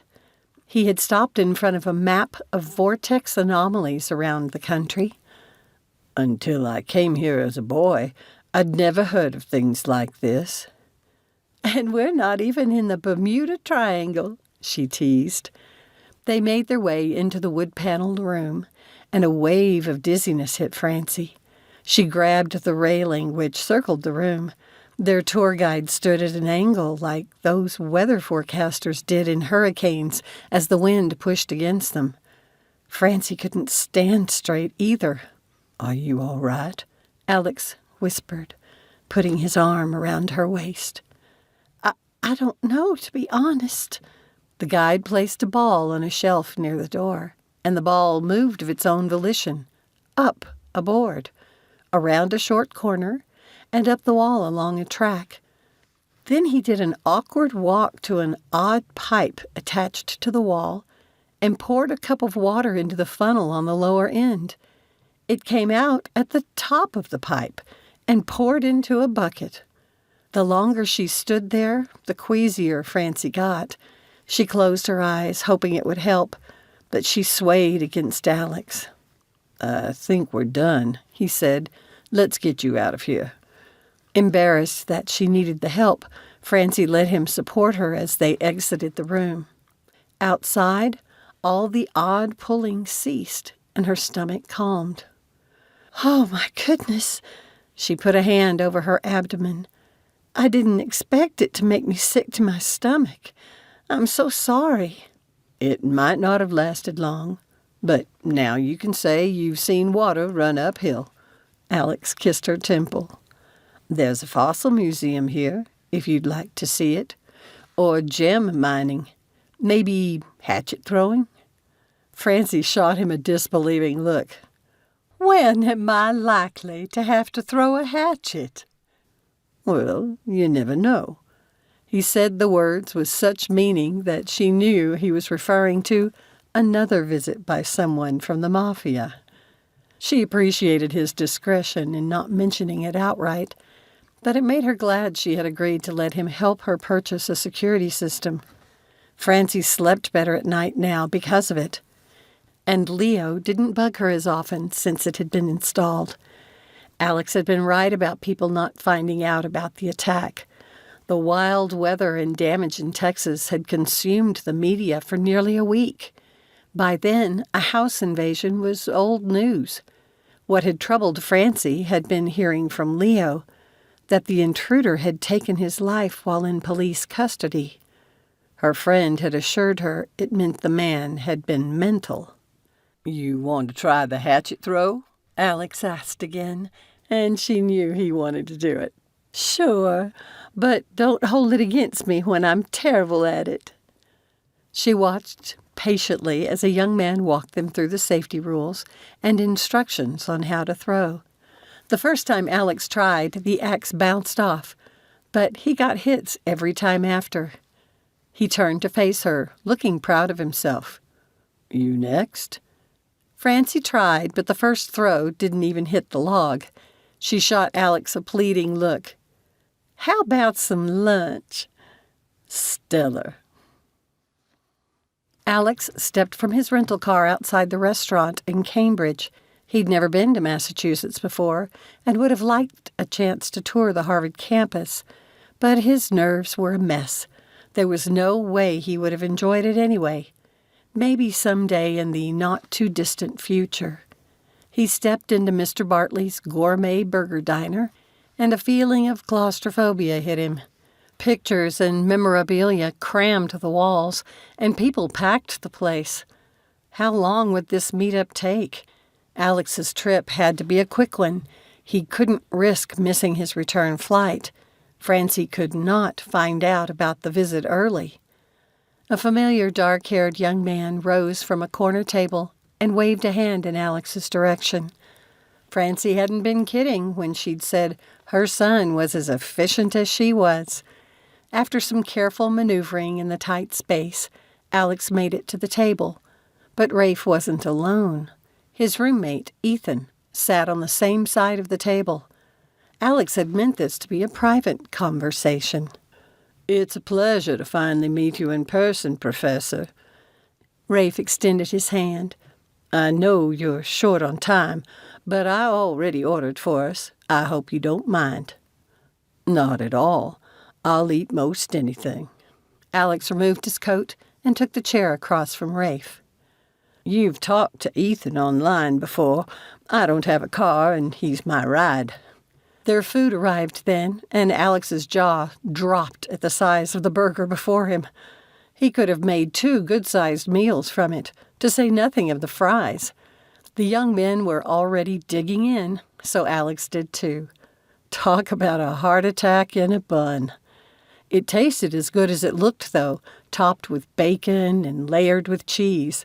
With all of them busy eating, it gave Alex time to review the different ways he had considered in how to broach such a personal question to Rafe with an audience. I'm pretty sure I know why you're here, Francie's son said, finally wiping his mouth and putting the napkin on his empty plate. Alex shot Ethan a glance, but the young man grinned. Oh, don't worry about me, Prof. I bought lunch so I'd have an excuse to be here. He leaned a little closer, though he still had to raise his voice to be heard over the other diners.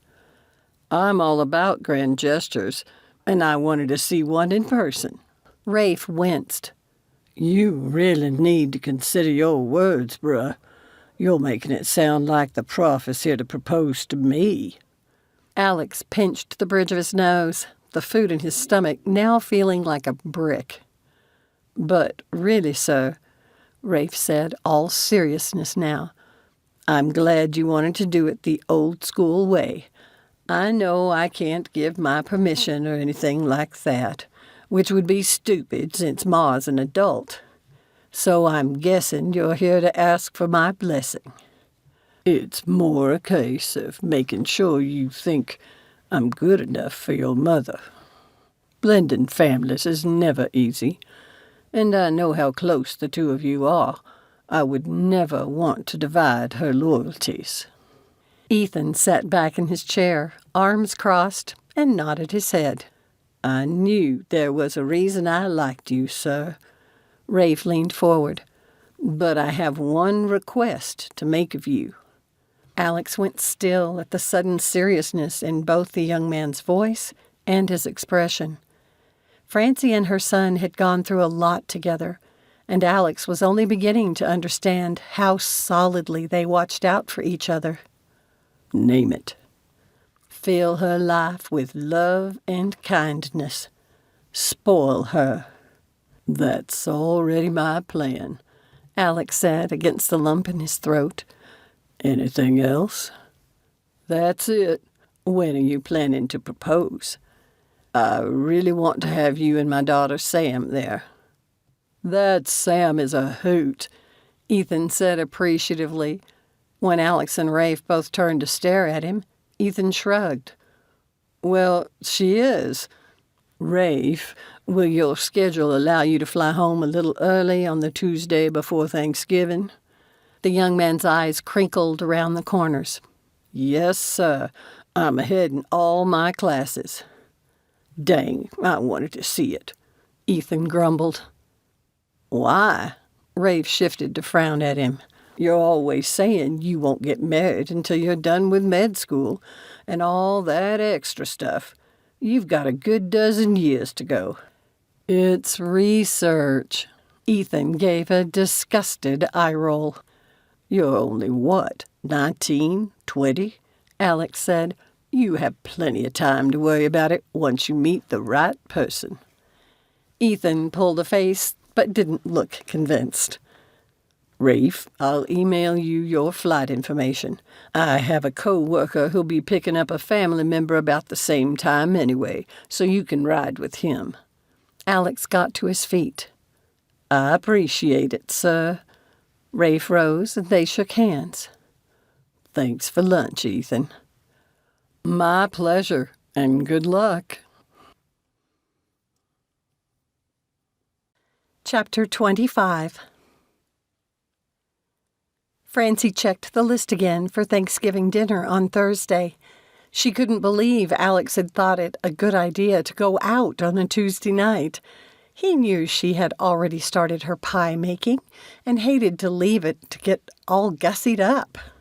She could almost hear Granny Gladys's voice. Savor the moment. And she was so right. Francie could never have guessed on that first day of school how much she would come to care for the man who had yelled at her, and the darling girl who'd about plowed Francie down as she burst out of his office door. A quick check of her kitchen clock told her it was time to get ready, and she hurried up the stairs. Not since the weekend before classes started had Francie taken such care with her clothes. All Alex had said was to dress extra nicely. After a quick shower, Francie pulled out the vintage dress she had found in an attic chest. The black taffeta, knee-length evening dress had needed some airing because of the mothballs, but Francie couldn't smell any now. She hoped it wasn't because she'd gotten used to it. She couldn't believe Granny Gladys had worn it. She must have shrunk a lot as she aged, but it fit Francie perfectly. She twisted before her reflection in the mirror. It felt strange to be dressed this fancy. She had worn nothing this nice since senior prom. Hopefully, Alex would like it. Francie had taken Sam's advice and used 2 bandanas to curl her hair. Following the instructions on the video hadn't been difficult, and having her hair up all day while Francie worked had come in handy, and her hair looked amazing now. Sam had such a flair. Francie was sure she would do something amazing with it. It was a shame she'd have to leave early to go to her mother's house for Thanksgiving. Francie adjusted the shawl-like bodice of the dress and straightened the only nice necklace she owned. She couldn't see anything else to fix. Her reflection was as good as she got. As she walked down the stairs in the fancy heels she had bought for the first day of school, Francie thought back over everything that had happened since the beginning of the semester. She mentally checked off what she had accomplished, including maintaining a 3.5 GPA so far, stupid remedial math, and doing well in her first office job. She had discovered her brother was still alive and had helped him as he transitioned to a new life. Just last week, she had received a postcard from Hawaii. It had no return address, and the sender had written nothing on it. Who would send her something like that except Tony? Francie liked the idea of him living in a tropical location. She hoped he could make a good life for himself there and be safe. The final blessing she had in her life was the addition of Alex and Sam. An immense sense of peace settled over Francie. Considering all the challenges she'd had to overcome through the years, what she had done in the last few months was kind of amazing. For the first time in years, she accepted, deep in her heart, that she was worthwhile. Greg had been wrong, and Alex was right. Alex. Francie let out a happy sigh and looked down at her shoes again. When she had bought them all those months ago, she hadn't even known about Granny's dress, or how perfectly they would go together. At least it shouldn't snow until tomorrow. Otherwise, she wouldn't have dared to wear them. Her legs would be cold tonight, but that was the price women paid to be beautiful.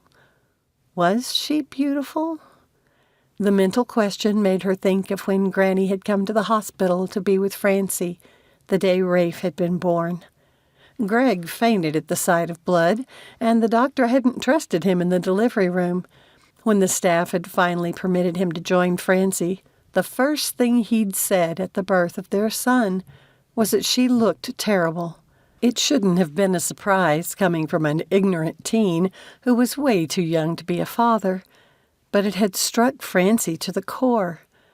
Then Granny had rushed to Francie's other side, talking about the different kinds of beauty, from the delicate newborn baby to the new mother who had just risked her life to bring her babe into the world, and even the old grandmother whose wrinkles showcased the depth and fullness of her life.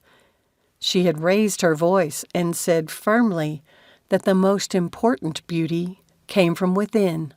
It didn't have to fade with age like the body did, and showed itself in how it saw the world. Francie had made those words the basis of her life's philosophy. She would be forever grateful for the wise counsel of her beloved grandmother. Headlights turned into the drive, sending Francie's nerves all aflutter again. Alex was here. She wished she had thought to bring a hand towel for her sweaty palms. He pulled up in front of the house rather than near the kitchen door in the back. Why was he being so much more formal tonight? Keeping out of sight behind the living room drapes, she studied him as he got out of the car. She loved watching him when he didn't know it. Before shutting the door, he paused in the light to straighten his tie. A bow tie, too, and he carried a single red rose. Francie patted her chest over her heart. What had she done for life to be so good now? A natural worrier, she sometimes had to fight against the fear this could all go away again. And, as always, Granny's advice to savor the moment would win out. A sharp rap at the door announced Alex's official arrival. Taking a deep breath, she opened it, then paused, drinking him in. She loved how the soft porch light reflected off the silver at his temples. His laugh lines crinkled as he checked her out in return. "Wow, Francie," he said, his voice soft. "Come on in." She pushed open the screen door. "I want to see you better." He took her hand and pulled her to the center of the room, where a pool of light from the bright kitchen shone. Alex mumbled something and went around the living room, turning on every lamp. "That's better. You look incredible." Alex's eyes blazed, and for a second, she thought he might kiss her. But he bowed instead and presented her with the rose. Once she accepted it, he offered her his arm. "Your carriage awaits, my lady. Oh, but let me get the lights first." After his grand entrance, Francie expected more of the same. But during the drive, Alex only made casual conversation, which also wasn't like him, so he was up to something. He was always doing little things to make their time together special, and her heart fluttered thinking what he must have in mind for tonight. Whatever he had up his sleeve, she didn't want to spoil it by guessing wrong and being disappointed. Expectations were everything, and she had to lower hers. In her sad experience with Greg, a man doing anything was special. Alex pulled into the Vidalia parking lot. Already decorated for Christmas, the trees had strands of white lights wrapped tightly around the tree branches. It was so pretty. Francie let out a happy sigh. "I thought you might like it," he said, sounding pleased. "I've always wanted to eat here. From the website, the food presentation is beautiful." He opened Francie's door and helped her out of the car before offering her his arm. Inside, a decent line of people stood waiting. Francie's stomach rumbled. She figured it would take at least an hour to get all of them seated in the smallish restaurant. "Don't worry," Alex said when she tightened her grip on his arm. He turned to the greeter. "Reservation for 4 under Diederik." "Sure, Professor." The young woman shot Francie a curious glance. "The other members of your party are already seated, if you'll follow me." "4?" Francie whispered as they followed her. "You'll see." Walking past the brick columns into the dining area, Francie fought against her sagging spirits. A work dinner? Talk about needing to lower her expectations. She didn't mind going with Alex to them, but after his request for her to wear a fancy dress, and then his showing up in a bow tie, Francie wished she had known the evening wouldn't be something special. A few of the customers greeted Alex or raised hands in acknowledgement of him, casting her interested glances. She even recognized Professor Johnson sitting with the professor who had replaced Kevin Eldred when he had resigned last week. Francie could not have been prouder of the way Sam had staged the quiet confrontation between the man and 5 of his victims, all captured on video while Francie sat outside as a witness. Alex guided her around a corner in the restaurant. At the table sat two young people, caught up in an animated conversation. "Rafe!" Francie gasped. He turned at the sound of his name and leaped from the chair to pull her into a tight hug. Francie couldn't believe how much taller he seemed. She reached up to touch his cheeks, checking to make sure they weren't hollow. "Ma," he laughed, "I'm eating enough." Rafe reached behind her and shook Alex's hand. "It's great to see you again, sir." "Again?" Francie turned to Alex. He had his other arm around Sam, who bubbled with excitement, a hint of a smile tugging at the corner of her mouth. Once again, his gaze burned with an intensity that took Francie's breath away. "Let me fix your makeup real quick." Sam grabbed a napkin and went to work on Francie's eyes. "I can't believe you kept this secret," Francie whispered. "You, of all people, should know how good I am at it," Sam said smugly. "When are you going to tell your father about your role in Eldred's resignation?" It had surprised many in the department. The whole thing had been kept very low-key. "Not my secret to share, remember? Or yours." Sam backed up, pulling on Rafe's suit jacket, so he stepped beside her. Francie frowned, her pulse quickening. Beside her, Alex moved, and she turned to find he had dropped to one knee. She gasped, a thrill running through her body as she realized his intent, right here, in front of all these people. On some level, she sensed Sam and Rafe watching them, folks rising from the nearby tables, and cameras flashing. All Francie could focus on was Alex's dear face. He reached up and took her hand, his warm fingers curling around hers. "Rafe," Alex said, his gaze never leaving Francie's, "do I have your permission to marry your mother?" "You do, sir," Rafe's voice rang out, sure and strong, "as we agreed." "Agreed on what?" Francie asked, her hands shaking in Alex's. "Shh!" He squeezed it, the corner of his mouth turning up. "Sam, would you like me to marry Francie?" "Yes, yes, yes!" Sam jumped up and down, clutching Rafe's arm. "Francie, I love you." Alex's voice had gone rough. He reached into his pocket and pulled out a small box, which he flicked open with his thumb. "I want to spend the rest of my life making you happy. Will you marry me?" "Oh, yes, Alex, yes." She could hardly get enough breath to speak. Cameras flashed and people cheered. Rafe stepped over to hold the box so Alex could remove the ring. He slid it onto her finger and stood, never breaking eye contact. He pulled her into his arms. "I love you too, Alex." Francie put her arms around his neck and, heedless of the audience, lifted her lips to meet his. Epilogue. "Are you sure we're not moving too quickly?" Francie asked as she stared at her reflection in the mirror. "No, I don't think that at all."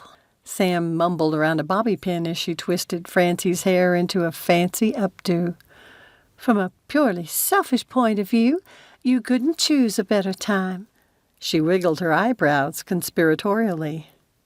"What haven't you told us?" Francie started to rise, but Sam pushed her back down in the chair. "No, stay put or you won't be ready in time. I guarantee you my daddy's not having to do nearly so much to look fine today." "No, but that's because your daddy looks fine every day." "You are giving him a big head."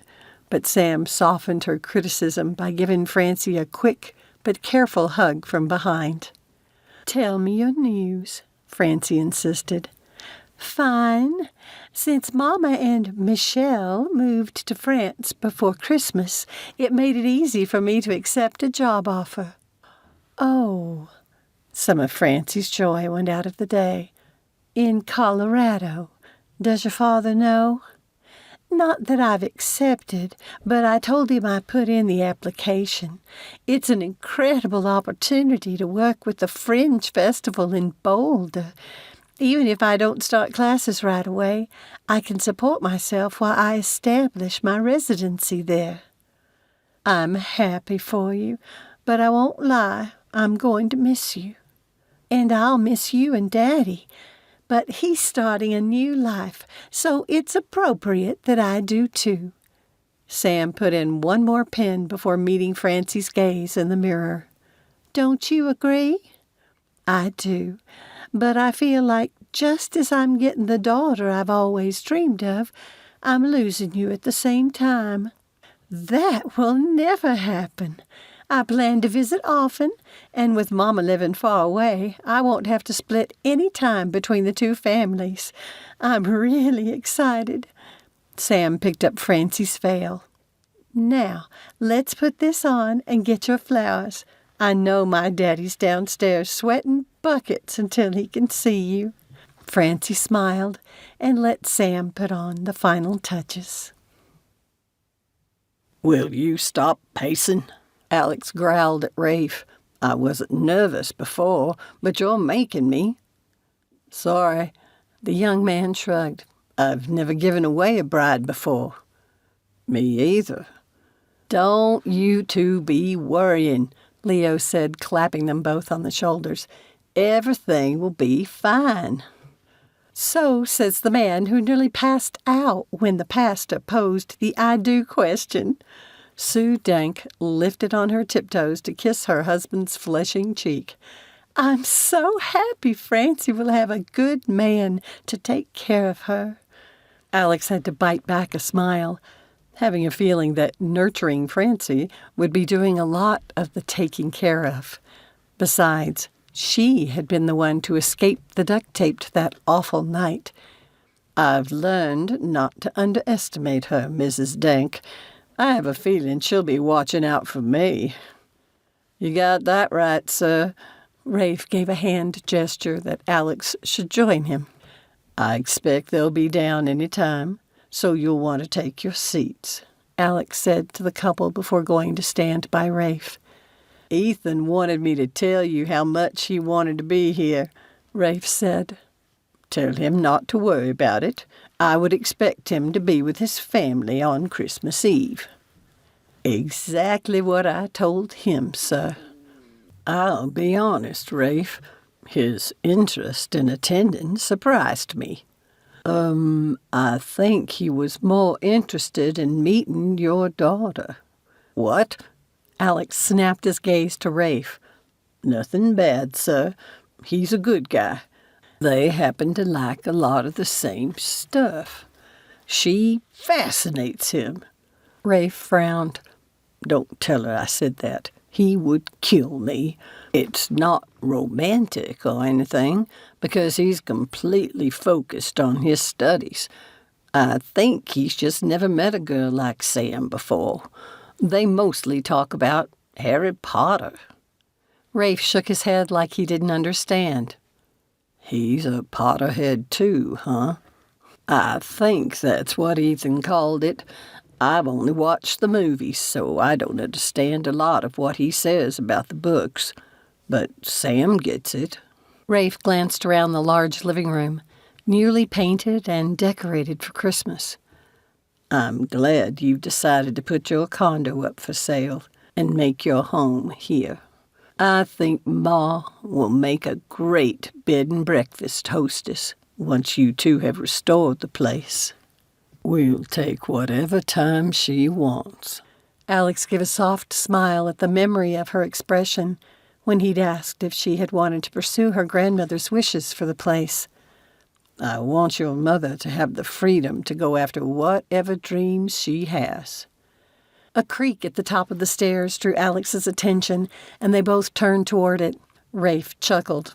Leave it to Sam to make something unique out of a maid-of-honor dress.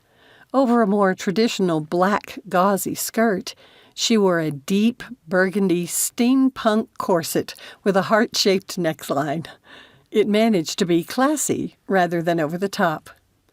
You have to admit she has style, Rafe said. I'll take that as my cue. Just remember to breathe, sir.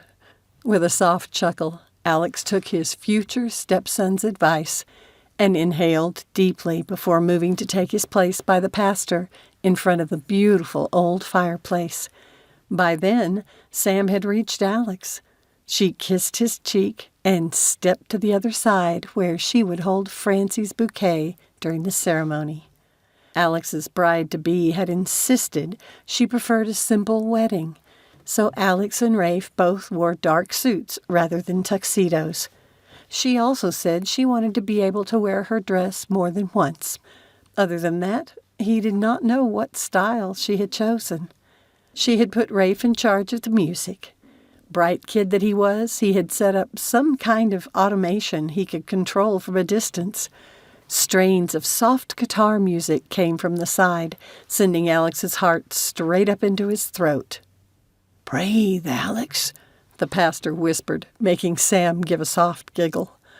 At the same time, Francie and Rafe's feet appeared at the top of the stairs. Alex recognized Shania Twain singing, "From This Moment."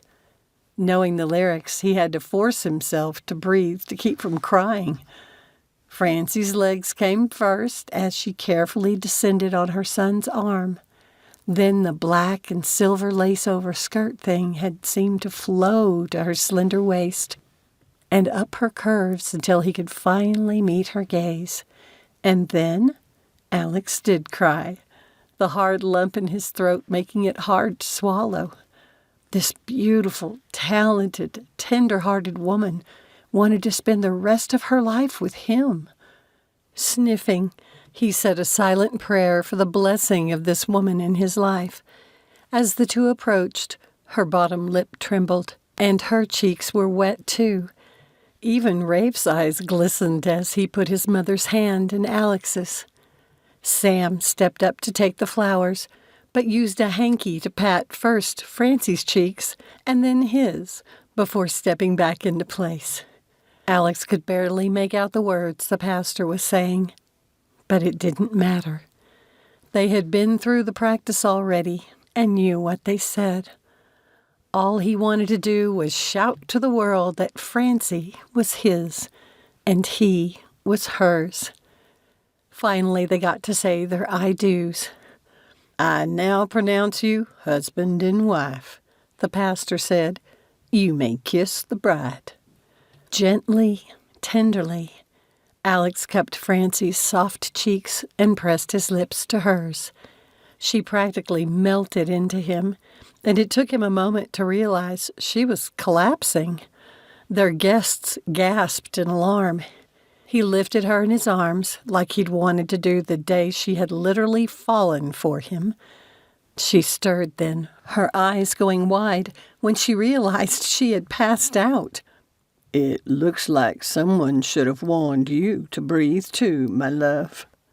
Oh, my goodness. Alex, put me down. Not until I do this.